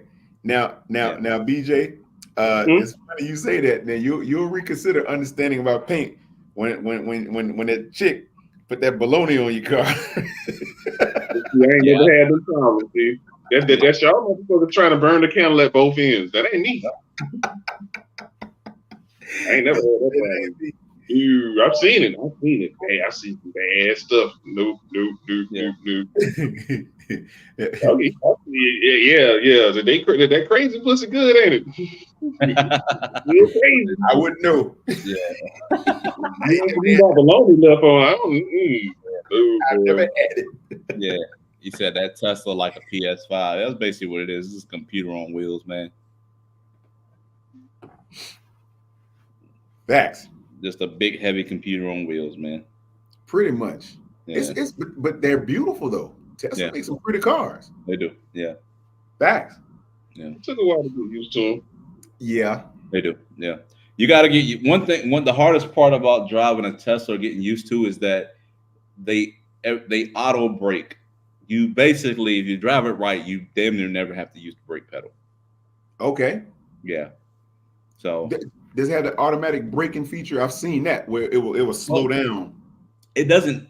Braking is probably the wrong word. It uses kinetic energy to stop the car, so it doesn't even hit the brakes or whatever. Really? It uses the electric energy to basically bring the car to a stop. So the moment you let go of the gas, the car starts slowing down. Yes. So if you do it correctly, I probably use the brake pedal like 5% of the time I'm in the car. Really? Yeah. So you have to learn how to time your speed to what so you kind of get used to it. You kind of get used to it. If I need to stop, I can let go, and then as the moment you let go, the car will start braking, and then you just coast to a stop. Oh, that's interesting, man. That's interesting. That's interesting. And it doesn't feel like you're driving or hitting the accelerator while you're holding the brake so much. It's just the energy just brings it to a neutral stop. Equilibrium. I see. That's interesting. Yep. You feel as soon as you let go, you feel it braking, and it's actually a benefit, man. Because a lot of times, if something crazy happens, you have to brake really quick. The moment you let go of the gas, you're already braking. You get what I'm saying? So right. Okay, I follow that. Yeah. So if you're on a hill, does it roll back or does it? You don't get to roll down hills. That's Interesting. that's the thing. You don't get to coast down hills with Tesla. You get on the top of a hill and hit the brakes, man. Your ass is gonna stay still, man. You ain't going nowhere. Yeah, because you got the kinetic energy for one, and that motor is not allowing the car to move. It doesn't allow you to roll. You can't roll in a Tesla, basically. But is there a parking brake inside of those? Yeah, there's a so like if you're on a steep curve or whatever, it's you just hold there's a button, you just hold it, you click the button once to park, right? And then you just hold it in if you want to put on like the safety park or whatever. If you're on a steep hill or something like that. That's interesting. Yeah. I've never driven one, man. The car, it's so quiet, man. Sometimes I forget to put the car in park because you come straight to a stop once you let go of the brakes. So sometimes I hop out the car without hitting the brakes or turning parking the car. So when you open the door, the car automatically parks. So you know what I mean? Because a lot of times you'll realize you're not in park because a lot of times you pull into a parking lot, the car slowed down, you're completely stopped, and with a normal car you'd be rolling. You know what I mean? So. Is it now acceleration though? Like if you're on let's say you're on a freeway and you're in a 55 mile zone. Yeah. In a car or in a gas powered engine, when you hit the gas, it's like the energy has to spool up before it would. You hit it and it'll go, but it's kind of like it's got a spool a little bit like a turbo. Yeah. In yours, it's more like instant. Is that how it works? Yeah, that's the way it normally works. I put it in something called chill mode, so it wouldn't be as. Not only does it give me more, it gives me more battery power. It doesn't drain my battery as much, right? But it slows me down a little bit, so it does kind of speed up a little bit. If I turn that shit off, it'll just dart off, kind of. You know what I mean? Interesting. And yeah, the car driving like that uses a lot of the battery, man. So I turned it off. You know what I mean? 336 got a good question. He said, "What about stopping from a high speed? What's that? How that work? What do you mean if I'm going fast? Yeah, like if you're doing 65, is it the same concept? Yeah, it's the same concept. But let's say, I guess he's talking about in a situation where I'm going super fast and just letting go of the brakes isn't going to stop me in time. Then in those cases, I would use the brakes. You get what I'm saying? But you wouldn't. I mean, most people had their Teslas for years, never had to replace the brakes because you rarely use them. And even think about this: if I'm driving and like I let go of the gas and I hit the brakes, the car has already started braking for me. So that's less wear on my brake pads, even when I do brakes. You know what I mean? So yeah, even if I'm going 65 or something like that, then yeah, I mean, if I see a light going red, I would you kind of get used to it. You'll know when to let go of the gas and then coast. I mean, about 5-10% of the time, I still don't get it right and hit the brakes or whatever, but you'll get a feel for it, man. But yeah, you don't really use brakes in the Tesla. That's interesting. Now I'm interested in one other thing. How does since it's a motor, it's not an engine, you don't have spark plugs and you don't have you don't have any. No, there's literally nothing under the hood. Nothing under the hood. How does an oil change work? You don't have any oil. I mean, so the motor. Does the motor just? There's no lubricant in there? No, it's a remote control car basically. there's nothing that lubricate. Only fluid you have is the wind washing fluid. There's no oil changes. There's no spark plugs. You have air filters. Yeah, it's just the battery. The battery. You said we have a motor. You don't really. I mean. You have the battery and the battery turn. I'd have to look at the dynamics of it, but you don't have like an engine or anything in it, man. I would love to see how this thing is constructed as far as the propellant. Like you think, of course, in a gas engine, you have all these combustion parts and stuff like that. You have pistons and camshaft and all this stuff. I'm trying to figure out how do these. Yeah, Tesla has a motor that is powered by the battery. Yeah, right. Understood.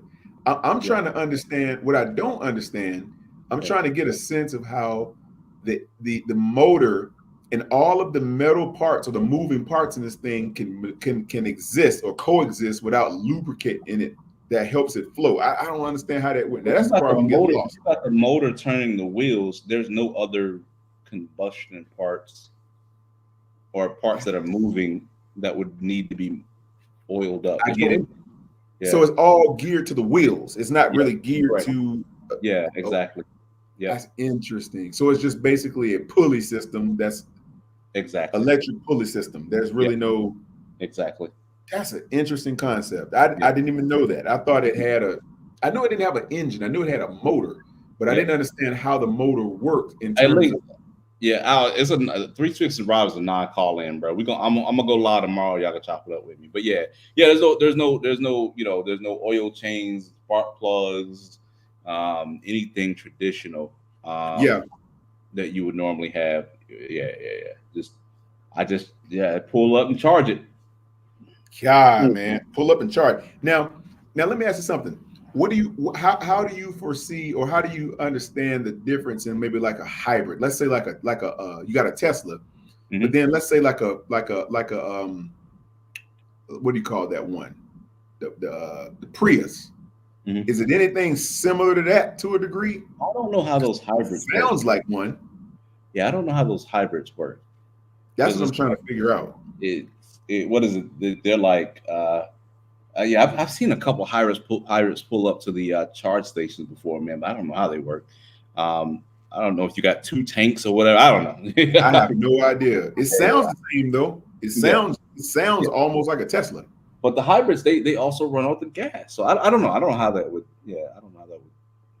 I have no idea how it works. I have no clue. Yeah, I'd have to do some research behind that, man. But yeah, man, I get 260 miles to a full charge, and right.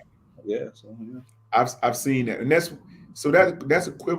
equivocates to what about a full tank of gas? Maybe. I mean, what are most cars doing? Like 30 in city, like 35, 40 miles a gallon or something. Whoa, wait a minute. We talking about a Chevy Corsica, maybe. Yeah. What's a good mileage? Not my car. Huh? Shoot, man.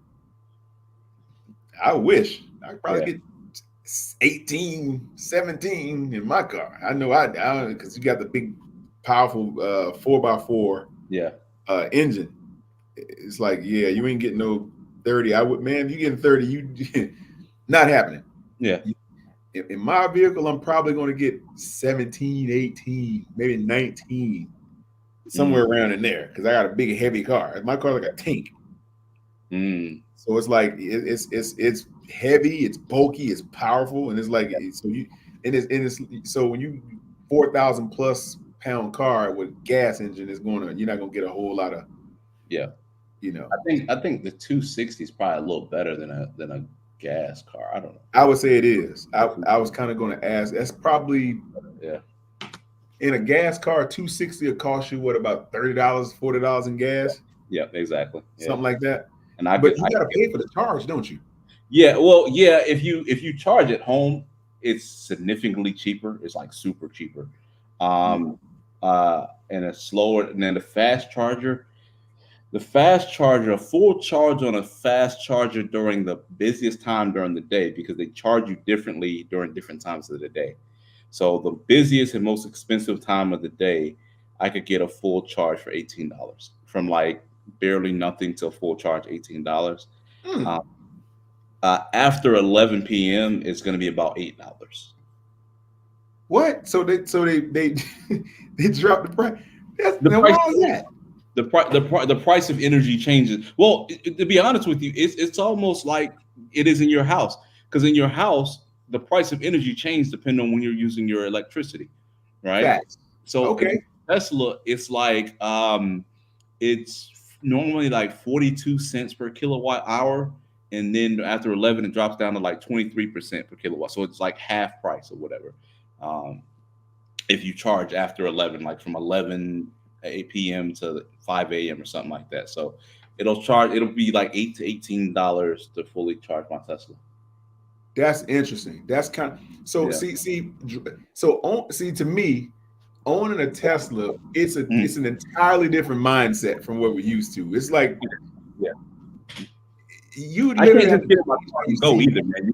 You gotta kind of the Tesla has to plan your trip for you, right? So if I was going to drive to New York, I'm gonna have to know I'm gonna go charge up. I'm gonna say where I have to type in where I'm gonna go, because the Tesla's gonna tell me where I need to stop, where my charge is gonna be when I'm there, how long I gotta be there, and the whole nine. And if I'm going to somewhere really country, like when I go see my dad or something, man, right, I'd be cognizant of like, okay, when I get there, I need to just go ahead and get it charged. I don't need to be driving around or what, you know what I mean? So it's small stuff like that.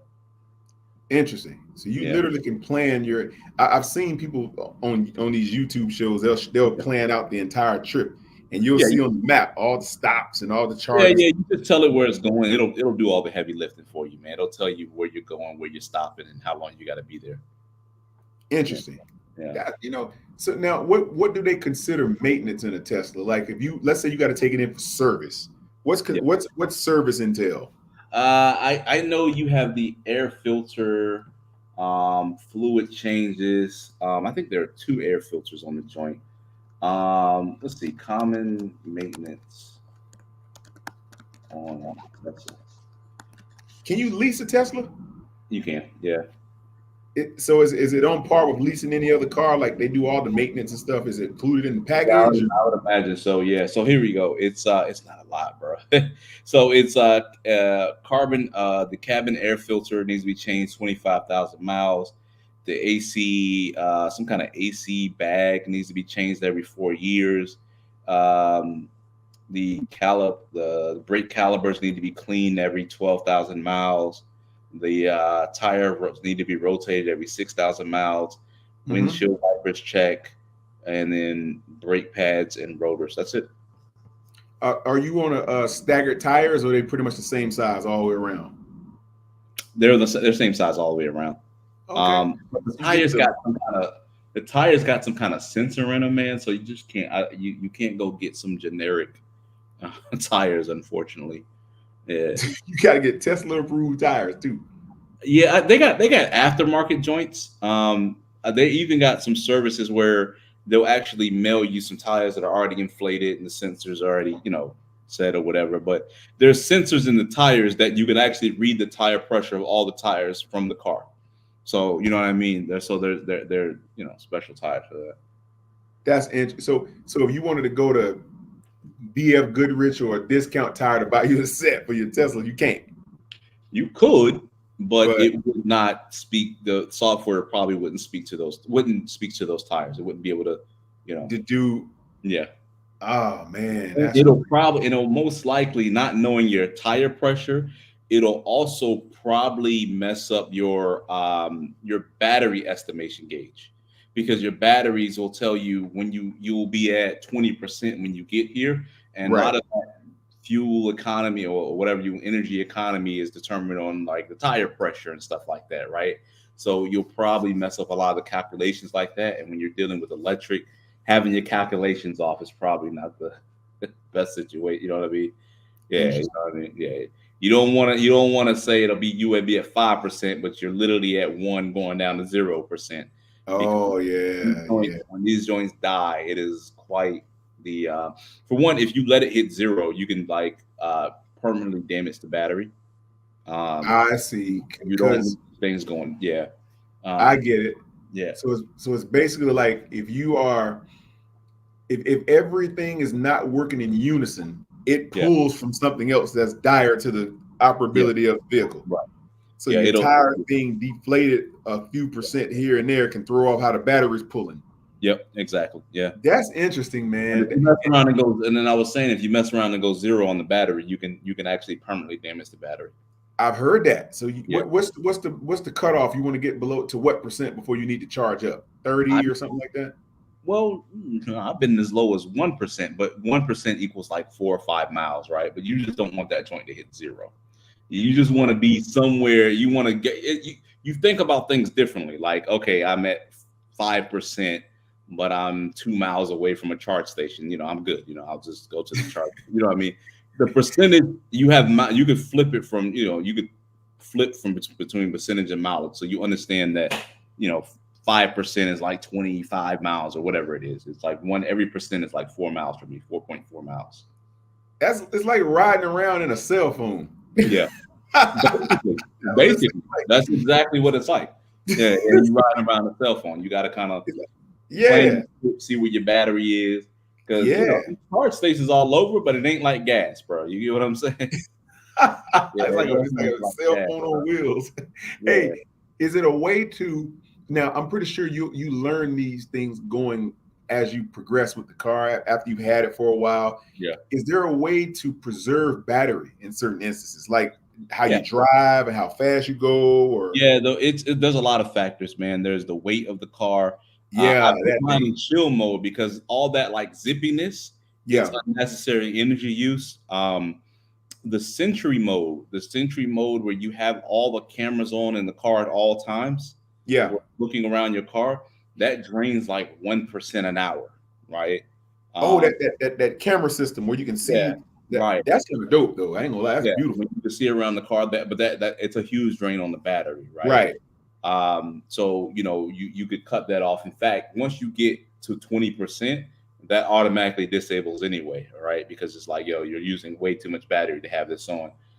So there's a lot of factors like that, man. You know what I mean? So that's literally cell phone technology, because that's what your phone will do. It'll start disabling certain power, and it's almost like energy save mode, the little yellow bar on your phone when you. Yep, that's exactly what. Yep, exactly, man. This is insane. How now. I didn't know a lot about this. Is the first education I'm getting on. I knew a little bit about them, but not to the degree that you just brought. That's why I'm curious, because I'm interested in understanding how those cars work. Yeah. As opposed to driving a gas power engine where it's do or die. It's like it's like Max. It's like Mad Max. You get what you get. You run out of gas on the freeway, you walk with a tank. Yeah, I mean, you get a Tesla, you pull up to your house, man, you plug it up in a normal wall socket, man, and you good, man. You charging your car. You get what I'm saying? Right. Yeah. That's interesting. That's interesting, man, to understand. How long have you had your Tesla? Well, this one I just bought, but I had a 2001 for 2 years. So I upgraded, you know what I mean? So so 2003. When they start when they released the first model of Teslas, I can't remember the year these things came out. What was it? 07, 08, something like that. They've been out for a while. Yeah. Wow, I didn't realize they'd been out that long. Yeah. But when they first came out, it was real expensive. I remember that. Everybody was like, "What's that?"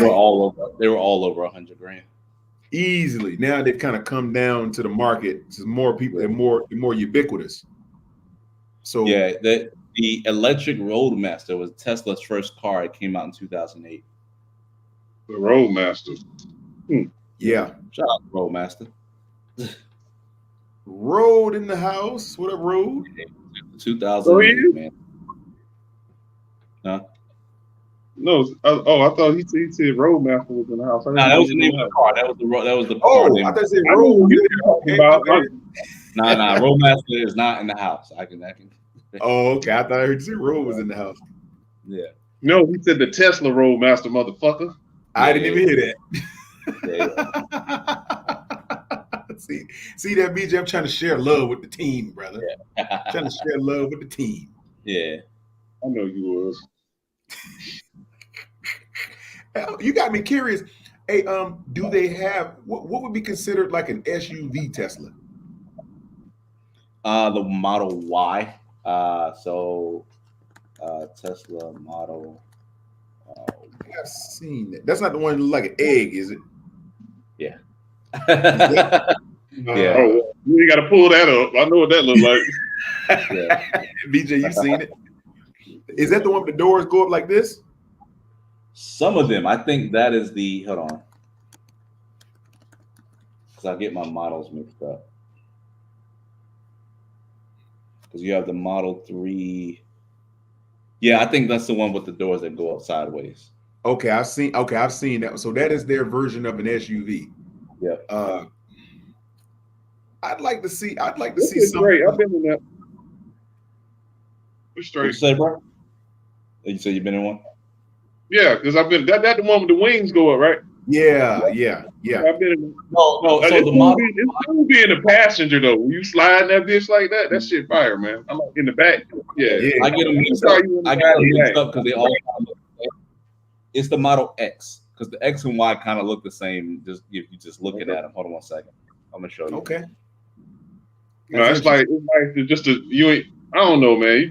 You can just slide in and you ain't got to pull nothing open or nothing. It's just kind of cool. That's all. I like the way that sounds, kind man. Yeah, it's kind of small, man, but that's the this is the Model X right here. Oh, that's a YouTube video. I don't want to show that. I think it's a YouTube video. SE sexy year. That's crazy. I think it spells out sexy or whatever, all the models.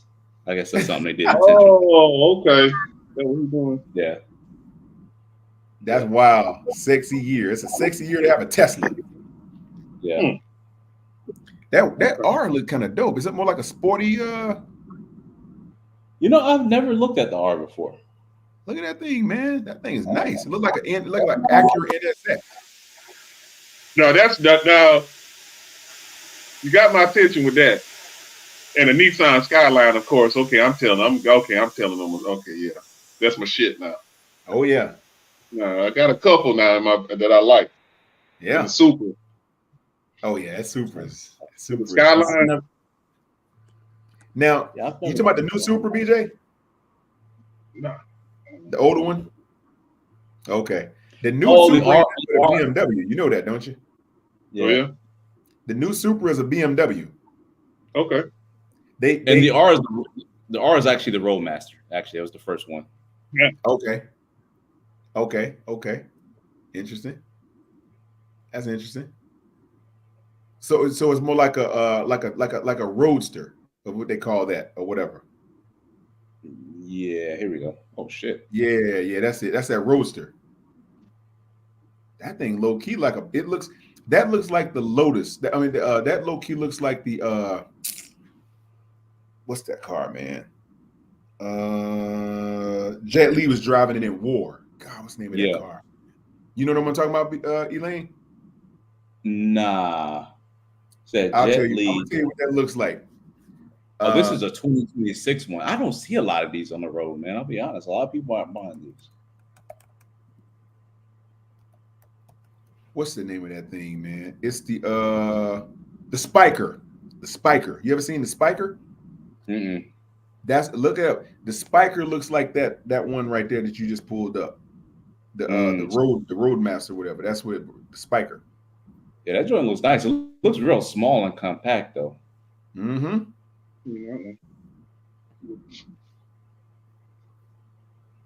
It ain't an ugly car. It kind of looks like this design kind of looks like the Lambo Urus a little bit. Yeah. Y'all gonna make me buy a new one, man. Hey, you should give me your one you got now, man, as a welcome to the 3 Feet and Rising family, man. Everybody get a Tesla, man. Like everybody get the whole chain. Me and BJ can share it. I give it to BJ on the weekends. I drive it during the week. We can share it. What's up, BJ? You down with that? Yeah. Oh, I misquoted. The full self-driving package is $8,000. I misquoted like a motherfucker. Dang.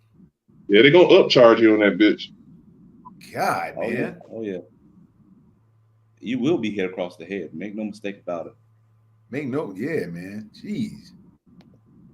I seen the Hyundai ones. They straight too. Yeah. I haven't seen that. Yeah, fact. All-wheel drive. $525 a month. Yeah. Now, is that the payment or that's that package?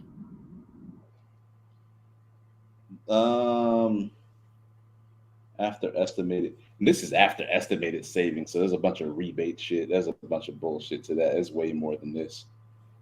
So, is that the price per month for the vehicle, or are we talking about just that package you was talking about? Yeah, it says finance. It's going to be $444 a month for the long, and then the performance one will be $647 a month. And I would imagine that's brand new. Yeah, correct.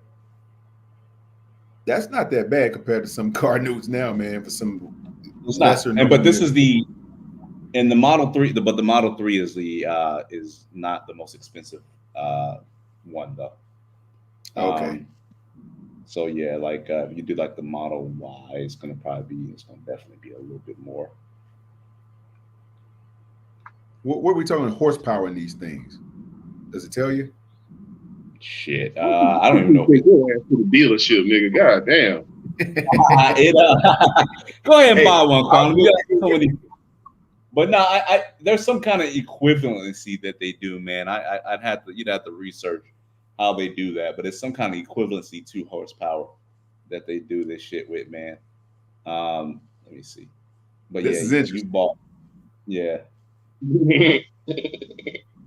This is interesting, man. I'm kind of intrigued by these cars. I never really paid attention to Tesla like that till tonight. Oh, really? Okay, that's never. I kind of see them, but I never even thought about looking into it. You got it. We're gonna turn you to a Tesla person, man. You're gonna sell all those gas powered cars, man. Anybody got an Acura Legend out there? Let me know. Acura Legend? Yeah, if anybody got one, let me know out there that's listening. Let me know. The Buy coupe. one? Preferably, I would like to get one a coupe. Hey, you can find that thing. That's what I was thinking about, Quantum. I was thinking about the S model. Okay, I see. A little bit. This is more of the we're getting into a little more of the higher end ones. Mm-hmm.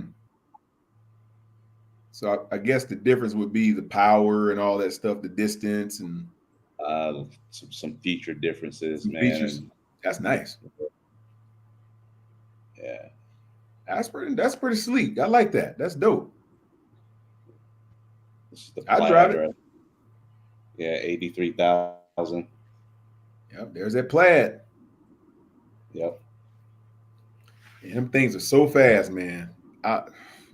They are. Yeah. So fast. That thing beat a it beat a Porsche Turbo S. Almost beat the Porsche Turbo S. It definitely beat the M5, which is my dream vehicle. It beat that. It beat pretty much every sports car on the market. That freaking Plaid did. The only thing about it was so fast when dude tried to brake, the brakes overheated and it popped up on the thing, overheating brakes, and it was going and he finally was able to slow down, but the brakes overheated. It was going so fast. The brakes couldn't even stop it. Yeah, what they get you is the upcharge. Yeah. They get you at the upcharges. The full self-drive is an 8,000. Drive anywhere. I think that's some off-road package that was $5,000, but they charge you $2,000 for it now. Then a bunch of chargers, roof rack is $500. You know what I'm saying? Dang. Yeah, they'll start getting at you. Yeah, and then your total price is basically $100,000. Dang. Yeah. So they're nice cars, expensive as fuck though. Order with a card. Good luck putting that on your platinum card, brother. Well, if you finance, it's only $250 is due today. That's crazy. Yeah. No wonder they got their own finance company, Tesla Finance or something like that. They probably Tesla's big things. I think they're starting to have their own insurance company, and Eli's about to come out with the Tesla houses. Y'all ain't heard about the Tesla houses? No, I haven't heard about the houses. I heard about the SpaceX. He's selling. He's trying to solve the housing problem, and I think all the houses are I can't remember if it was $10,000 or $30,000. Tesla housing. Yeah, it's like all the houses are like $10,000 or something like that. Elon Musk is actually living in one himself as like a proof of concept. Interesting. But yeah, as you guys see, these are the Tesla. You ever seen those tiny house shows? Yeah, that's what I was thinking when you said that. Tiny houses. Yeah, they're out now, man. You can buy a Tesla house. Wow. Mini house. They're like they're low as $15,000. So if you're trying to minimize your life, buy a tiny home, man. Tesla's selling them. You know what, man? I'm gonna say something, man. This Elon Musk, brother, this dude's innovation, his thought patterns are on another level, man. This dude is always trying to think. You got to give him credit. He brought back uncensored communication via X. Yep. So now you don't have to worry about that over there. He's SpaceX. He's in space exploration. He's in now the Teslas are very, very affordable because they weren't 15 years ago. Let's call it, man. He's the greatest African American of all times. I'm telling you. Yeah, technically African American. That's a good one. And now he's doing affordable housing. Yep. Think of what this will do. This guy's gonna be not so heralded after a while. They're gonna say this dude is running us out of business. Yeah, he's doing here it is. Is it Tesla Properties? Here it is. I think I'm gonna have to do some research on this. Yeah, he's doing like affordable homes and stuff, man. He went and lived in one himself, man. It's just like we're gonna get rid of the stigma, we're gonna solve the housing crisis. And just it's a Tesla house, so it got all a bunch of technology and stuff. And they have this Tesla solar panel things too, man. So you can actually order solar panels for your home through Tesla. You send them a picture of your house, they'll send an estimate, they'll work with the city, they'll do all the paperwork. It takes about 6 months, and they'll come install Tesla solar panels, and you'll have all this control over your house and your energy costs. And the goal is to put you at net zero energy use. You know what I mean? So yeah, they got it all, bro. That is, BJ. There's an innovation. If we can get to a place in society where that's the case, man, it's like phasing out every other industry, man. Every industry gets phased out at some point because it's more economical and cost effective to do it this way versus the old way of doing things. It's so expensive. Yep. That would be crazy. Only $7,000. What's he talking about? But my understanding, most of them are like 15, 20,000 though. You know what I mean? A lot of them are like 15, 20. Let me see if I can get a solid picture of one. Hey, them tiny homes are low key better than having a one room efficiency, like those studio apartments. Yeah. Hey man, if you out here trying to make it in the world and you have an ability to buy a home for $20,000, basically 1 month's of rent, damn near, you know what I'm saying? Seriously. For a lot of places, yeah, you're paying $1,500 a month. What's that, about 18,000 a year, something like that? You know what I mean? Yeah. You have the ability to buy a place for $20,000 a month and save money, you know what I'm saying, do your thing. So definitely worth it.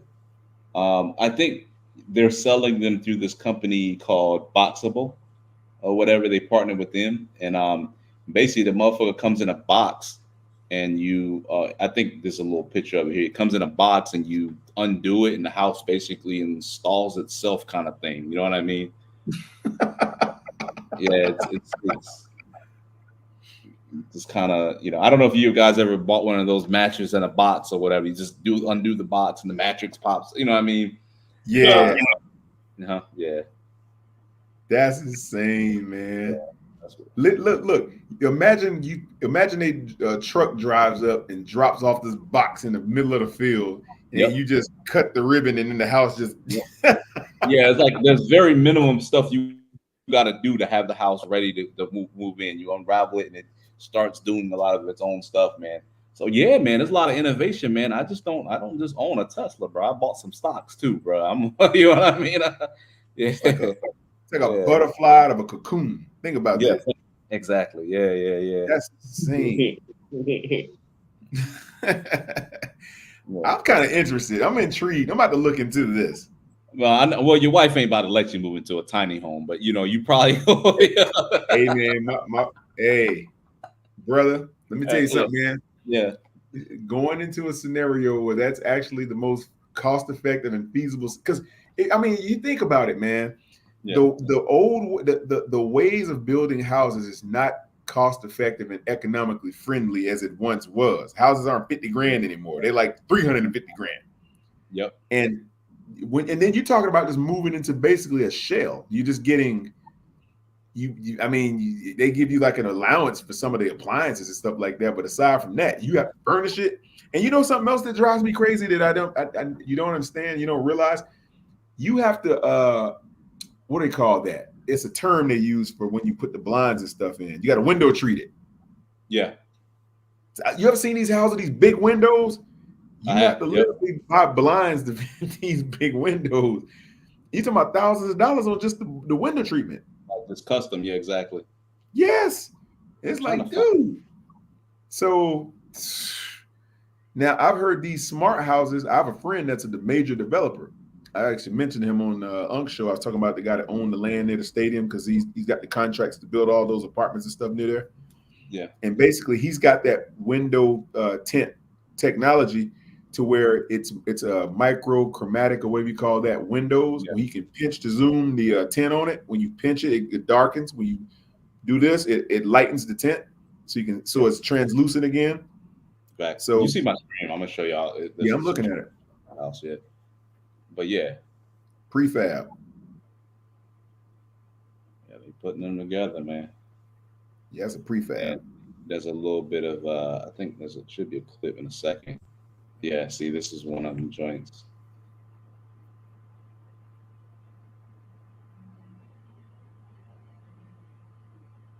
Yeah, you can't 15, 20 grand, bro. Like, yeah, look at this. It's effectively an efficiency. That's way cheaper. You're not squeezing a little hole or nothing like that. You really, you know what I mean? Yeah, and that's the power wall or whatever, you know what I mean? So you can control your whole, if you want to include the power wall, you can control your whole home, charge a Tesla, all that stuff. It's not bad. No, to be honest with you. It's like it looks like something out of Japan. Yeah. Yeah, basically. That's basically what it looks like. Facts, yeah. Yeah. Looks like a Japanese condo or something. Yeah. So yeah, I'm surprised y'all didn't hear about it, man. They're doing some real innovative stuff, man, with these tiny homes and stuff like that. They're partnering with Boxable, man. You can order you a house right on, they'll deliver your house to you. And look, man, people you can DoorDash you a house. You DoorDash you a house. DoorDash. I need to order me a Tesla house. Bring that on over here. Facts. God, I'm a fan of Elon Musk, man. I don't know if you guys like him, but I like Elon Musk. He got some shit with him, but he's all right for the most part.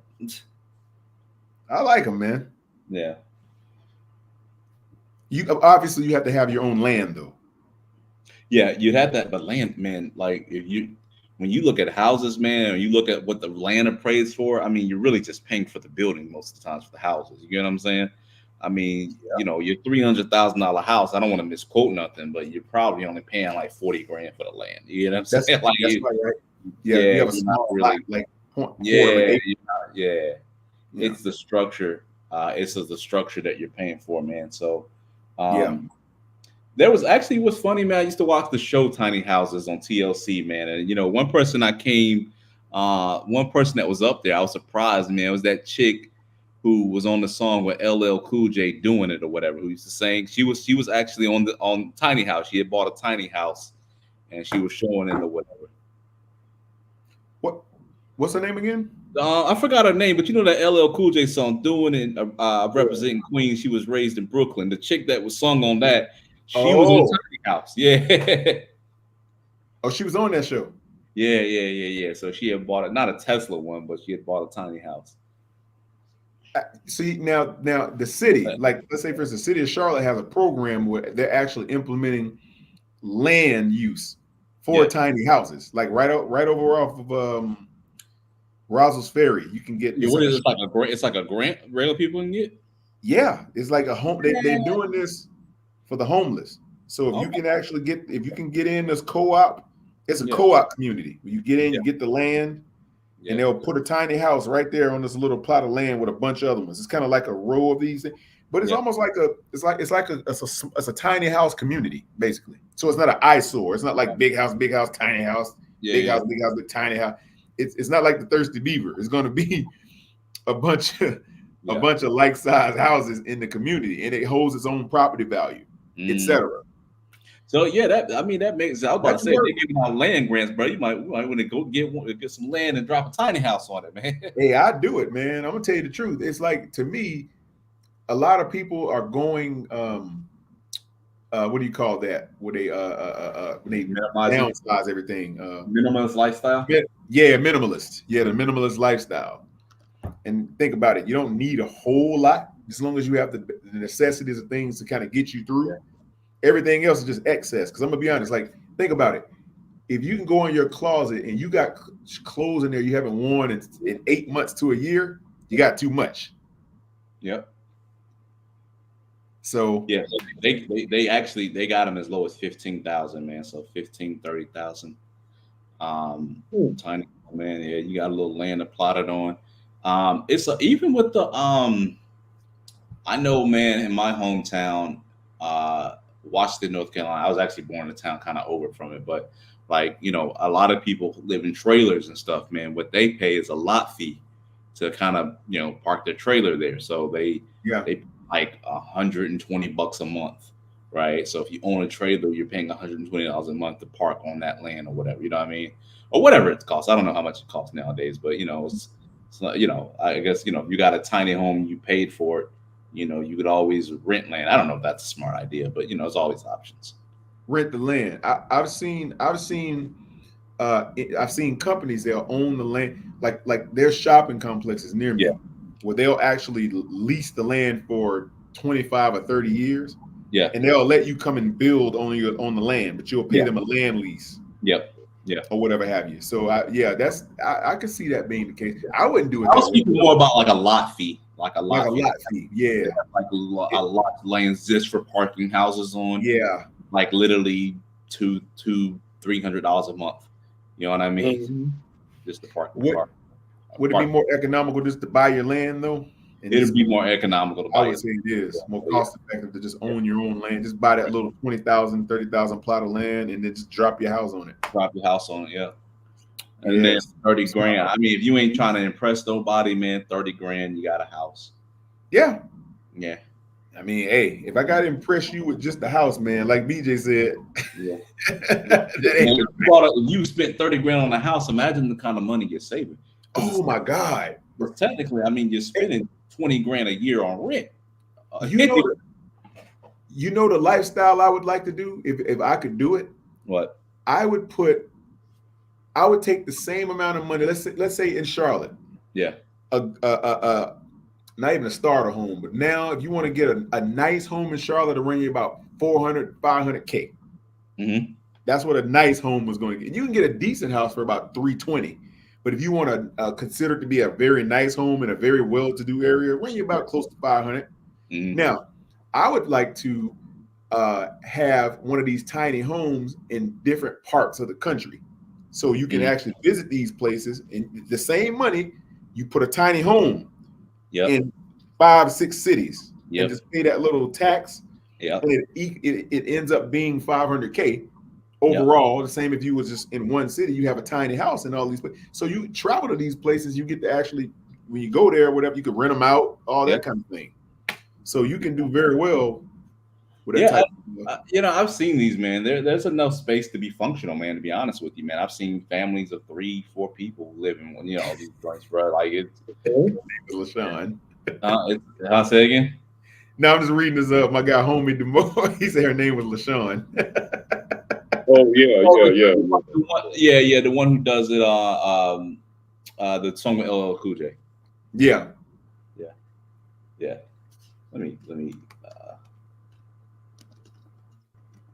Let me look her up real quick. Yeah, that's the way to go, man. Yeah, man. BJ, what you think about having a tiny home? Would you do it? Depends. 30 grand, bro. Yours, me paying rent ever again, BJ. I would. Heartbeat, man. Landlords are stupid. Well, I take that back. Not all. They're not. I can consider that. But I have somewhere else, some chick at some other house to go to. Hey,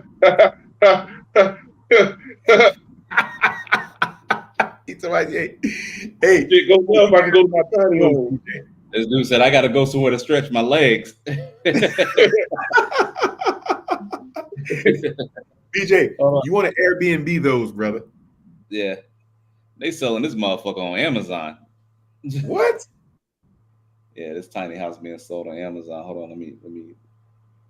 Imagine buying your house on Amazon. You like, yo, man. That low key kind of cool looking though. That's 28,000. That's low key a dope looking little. That's not a bad looking house. Hold on, we got a video here.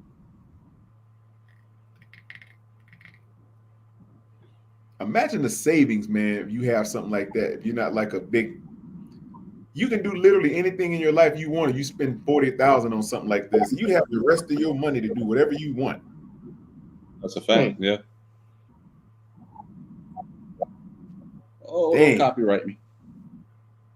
This is 28,000. Wow, man, you can go to you can go to Roof Chris. You can take your girl out somewhere nice if you have a tiny house. Man. Yeah. That ain't too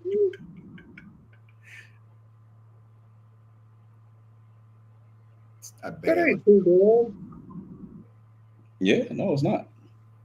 That's nice, actually. It's low key something because look, they have apartments right now that are renting for more than this house will cost you. Yeah, facts. Yeah, seriously, this like yours. Man, look, you have apartments right now renting for almost. I know if you live uptown, Elaine. That's easily $2,500 a month. Yeah, or more. Yeah. I got a good deal, man. I'm paying 19, but yeah.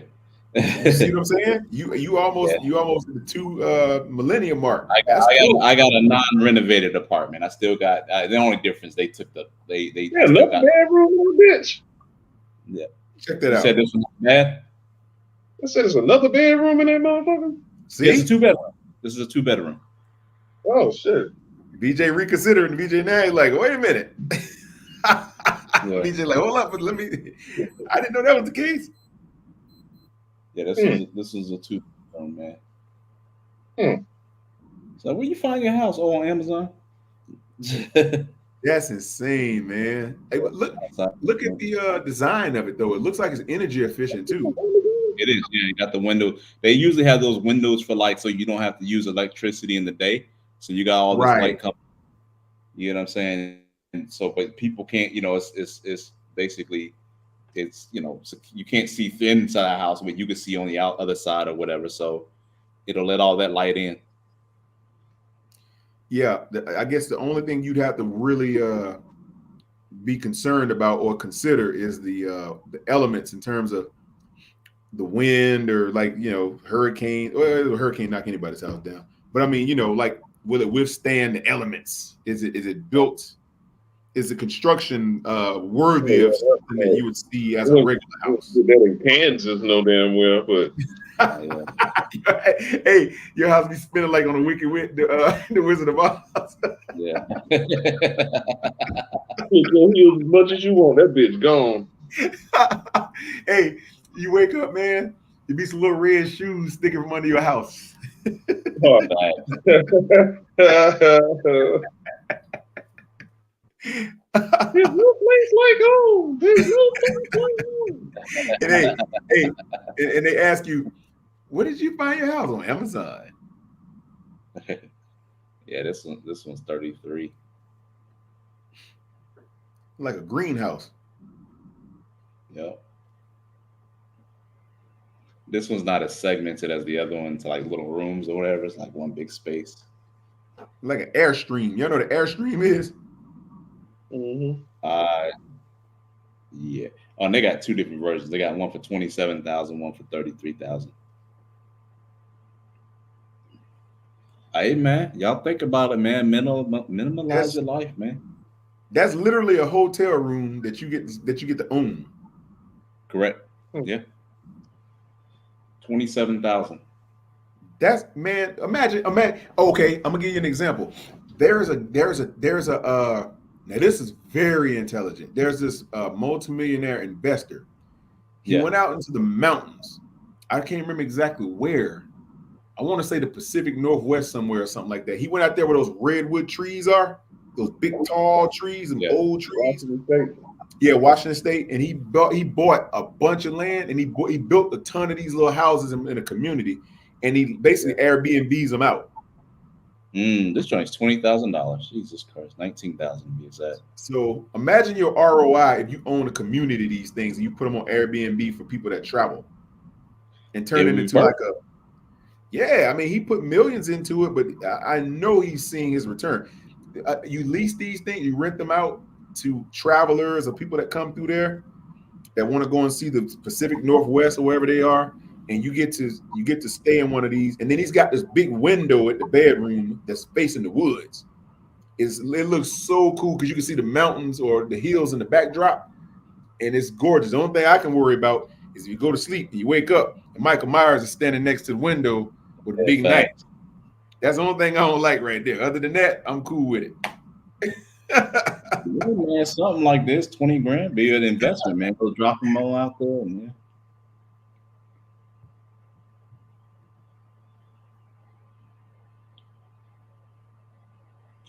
hey, man. Like BJ said, just have a chick house you can go to stretch your legs, man. Hey, that's Airbnb those. Those away games. Yeah, man. Nice. We are on this bitch super late, man. Y'all want to get out of here? Hey, I mean, hey, if y'all gotta go, we can go. It's cool. Hey, I mean, man, I'm bobbing. Like we got BJ held hostage up in this joint. You all right, BJ? Hey, you all right? Yeah, I'm good. Yeah, I'm good. Okay. I don't know, BJ. Like, let me out. Hey, Doe, let me out, man. Hey, Doe, let me out.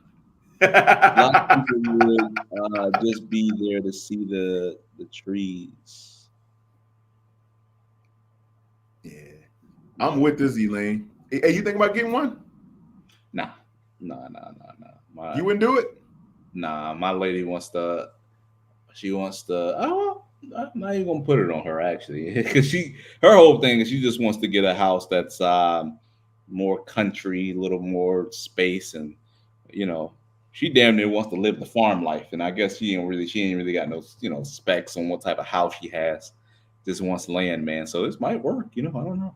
Well, I'm talking about like as a secondary, like let's say this is your house when you want to go to your little secluded area for the weekend. Oh yeah, that could be cool. I mean, if I want to throw 20 like a cabin, something, just on a vacation spot, but yeah, like a cabin. Because I was about to say, man, we getting started, man. We probably gonna pump out about 3 kids in the next 5 or 6 years, man. So I don't know if I could live the tiny house life. Yeah. Nah, yeah. See, I'm at an age where I can pull it off. You probably couldn't do it, brother. You just about to have your babies. Yeah, exactly. BJ can do it. BJ looking at the screen like he ready to make that move. Nah, I ain't said all that, but look feasible. BJ would be a cool neighbor, man. I'd be knocking on his door. BJ, let me get some sugar, man. You got some sugar, some eggs. Me and BJ have a tiny house right beside each other. Yeah, you knocking that damn door before 7 a.m. Your ass ain't getting no ounce, nigga. Just be at the front door, reaching to the kitchen from the front door, grab some sugar, bro. Oh man, but like, can I borrow some sugar? It's too early for that damn sugar, man. Put some water on that shit.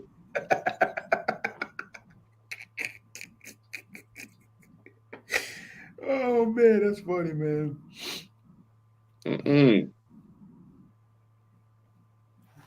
Yeah, man, that's a little lifestyle. Huh? Not bad. Park your little Tesla outside, you be straight. Yeah. You guys will go broke trying to impress people, man. Downsize your life, man. Been there, done that, brother. Bought a hat, t-shirt, everything. I'm cool on that. I'm cool on trying to impress people, man. Yeah. People go broke. That shit stressful as hell, man. I don't see how they do it. Bro, is it? Nah, I'm cool on that, man. Been there, done that. I think when you're like where you can manage things properly and enjoy your life. Life is about enjoyment and being able to spend it with people that you care about, but not keeping up with all the other stuff, man. That's what makes it just not worth the while. older I get, the less I care about what people think, man. So yeah, facts. Yeah. That's facts, man. I'm with y'all on that. Yeah. Why you this car? The car I drive is the car I want to drive. I'm not really trying to impress nobody. You get what I'm saying? You know what, man? You know where your mind is, because I'm gonna tell you, when you try to impress people with your vehicle, first thing you do is buy the chrome wheels, and that's a bad investment, by the way. I've been down that road too. Yeah, it's the worst investment you can ever make, man. Yeah, unless you like buying tires and staying at fucking damn Cooper Tire or damn National Tire and Battery all the time. But yeah, go ahead. Yeah, that part. You better get you a chrome wheel, and they start chipping. Yeah, that's a waste of $2,000, $3,000. It ain't worth it. Them damn rims is a headache, man. Yeah. I was younger motherfuckers riding around them 20s, 22s. Yeah. Oh shit. For real, man. Potholes, all that shit, man. I had some 22s, and after you have them for a while, see what happens is the elements, man, start the cold, hot outside. Yeah. All the rain on it and the wetness and the snow and all the dirt. It starts to eventually erode the element of the metal, and then the chrome just starts flaking off because it just dipped. Yeah. You think the chrome was like solid chrome, but it's not. It's just dipped. It's like, yeah, man. I remember, man. It was a spot in Raleigh, man. They used to let you finance some wheels, man. No credit check. You know what I mean? You pay some monthly payments. Motherfuckers getting their wheels repossessed, bro.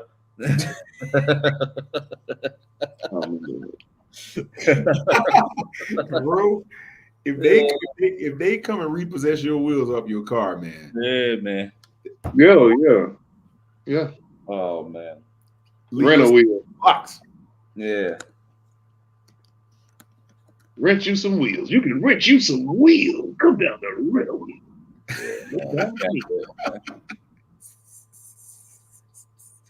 Hey, there are people actually doing that too. People want to look they want to look good that bad. Well, rent the wheel. Yeah, you'll rent the rims, and when you don't pay, they'll come repossess your shit. Yeah. I'll rent some furniture before I do some bullshit like that. Tell me about it, man.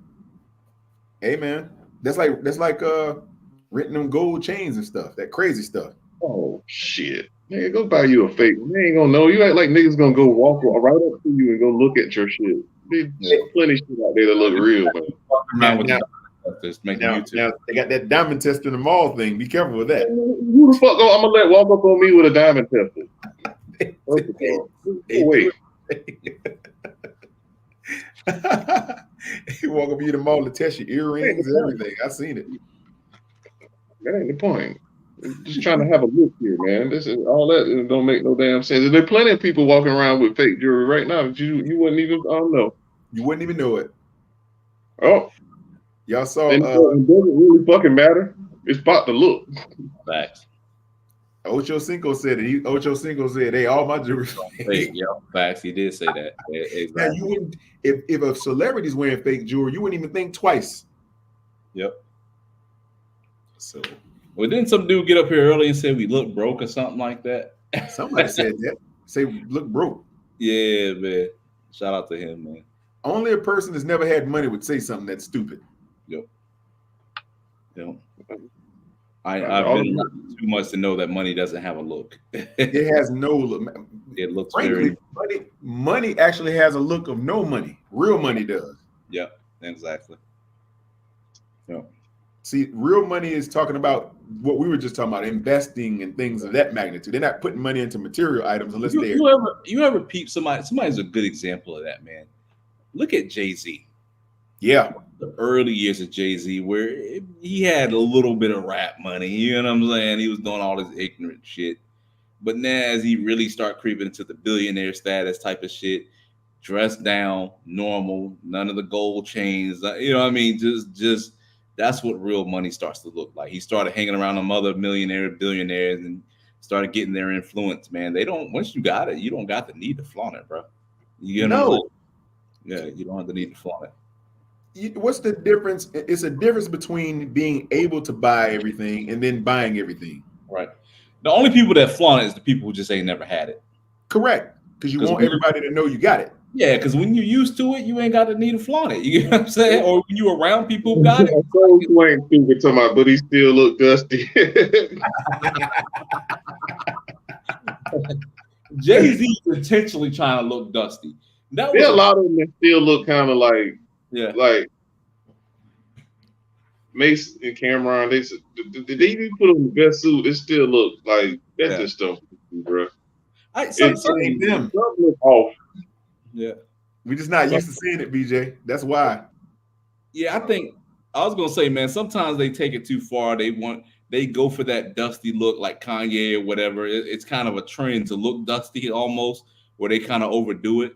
I remember they was talking about one time in the early time of Apple, like they wanted to look frugal. So they had like this $50,000 table that looked frugal, but it was expensive as hell, right? You get what I'm saying? Just to kind of keep that look going, man. So that is a thing with rich people too, man. They spend money to look broke sometimes. like gallery department clothes. It's got paint. It looked like something you know, your painter took his shirt off and then he left it at your house and then you start wearing it. That's what it looked like. Exactly. It's like, dude, but you have certain people that will wear certain like the wealthy people that want to wear nice things. They don't wear a bunch of gold jewelry. They'll have a bunch of diamonds on, which is a waste of money also, by the way. But they'll wear something like a Brunello Cucinelli or something like that. And now you're talking about Sea Island cotton, that type of stuff. Thanks. I mean, but you don't have to, man.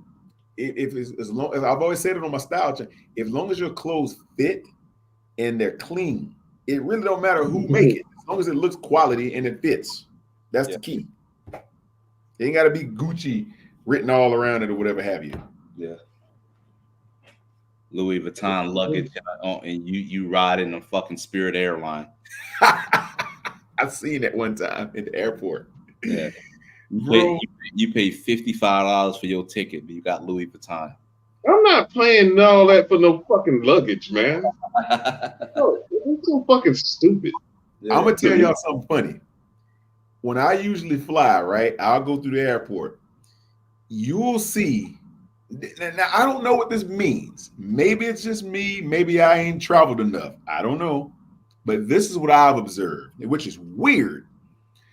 I'll go through the airport. Like I say, I like to go to the lounge because you eat food and everything. It's free. It's all included. And you get to chill and do all the nice things while you wait 3 hours on your flight. You'll go through there and you'll see people sitting at the gate and they'll have like Gucci and I'm sitting there like, and they're just sitting down and they got their charger plugged in the little area where everybody they're like on top of each other with the charger. They're all like cramped, trying to all. And I'm like, but then you go to the lounge and it's people dressed with t-shirts on and regular clothes, and they have like Samsonite luggage and stuff that you probably wouldn't even think.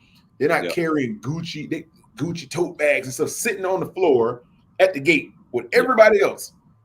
Yep. I don't know. It's something about that. It looked like those people would be in the lounge when they, I don't know. It's something about that.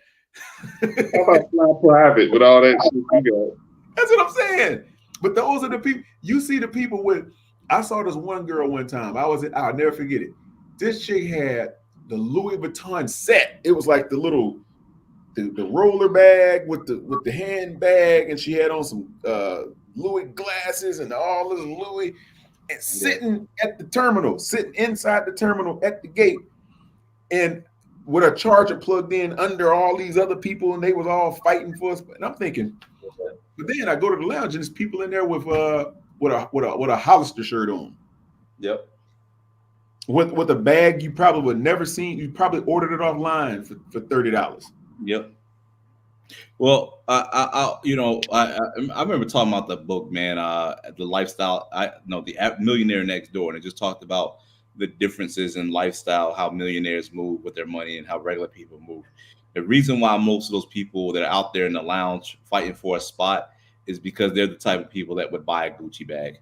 You get what I'm saying? Yeah, that's why they don't have any money. You get what I'm saying? That's literally, there's a difference in mindset. That person who's rich was probably a little bit more frugal with their money, not needing to express anybody, not needing to buy the latest new car, but invest that money, and that's why they have.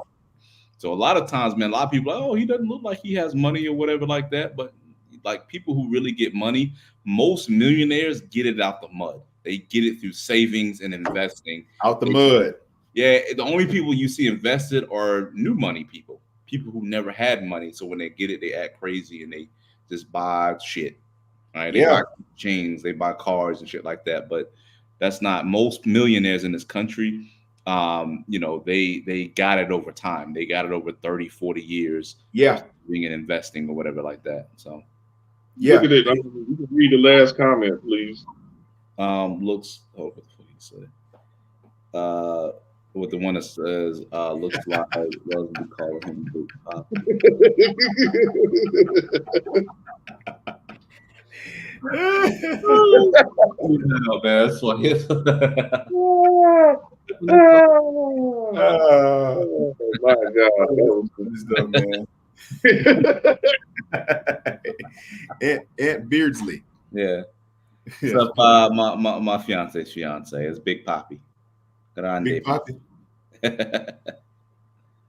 That's some funny stuff, man. Yeah.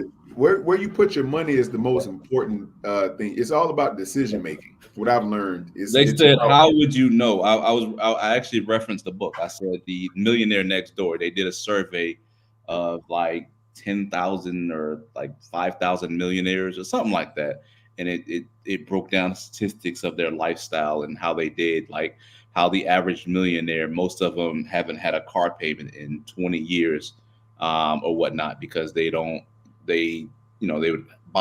have an older car they paid off. They would keep riding around, and then there's a lot of data out here on that. So that's where I get it. Most of the millionaires I came across, you wouldn't know them from anybody on.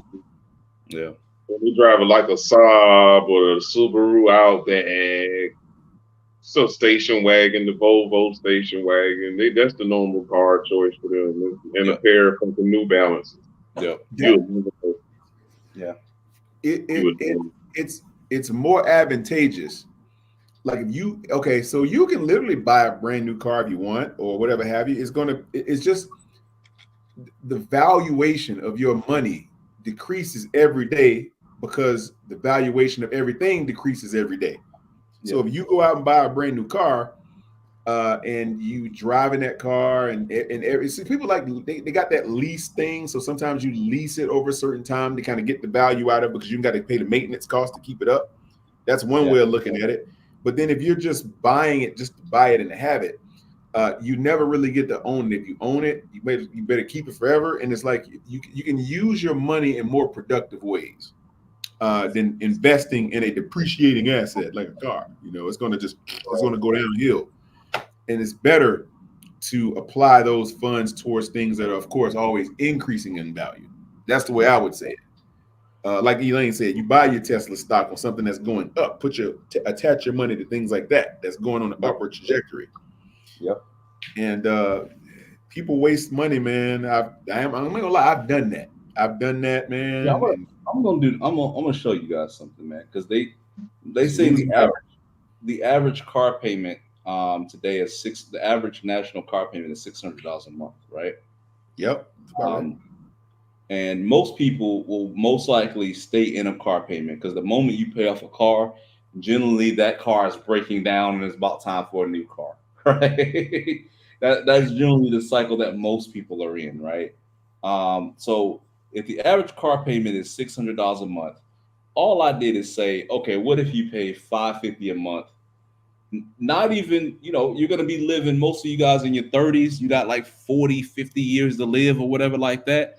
Yeah. What I did is said, what if you took that $550 instead of in a car payment, put it in a stock that's giving you, or put it somewhere that's giving you 8% a month, just 8% a year. I'm sorry, 8% a year, right? $550 a month over 8% a year over the course of only 20 years lands you at $304,000. I hope you enjoyed the car. Bro, that's insane. That's what you could have. So the definition of a millionaire is somebody who has a net worth of $1 million. You're almost halfway there just for making smart moves. That's why they say the average millionaire, saves their way to it. You get what I'm saying? They're not always in new cars. They're not always spending their money on dumb shit. But that's just one example. That's the next 20. If you're 30 right now, by the time you're 50, you could be sitting with $400,000 in your investment account just from holding on to your car, not financing your car, right? Yeah. Saving to buy a car instead of jumping in something new all the time. So it's just small stuff. Don't get trapped in the world of consumerism. That's number one. Yep. If you save to buy your car, see, the thing about it is delayed gratification. Yep. That's the reason why people can't conceptualize this mindset, because the first thing they want to do is have it. They have the fast food or the microwave mentality. They got to have something good today. Yep. They don't want to plan and say, I'll just save 25 or 30 or 40 grand and just buy my car outright over the next 3 to 5 years. I'll just drive a putt that I ain't got to pay on for the next 6 or 7 years. And then I'm going to buy my dream car 7 years from now when I got the money to pay for it and not have the depreciation cost or whatever of paying down on it and then breaking down, then you're out of that car and then you got another car. I mean, the average. What did I just say? The average car payment is $600 a month. $600 a month, 8% over 30 years is $800,000. So almost $1 million. Wow. Dang. So like I do a lot of this shit for fun, but yeah, these are a lot of times a lot of people are just pissing away money on dumb shit and you don't even know it, man. You get what I'm saying?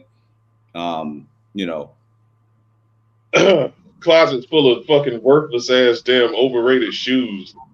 Worthless shoes. They're done that. Yeah. They wasn't even popping when they was out. The dunks wasn't even. Don't even get me started with them track, man. Yeah. Nike getting over so much with them damn easy ass fucking prints and patterns. It ain't even no new technology in the damn fabric. They even, boy. Yeah. And marking the shit up out the motherfucker. It's crazy. Yeah. It's BJ. It's the need to fit into the narrative, the working narrative or the running narrative. Everybody's got to look like somebody else that's doing something. I mean, this is the cost to look cool. $821,000. Oh, good luck looking cool. Nah, man. And to a lot of people, Quantum, 25, 30 years seems like a long time, but if you're 30, 50 is right around the freaking corner. It's not, man. It's not. It goes fast, brother. I've made enough financial mistakes for everybody to teach you not to do certain things. I've done it. I've made a lot of financial mistakes, but you learn from those, though. That's how you grow. You go through things, and then you impart that wisdom to the next person who you see maybe going down that path. I'll see I give people tips. I'll be at a place that's doing something, and I'll see a dude about it. I say, hey man, no, don't sign that. Don't do that. No, you need to do this. What's that? Go to this website or go look at this. Yeah. And save people, man. You won't do that, brother. That's 18 of life right there. I'm telling you. Hey, and it's going to significantly impact your movement and your ability to grow as an individual and have things in your future when you start tethering yourself to outstanding obligations financially. Yep. So that. Got to be careful with your spending, man. Where you put your money is very important. And then if you bought a tiny home and instead of paying rent, your 20 grand on your tiny home, what's that in 20 years?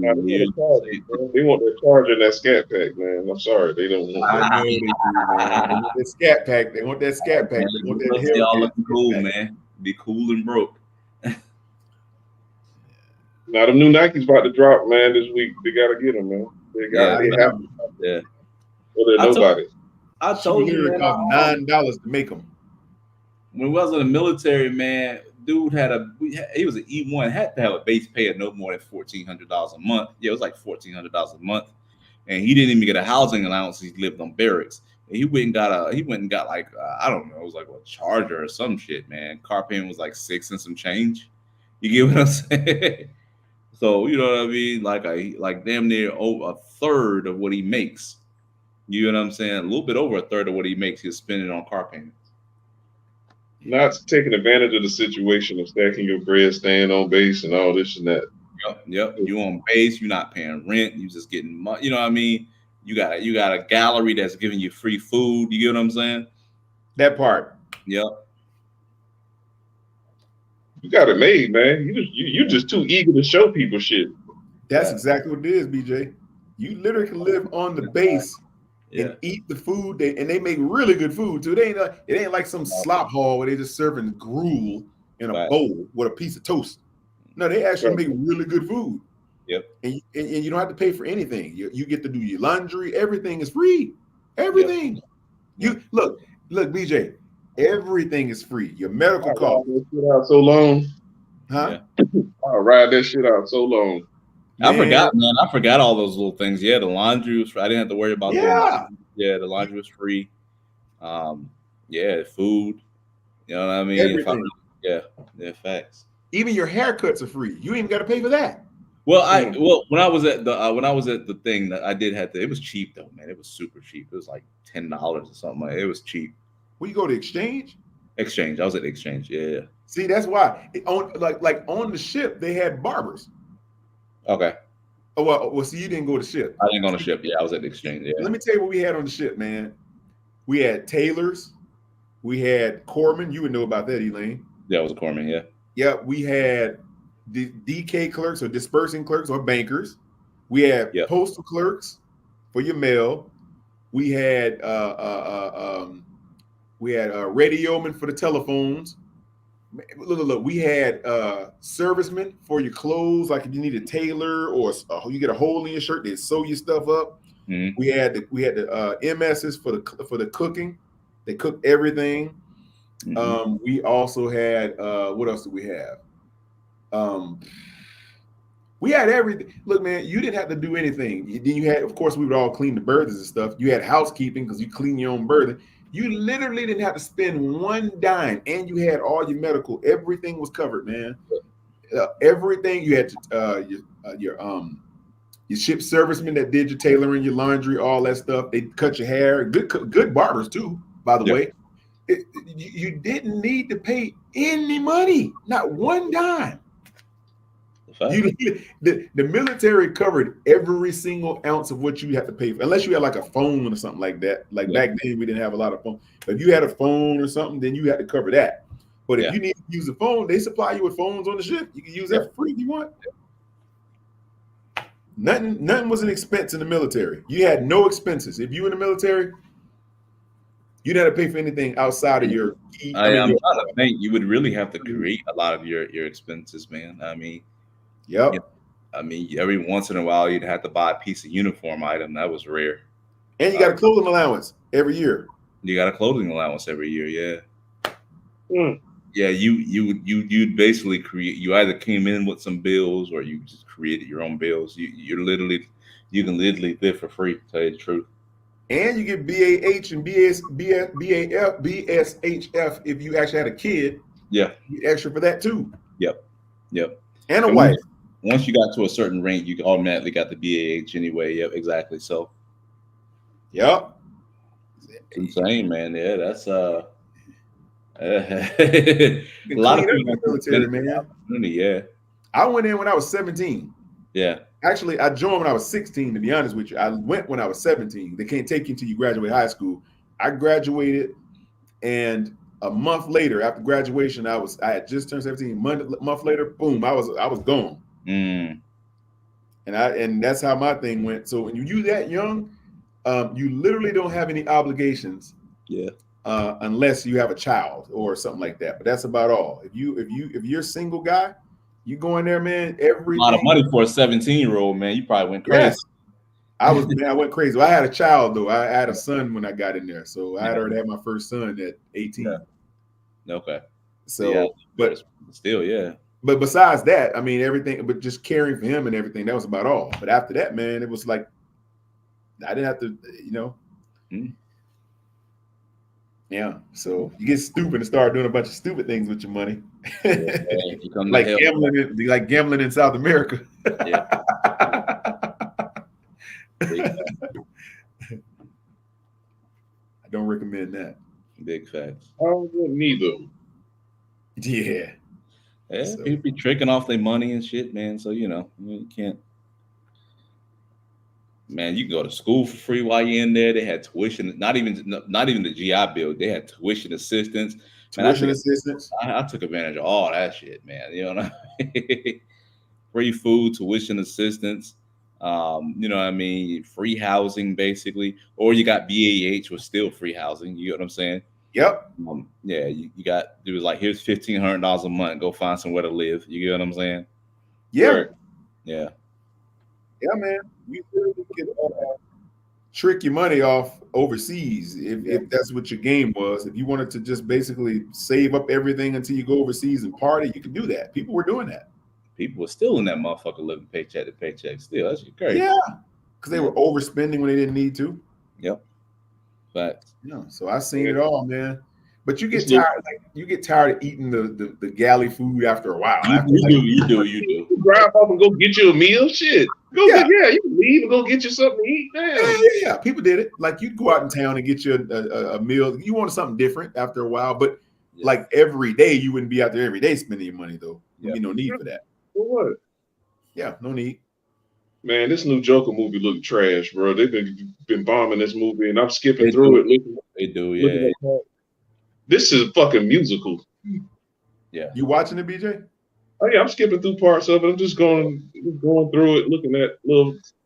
I done heard a lot that the shit's fucking terrible. Yeah. Really? Yeah, it's terrible. Is that Joaquin Phoenix in that one? Yeah, and Lady Gaga. Whoa. Yeah. Is that bad?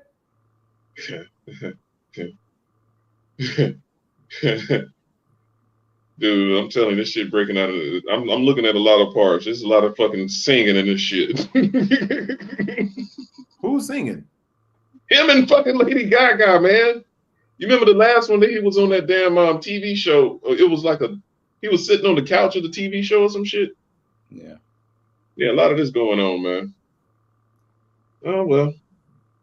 Yeah, it was another movie. Like it was gonna be like that. Dang, no, thank you. I don't like musicals. Yeah. I hate musicals, man. The Sound of Music, all that shit. Yeah, they can keep that one. Nah, if that's what it's about, no thanks. I'm cool.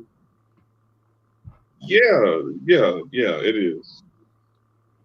They fucked up that movie franchise, man. Again, another one down the drain. God, Rest in peace, Star Wars. Oh boy. Have y'all seen the I still haven't seen it. Yeah, have y'all seen the Bad Boys movie yet? No, I don't need to see it, man. I haven't even seen it. Another musical part. Oh yeah, you ain't gonna like this. You ain't gonna like this. Why are they singing? What's going on? It's not a movie. You're gonna have to ask them that shit, man. Yeah, who's singing, man? In the clips I saw, there was no singing at all. It was just some purge looking scenes or something. Man, feels like I'm listening to a Ja Rule album right now. What the fuck? Why is this nigga singing? Nah, I'm cool on that, man. I don't want to hear none of that. Yeah. Motherfucker tap, man. Is it on Going Netflix? Doing a little jig, she on the piano singing and shit while he dancing. Yeah, you can have that. I got it on mute right now. I'm just skipping through. My man said the Pentagon knows what you're doing. The gig is up. Okay. I'm trying to figure out what he's talking about. Shout out to the Pentagon. I don't know. Yeah, right. Shout out to the Pentagon. This bitch playing two pianos at once. Boy, stop. And singing on the microphone at the same time. This shit is, boy. Boy, don't go to the movies and see this shit, y'all. Yeah. As it gets late, I start, I don't see this on other people's channel, but once I'm on like 11, 12, I start to get in the weird comments like this, man. They're kind of entertaining. Let's see. Let's try to break this down. What make Luke Donald type in from a stranger type in? The Pentagon know what you're doing. If you guys won't stop, I'll break my What makes you feel better typing that in? If you guys won't stop, I'll break my microwave. Don't do it. I know how to handle this, guys. I know how to handle this. Yeah. Elvis Presley rides on a black goat in the middle of Sahara Desert with white shoes on and purple hat. He's like, damn, that was my next comment. I just got him. Yeah. that usually corrects the error in a crazy person's mind. You talk crazy. Yeah, like, wait, what? It neutralizes them. You talk common sense to them, they just keep going. Yeah. Coffee is everywhere. Yep, and we drink it every day and every night. Anything else, brother? Yeah, it's all swing. Anything else, brother? Back there. This dude don't know. See, what people don't realize, people don't know how you grow up and where you from and what you're about and what you know. Man, I used to talk to dudes like this all the time in the hood, man. We had crazy dudes walking around with diapers on their head. Jesus Christ. This is nothing, man. This is a game. You want to play? Yeah. You made me do this and I'm crazy? Yeah. Yeah. Weirdos. All right, man. Yeah, so what the fuck? Coffee is expensive and now I don't even have a microwave. What the fuck? You put the coffee in the microwave, you dumb motherfucker? My life is a joke. No, nah, BJ, you're supposed to eat it out of the bag with a spoon. Straight up. Supposed to eat it. Oh, like, man. You remember Fun Dip? You're supposed to eat like Fun Dip. Oh, yeah, I remember that, man. Yeah. Eat like Fun Dip, Luke. You said my life is a joke. Yeah, it wouldn't be an understatement, brother. At 12 a.m. writing weird things.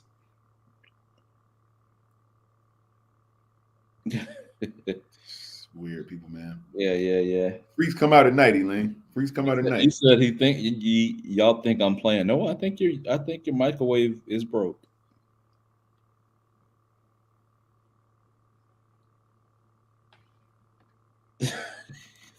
Oh, we get some wild people out. Yeah, it gets like this, man. Sometimes, man, I'm all the Panther fans asleep, man, and then because what it is, I put it in the this is going through the YouTube short feed. So as people are scrolling through the YouTube shorts, this joint will pop up. So you'll get a lot of random people. Oh, yeah, I put it. Yeah. So when you do when you ever see the YouTubers do this mode, that's what they're doing. They're putting it in the shorts feed. So you get a lot more views, man, but you get a lot more random views. A lot of times it's not targeted. And this late at night, not a lot of people are live, so you'll get a lot of random people just popping up on your joint.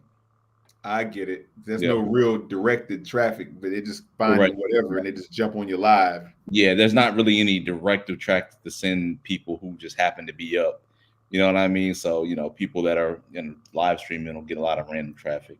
You know what this is like, Elaine? This is like those dudes that show up at your party unannounced when they ain't dressed for the occasion. It's like, who are you? Yeah, sticking out like a sore thumb, man. Man, my cousin's grandma's baby sister told me y'all having a party and I was invited. Yeah.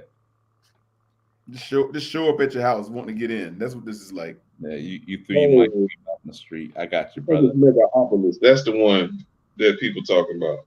Who? Megaopolis. Okay. But yeah, no, I'm just going through these little movies and shit and see what's popping right now real quick. That's all. Hey, is that Joker movie? Is that at the theater or is that on Netflix or something? It's at the theater and it's in other places where you know where to go. Oh, it starts off like a cartoon. Shit, homie said I knew people were following me at that party. Good for you, man. See, I told you, Elaine, you got to talk like them. They start making sense when you talk like them. It's not a joke.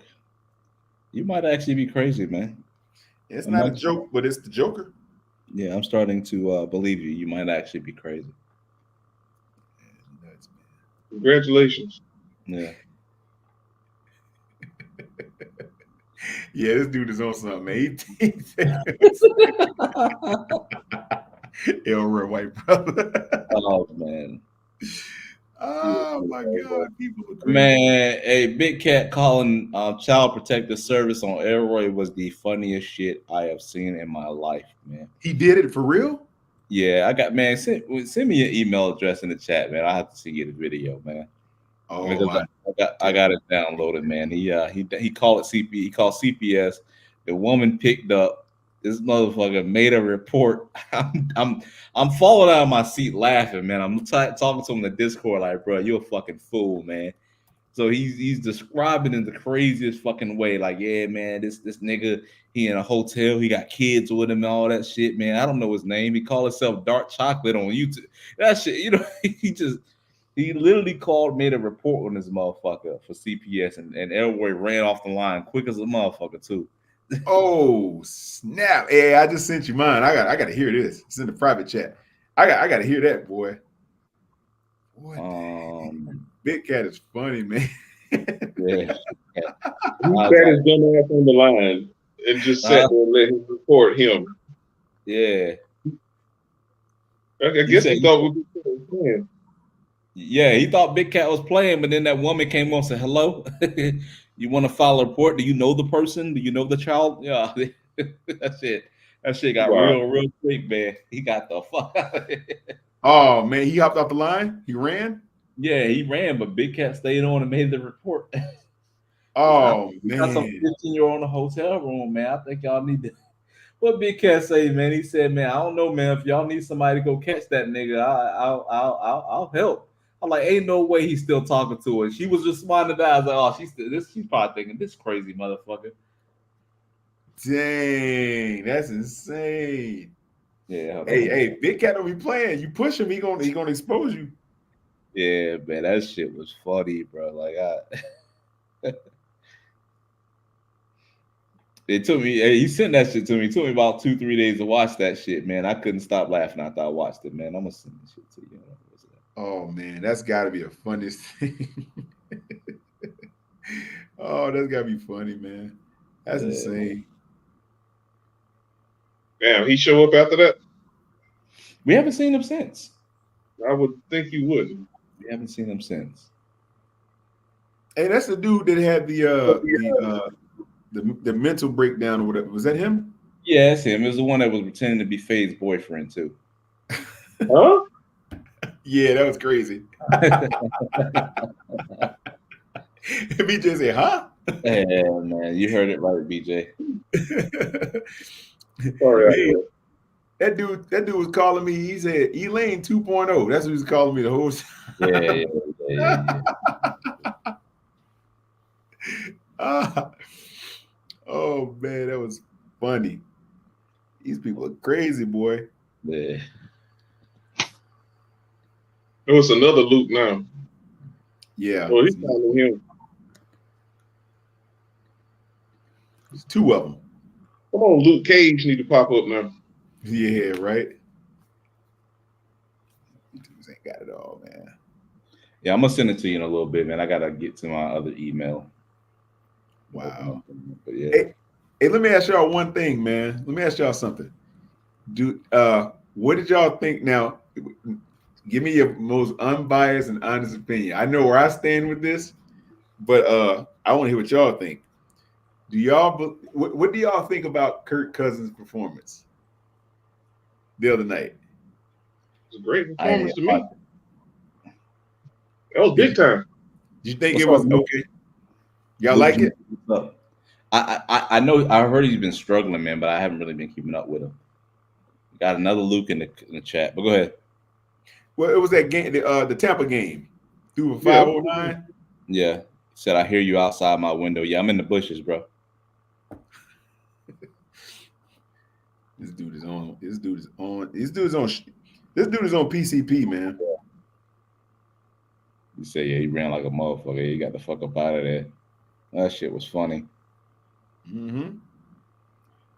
Yeah, this Luke, how many licks does it take to get to the center of a Tootsie Pop, motherfucker? How many licks does it take? Write it, put down the number.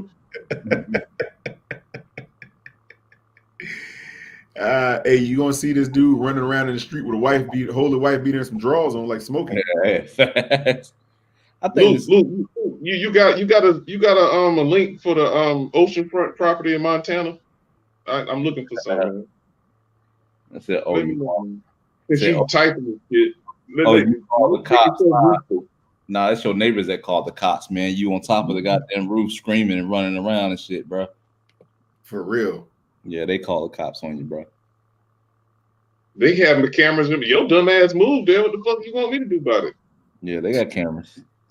We can actually see you right now, man.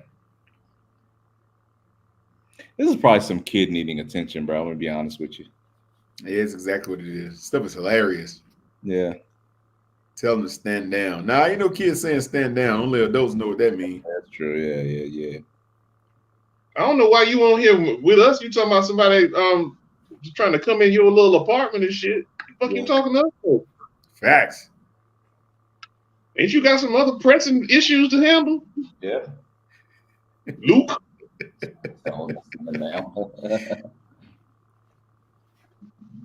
I'm not getting on no fucking floor. But you can type that. You can type that out. But nigga, please. Yeah, fight, bro. Stand Go up. ahead.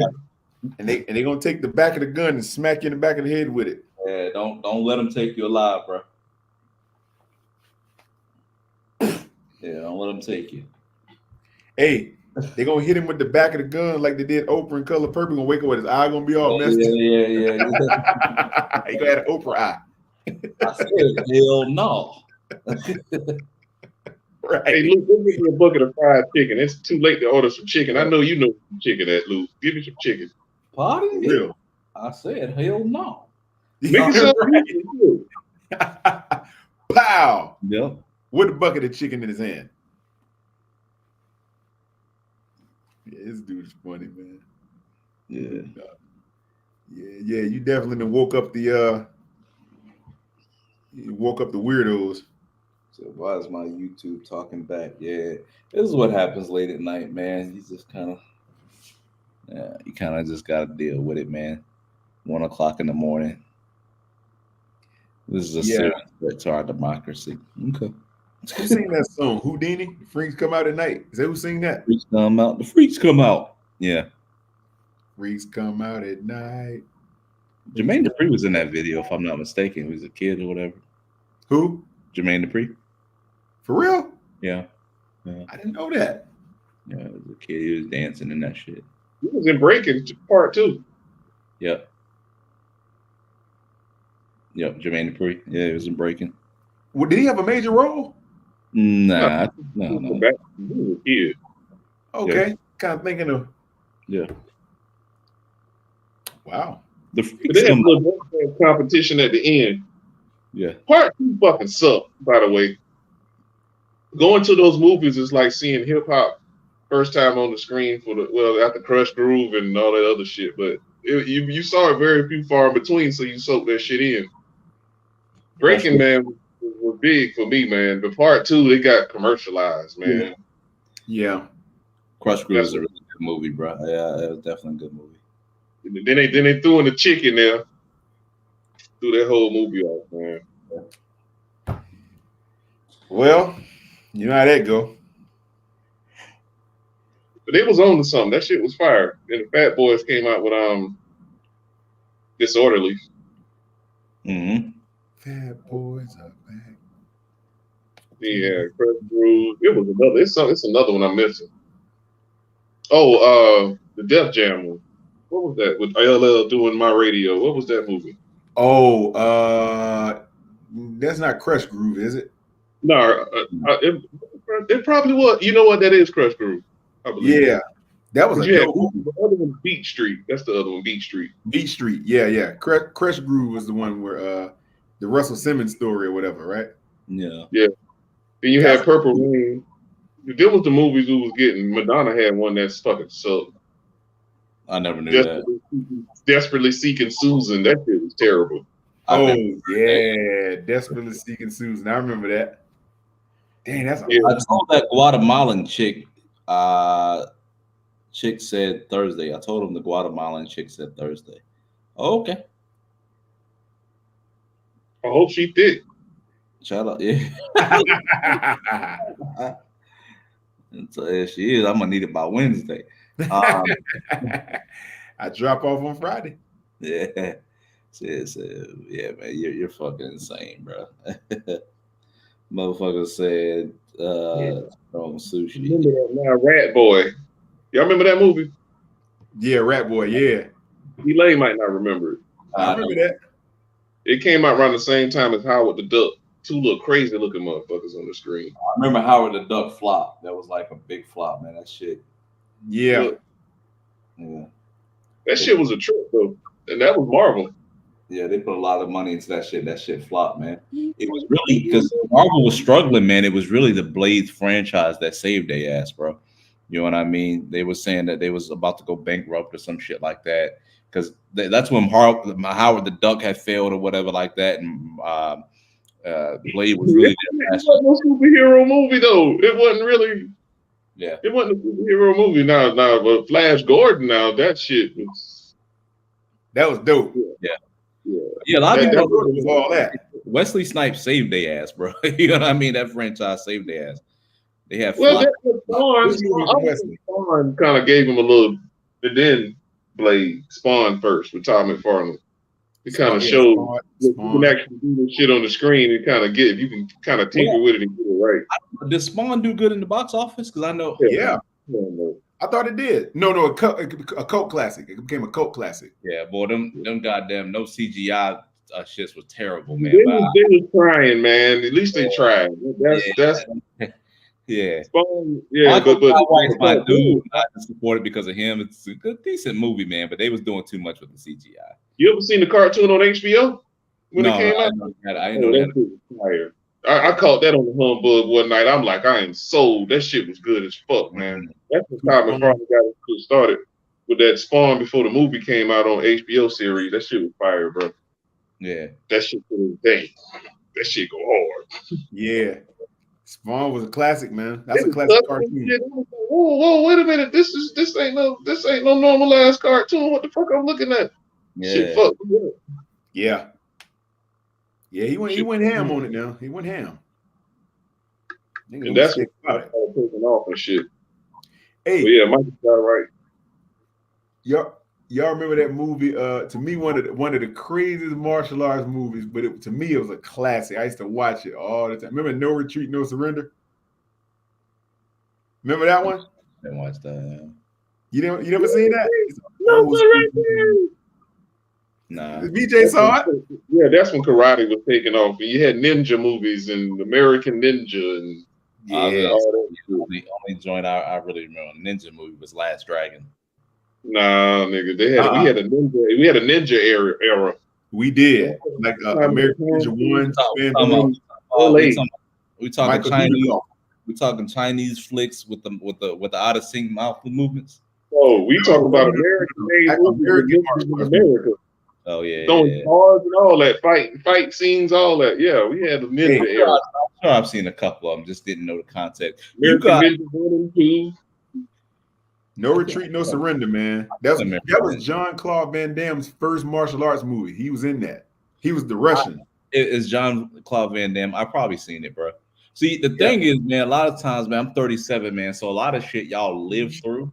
And a lot of shit I just kind of, caught later. So I don't really got the time periods right on there. You know what I mean?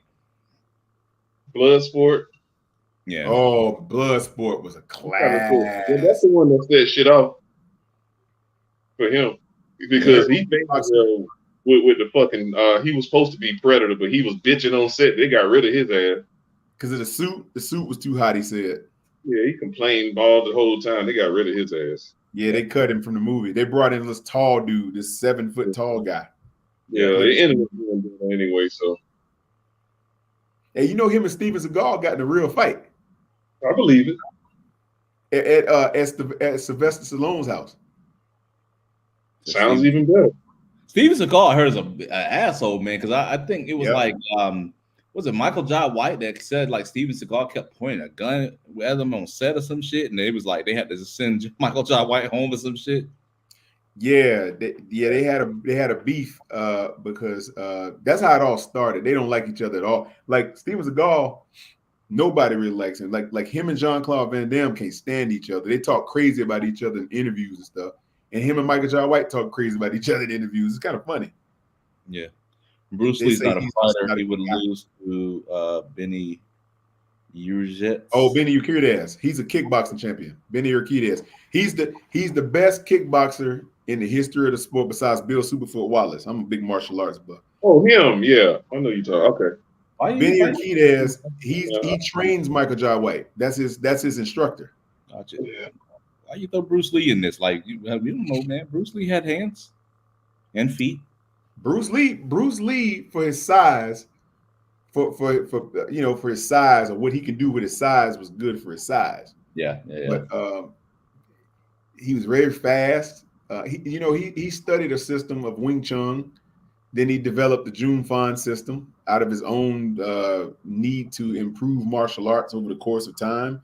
Yeah. He didn't like traditional martial arts anymore. He wanted to create his own system, which he created Jun Fan or Jeet Kune Do. Yeah. So that's how that was born. And then he added kicking and stuff because kicking wasn't a part of his game until he met Chuck Norris. That's where he learned how to kick. Well, this Benny was in a lot of terrible movies. He got a couple in here, but he didn't. Boy, this is terrible movies he was in. Who? Yeah. John Jones? Oh, that's my guy. Benny Urquidez. Benny the Jet Urquidez? Yeah. He was he's trying to get into the game. This is 80s, I guess. So yeah. He's 70s for him. 70s and early 80s. He's basically Floyd Mayweather in the kickboxing. He's never lost a kickboxing match. He won like 50-something kickboxing matches and never lost. Oh, he in the early Jackie Chan. Okay. He's good, man. He was knocking dudes clean out. You go back and just pull up his. You can YouTube him. You'll see his fights. Benny the Jet Urquidez. Call him the Jet. No, I just see one. Here we go. Now it come to comparisons. Who do I look like? Soul Swing. Who do I look like? I knew what I was about to say. Here it comes. Watch Soul Swing's next comment when I say who do I look like. It's gonna, the name starts with an M and the last name ends with a W. I guarantee you it's coming. I hear it all the time. That's who you look like, Matthew. M and a W, Matthew. All right. No, the name. Watch M initials MJW. That's the initials. Watch. Guaranteed that's what we're talking about. Oh, he was in Diggstown. Okay. Shout out to Lou Gossett Jr., unsung hero. He had some decent movies. Iron Eagle 1 and 2. I don't know about that Iron Eagle. Hey, that Diggstown was a classic. I just love that movie. And Airwolf. Airwolf. That was like the damn Knight Rider of helicopters. That motherfucker had all the shit, the bells and whistles. Facts. Airwolf, starring Ernest Borgnine. I think what that was. Yeah, Ernest Borgnine was in that shit. Facts be good. He had a monster back kick, man. His back kick was nasty. Yeah, he had a nasty back. I know exactly the kick you're talking about. And Chuck Norris Karate Commandos. Yeah, Chuck Norris studied a system called Tang Soo Do. You know what? That's what I got to go back and watch, that fucking Delta Force. That shit was fun. God, Chuck Norris. Delta Force, like, that was their early shit. That Delta Force went hard. Delta Force was one of the classic movies, man. That's one of my favorites, bro. Yeah, I'll even go back and watch the Dirty Dozen. That shit never gets old to me. Dirty Dozen is fire. Yeah. Cass just killed that shit, man. Be good, so he don't like Chuck Norris. Yeah, he's the highest ranking Korean karate specialist in the world, though, in America, though. Not like the Walker Texas Ranger one. He might go to Tang Soo Do. Huh? He might not like the Walker Texas Ranger Chuck Norris, because oh yeah, I ain't gonna lie, he used to send a nigga on a bunch of dummy missions. Every time he'll send him to go chase the criminal, then he come around in the alley and cut him off in the ram. I'm like, you got this nigga chasing this motherfucker, man. They're jumping over fences and running through yards. He was 55 years old when that show came out. So he ain't gonna chase nobody. One punch. Yeah, Like, he's a boy. It's like, man. I'm a huge Chuck fan. I used to love Chuck Norris, man. He looks like my Taekwondo instructor. Looks just like him. That's when we was fighting in movies, man. We was being men in movies, man, back in them days. So, you know, even with that orangutan, that movie funny. Right turn. Movies for guys who like movies. Leo, I mean, goddamn it, man. Fucking Elaine, you ever seen that fucking what is it? Any Which Way But Loose? No. That's the one with him and the orangutan. We used to beat up people all the time. And he'd be in the pickup truck. I never seen Oh, that. you love that. That shit was funny as hell. What's the name of it again? Anything but Loose. Yeah. He got another one with that orangutan. He got a couple of them with that orangutan. He had some comedy movies too, man.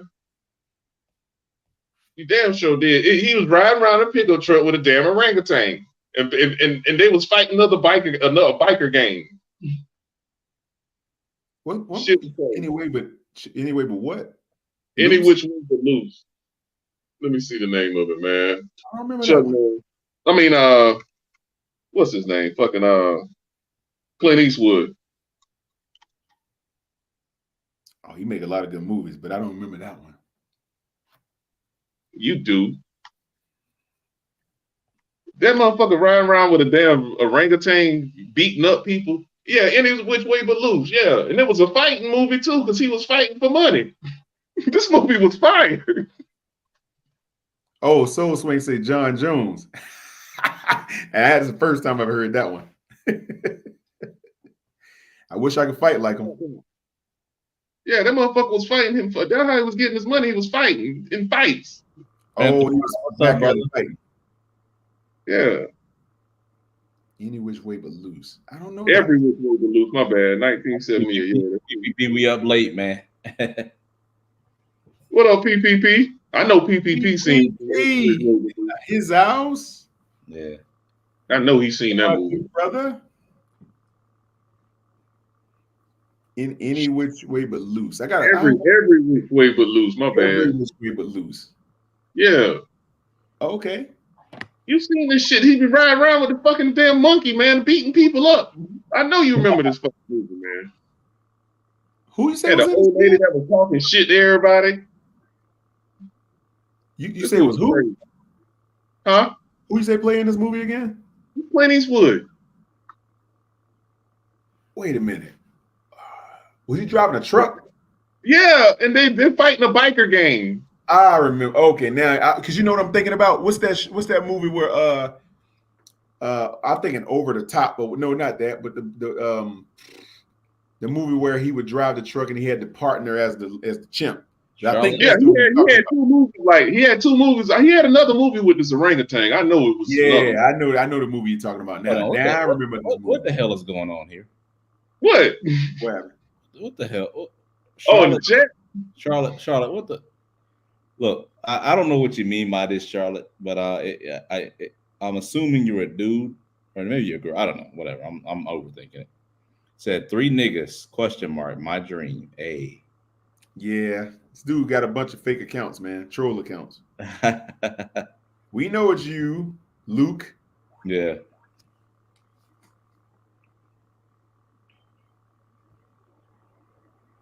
It's him. Yeah, that's got to be him. Oh, and Smokey and the Bandit. That was the one. I know y'all seen that. Bandit. Okay, now that's Burt Reynolds. Yeah, on Cannonball Run. Cannonball Run. PPP done seen that. Yeah, boy. That Cannonball Run when they was on the country, what is it, cross country fucking race with because you had your boy Sammy Davis Jr. your boy in that fire ass car. that car was fly. With Dean Martin, I think it was. Might have been Dean Martin. They was riding around cross country in a race. That shit was crazy. Yeah. Cannonball. God damn, PPP, you ain't living, boy. You ain't living. Yeah, boy. Go and pull that movie up and get your fried pork chop sandwich. I guarantee you will enjoy it. Hey, facts be good. I think Bruce Lee could be beat. Chuck Norris beat him up. Did he? Yeah, Chuck Norris beat him up on I can't remember which movie, but they was in Rome in the Coliseum, and Chuck Norris was tearing him up. Nah, he was a problem. That's the time when the Kareem was fighting in the Coliseum, boy. I was like, dang. Look at Trucker. Who? Look at Trucker done drug his ass in here. Trucker, what's up, Trucker? Fried pork chop sandwich be hitting. Once every 6 months. Don't let's not overdo this thing now. Let's not make it a BBP. You seen Coming to America for the first time in 2013. Are you American? That's Man, a very, yeah, you a weirdo, bro. I'm being that's a very serious question, BBP. Were you born in a different country or something? And now he's talking about fried pork sandwiches in South Carolina thing. Negro, stop. I just can't imagine anyone being a Black American and not seeing Coming to America until recently. You know what? I'm about to take his card. Make no way. He says South Carolina thing. You had to see it by accident, just being on just like it came on by accident or something. You're like it's nobody ain't asked you to be no damn movie buff. That shit was just on in the background on TBS or TNT. It's almost like the fucking Wizard of Oz type of shit, bro. It's almost impossible to have not seen it. Do you know what I mean? These are lies. Like, he ain't never seen no Coming to America. Man, get out of here, man. I like Machida be good. I'm a Leo the Machida guy. That's just that. Yeah. I like Leo the Machida. That dude was a fire. His fighting style, he comes at you like a blitz. He blitz you, and his strikes, man, he can hurt you really, really bad. I'm a Machida guy. Stephen Thompson is good, but I like Machida. Yeah. I think he win that. I think Machida take that. The only person I've ever seen beat Machida, what fights that I saw was John Jones when he choked him out and he fell. But John Jones beat everybody, so that ain't saying much. But Machida's a problem, man. He's a problem. Fried pork chop, man, that's pretty. Fried pork chop sandwich is pretty standard, man. I don't know if that's regional. Yeah, talk about it. I know better than that. That's why I'm like, if PPP, all right. Yeah. This is a troll account, man, pretending to be PPP. He got his logo though. He got his logo up there. That's PPP. Got to be him. That's his logo. Fried pork chop sandwich. Yeah, man. Shit, man. North Carolina, we ate. You throw a pork chop between a piece of bread, man. That's standard. Hold up, man. PPP. If that's really you, send me a text right fast. If that's you, PPP, send me a text. That's how I'll know if it's him or not. I'm pretty sure they have fried pork chop sandwiches in New York. Facts. Yep. I'm willing to bet in Philly there was some fried pork chop sandwich floating around a little bit. So I'm willing to. Man, look, everybody be good. Basically, everybody in New York can trace lineage back to the South, man. That's where a lot of people. No choice.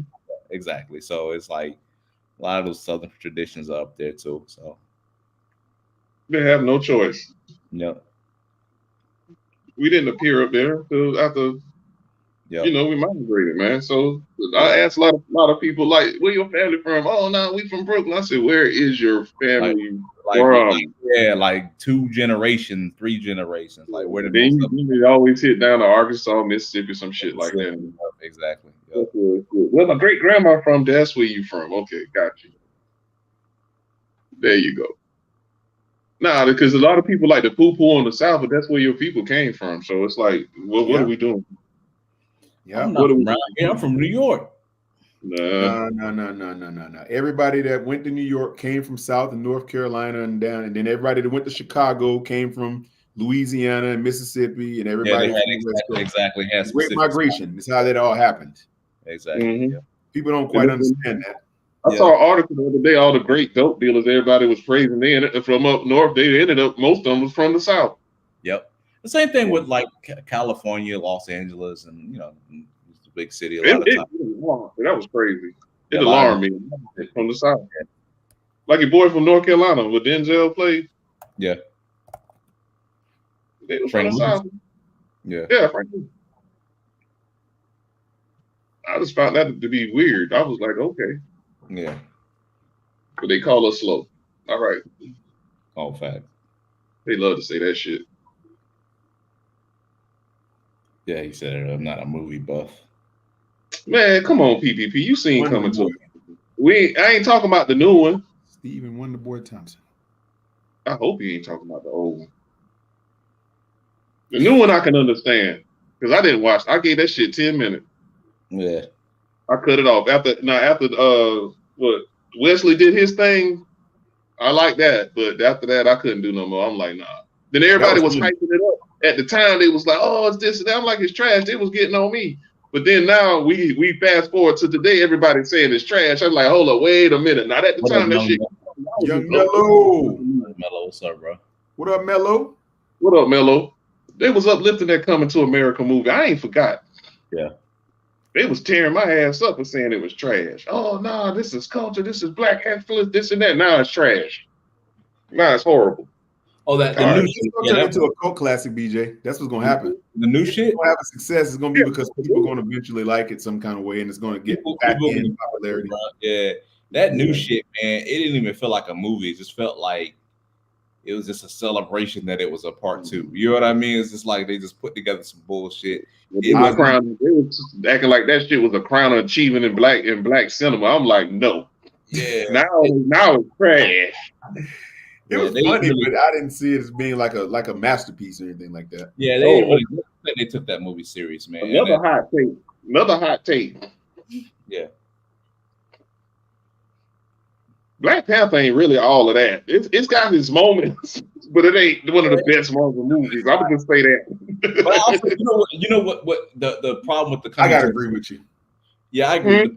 I gotta agree with you. Coming to America movie was though is that the first joint it had like Eddie Murphy being edgy and shit like that, and then this one he kind of took a back seat and kind of left all the raunchy and edgy shit to someone else to do, man. So it just didn't have that Eddie Murphy flair to it. You get what I'm saying? The first one had, man. So you know, boring. Yeah. Now, Dolomite movie was better than that. Yeah. Which one? Dolomite. Are you talking about the Black Dolomite, or are you talking about Dolomite? Black Dolomite. I mean, the one he did with Wesley Snipes. Oh, the remake shit. Yeah. Oh, that was good. That was actually good. Wesley Snipes, that's one of the best acting he's done in a long time to me. That he stole the show in that movie, man. That's what kind of got him back into the game. That role he played. Yeah. That was good. That was good. That was good. Now that Coming to America shit. Yeah. I already knew what time it was. I couldn't fuck with that shit. There's a lot of shit I was going to touch, man. Now, exploitation. Go ahead. I heard similar comments about the Beverly Hills Cop, the new Beverly Hills Cop movie. I heard the same kind of These crap. remakes gotta stop, man. They gotta stop, bro. They always fuck them up. Now they reboot Everybody Hates Chris as a cartoon, and it's actually all right. The first episode is all right because Chris Rock was still narrating the shit. You get what I'm saying? Okay, so, yeah, okay. That kind of, I think that kind of made it work, and I think all the Julius dude was still there. Tahisha Arnold, whatever her name is, I think she's still playing the mother, so it still had some of the charm of the original, even though it was a cartoon, man. So, but a lot of these remakes, bro, it feels like a money grab, man. That's all it is. Yeah, yeah. Tagline, money grab, riding the coattails of the former success. Yeah, that's what Coming to America 2 felt like too. You get what I'm saying? It just felt like a money grab. Yeah. I didn't like the part where they were doing Rick Ross in the movie and shit. It's just like, come on. Yeah, they shot it in his house. Yeah, like give me a cameo, all right. Yeah, that was a different the dream sequence or whatever that was. He was the visions or whatever that sequence. Yeah. I was like, nah. I didn't get that far, so I don't know what the fuck you talking. I was the same way with the last Bad Boys, the last two of them. I ain't watching that shit, man. You saw it? The one before the last, I gave it 10 minutes. And when he parallel parked with that shit, I'm like, man, you know what? This ain't for me. This is not my type of movie right here. I'm not. That don't do it for me. So the last Bad Boys was crap. I believe it. I don't know. I didn't see it. I'm just wondering. Yeah, they're not. I think I saw the last one, the one that, not the newest one. I saw the one that was like in Miami or some shit like that. Yeah. Yeah, they It was alright, man. They're not classics like the original. I don't like wasting my time on stuff like that, man. Yeah, they're kind of money grabs at this point, man. It Yeah. just loses its charm of the original, man, unfortunately. But I always like to support good actors, man. Will Smith and I do too, or our brothers Martin Lawrence, man. But it's getting kind of money grabbish. They gotta start. Go ahead. I'm sorry, Lane. Yeah, they just gotta come out with more original shit, man. Stop trying to ride the coattail of the past. Facts. Now the difference is like look at Bad Boys Part 1, where it was just off the cuff. It was extemporaneous. It was like boom. His comedy was kind of like natural. Yep. Like he wasn't trying to make you laugh. It's just the way he acts just make you laugh. Yep.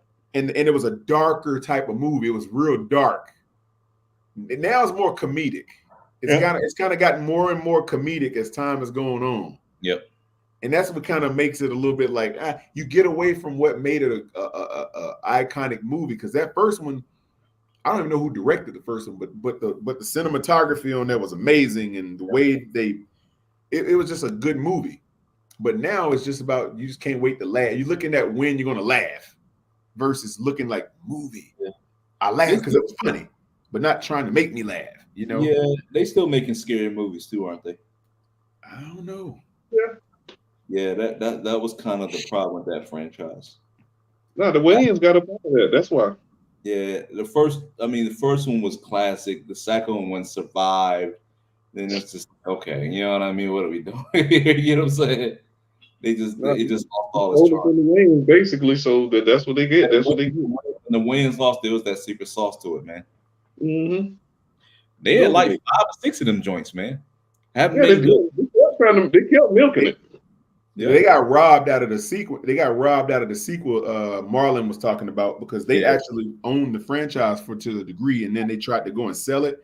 And then what happened was the studio didn't want to redo it the way they wanted to. So when they shelved the movie, they gave it to somebody else to do it, and it didn't come out the same because they weren't in it. Yep. They're the secret sauce. Yeah, they're the secret sauce. And that's kind of what they said happened. Yeah. That's what you get. Yeah, but they also said that they're going to get they just had talks with the studio to reenact it because the guy who tried that is now gone, and they brought in another executive to ask them, hey, what about doing another Scream or whatever, a scare movie? And they were like, really? And now they're gonna reinvigorate another one based on their sauce. That's what Wayans brothers are funny, man. I mean, Don't Be a Menace to South Central, scary movie. Hollywood Shuffle was Keenan Ivory Wayans, right? Yep. No, that's Robert Townsend. Robert Townsend. Yeah. Though, I think. Yeah. He was one of the ones too in the beginning, man. Yeah. Robert Townsend. Yeah. I'm gonna get you, sucker. That was a funny movie, man. Yeah, that was Keenan Ivory Wayans. That's Keenan Ivory Wayans movie. Yeah. But they both intertwined. It seemed like to me. Yeah, one rib. They own that together on all their movies. One rib. No, that shit was hell, man. One rack of rib. Nah, not one rib. You got a chain for 100? Yeah. Oh, that was funny, man. Yeah. Did y'all like Meteor Man? Remember that? You talking about Blank Man? No. Meteor Man. Boy, that Blank Man was hard for me to swallow back then. That was yeah, but that was a rough watch. I'm like, I'm trying to take this shit. I don't even know how to take this shit. Because every time he got hit, every time he got hit, robot that falls around. But yeah, I remember Meteor Man too. Yeah, Meteor Man. That's Robert Townsend. That was a good movie. I liked it. I had a lieutenant in the Navy who looked just like Blank Man. Blank Man. Lieutenant. I think it was Lieutenant Sutherland, some shit like that. Jamaican dude. He looked just like Blank Man. Is that Damon? Damon Wayans? It was Damon Wayans, I believe. Yeah. I keep thinking Handyman every time I think that. That's kind of like a kind of a play off of that a little bit. Of Handyman? He just couldn't go all the way with Handyman because they wouldn't let the movie. I think then so he turned it into Blank Man. He yeah. version of Handyman. Because I think he really wanted the movie to be Handyman, knowing his crazy ass. That was literally the funniest thing. I ain't gonna say the whole shit, but you know what he used to say. Yep. Man, that dude was crazy as hell, man. He's the craziest one to me. Who, Damon? Yeah, Damon a fool. Damon had the most. He was the most versatile with the comedian interest. And then he'll say the shit so matter of factly, and it's like, dude, you did not just say that shit with a serious face. How the fuck did you do that? Hey, now, as far as like shows, man, to me, in Living Color, man, God, I miss that shit. I wish they still had shows like that, man. When the Wayans brothers left, they do got shows like this. It's not funny. That's what Saturday Night Live was about. Yeah, they couldn't replicate.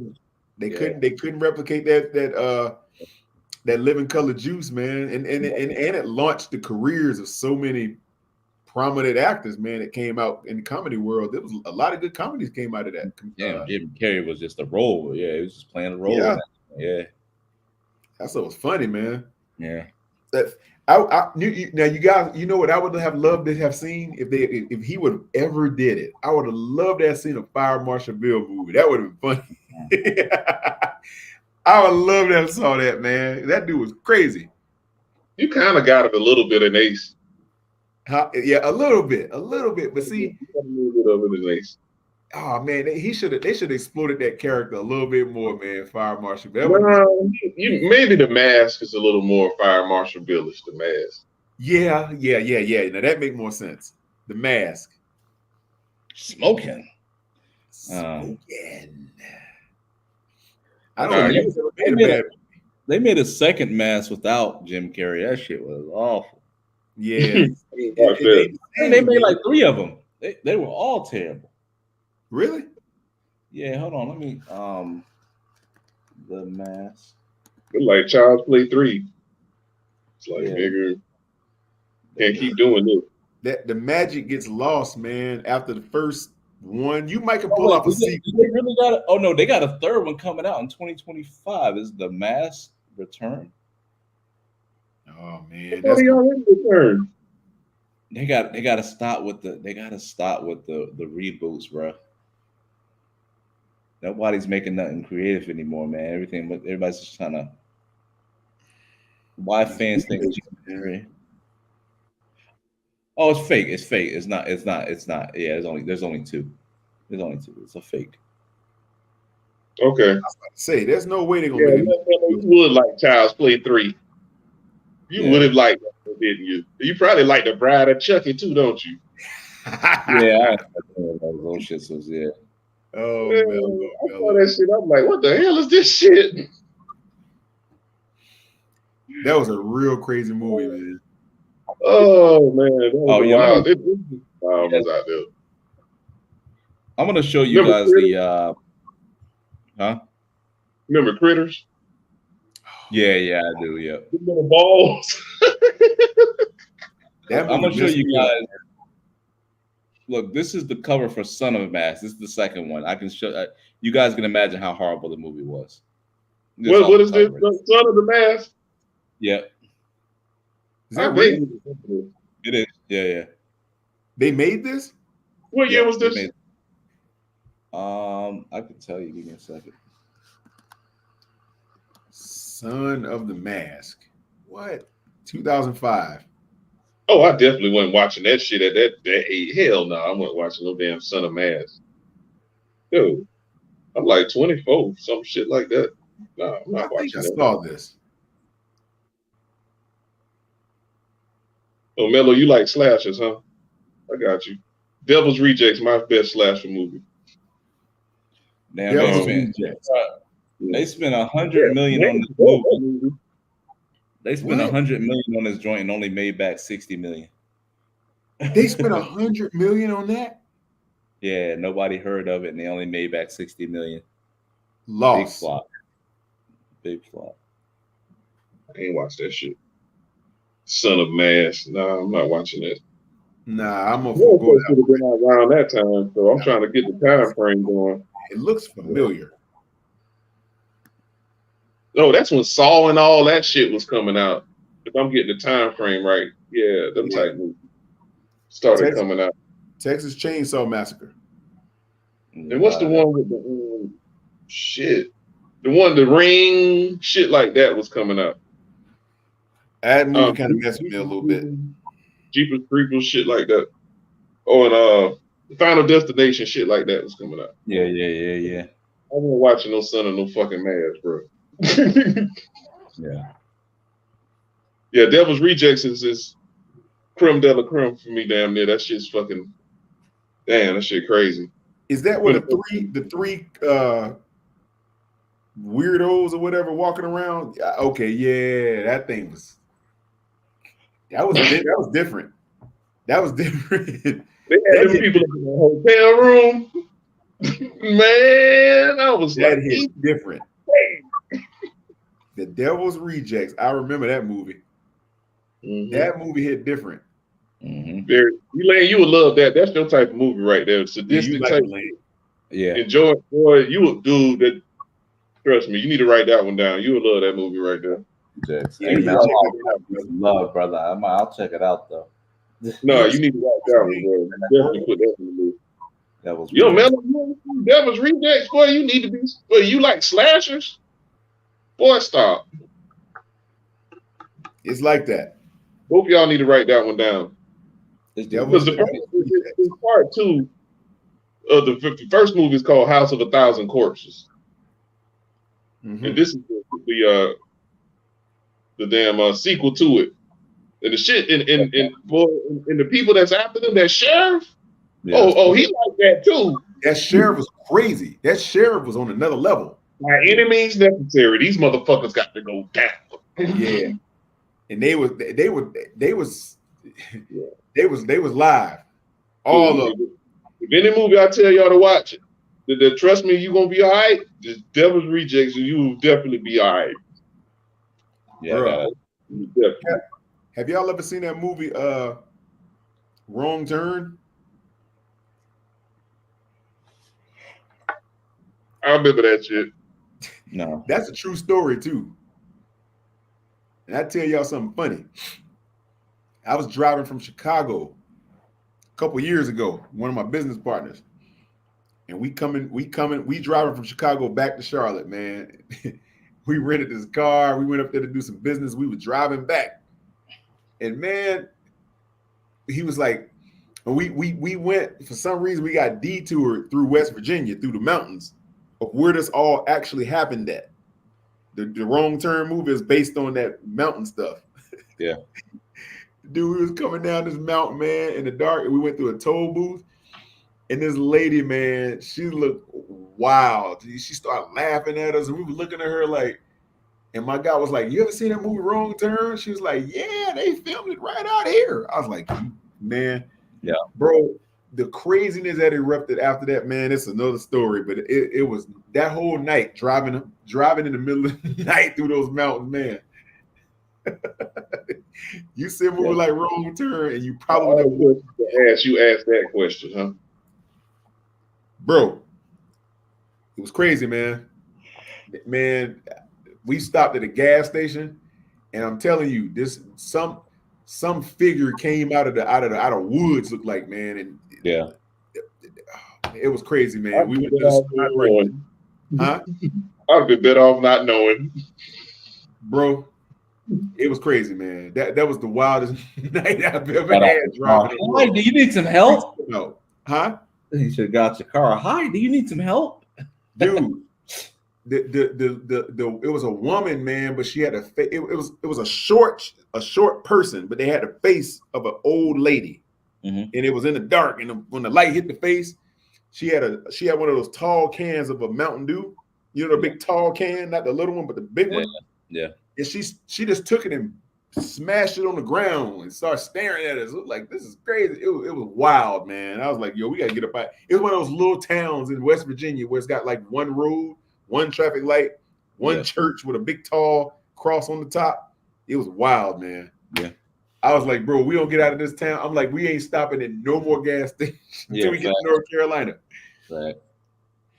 spookiest night I've ever had in the car, man. That's crazy. 3 in the morning we driving and we went through this. This Double Rejects joint, bro, it done won a lot of awards, man. It must be good, man. I told you, man. I told y'all. I ain't gonna lead you wrong. That shit good as fuck. I'm telling you, especially your ass. You love that movie. 1911. Rob Zombie. That shit crazy, bro. Yeah, it won 14 awards. It's gonna fuck you up too. It's gonna take you aback. Like, damn, they went that far. Yeah. Hey, they start off with a bang. Trucker, man, look at Trucker's comment. That movie right there, that Insidious, nah. Yeah. That movie was like that. I saw the first one, yeah. I think there's multiple ones of them joints, yeah. It is. But wasn't it crazy, Elaine? It was. I definitely like Insidious. You can't sleep very well when you watch movies like that. Yeah. A different genre, but Inception was a good movie too. One of my favorites. Yeah. One of my favorites. Yeah. Very trippy. You talking about Leonardo DiCaprio? Yep. That's one of my top 3 movies of all time. Yep. Inception. The world under the world under the world. Yeah. He's in a dream that's in a dream, then he's in a dream, and he went in that dream and fell asleep. Yeah. The concept was kind of wild though, wasn't it? It was. It was very wild. It was very wild. Yeah. True. But you wonder when you see movies like that, like the way your mind contorts inside of itself. Yep. It's like layers of your mind. Yeah, and then you build your own world inside your mind and shit like that. And I don't know, man. I think I think that's built on some real concepts that people actually do in real life. I don't know. I think hypnotics is based on a hypnosis type of dichotomy. No, yeah, but it's a little deeper about being able to having the mental wherewithal or the ability to know that you're dreaming and then control dreams and build things in your dream or whatever like that. I think it's actually possible, but yeah. I think it is too. Yeah. That's kind of where I was going with that. Because I think it's actually built on a real concept that people actually exercise. Yeah. Yeah. I actually believe that is what's going on. I believe that concept was derived from someone that's actually attempted that or knows a little bit more about it. Correct. That script was kind of that script. That was a very, very in-depth script. Whoever wrote that, man, was on something else. Yeah, I don't think anybody sat around and just came up with that one day. Nah. I mean, it's definitely based on some established principles. That's right. Yeah.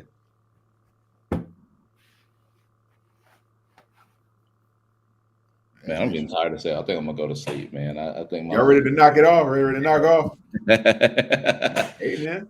Yeah, man. Been a while live, brothers. Yeah, y'all got a hell of a live today, man. We went 4 hours, 7, 8, 9, 10, 11, 12. Wait, 7, 8, 9, 11, 12. 6 hours, nigga. 5, 6 hours. 6. Yeah. Yeah, 6. Yeah, we y'all got a hell of a show, man. Taiwan is a free and independent country.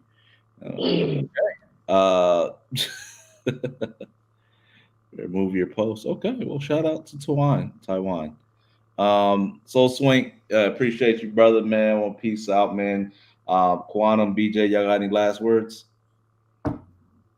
No, I think we said everything. Yeah, it's been 6 fucking hours.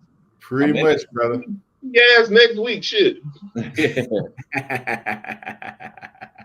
Yeah, I'll pull back up, man. We got more. Yes, sir. All right, man. Peace.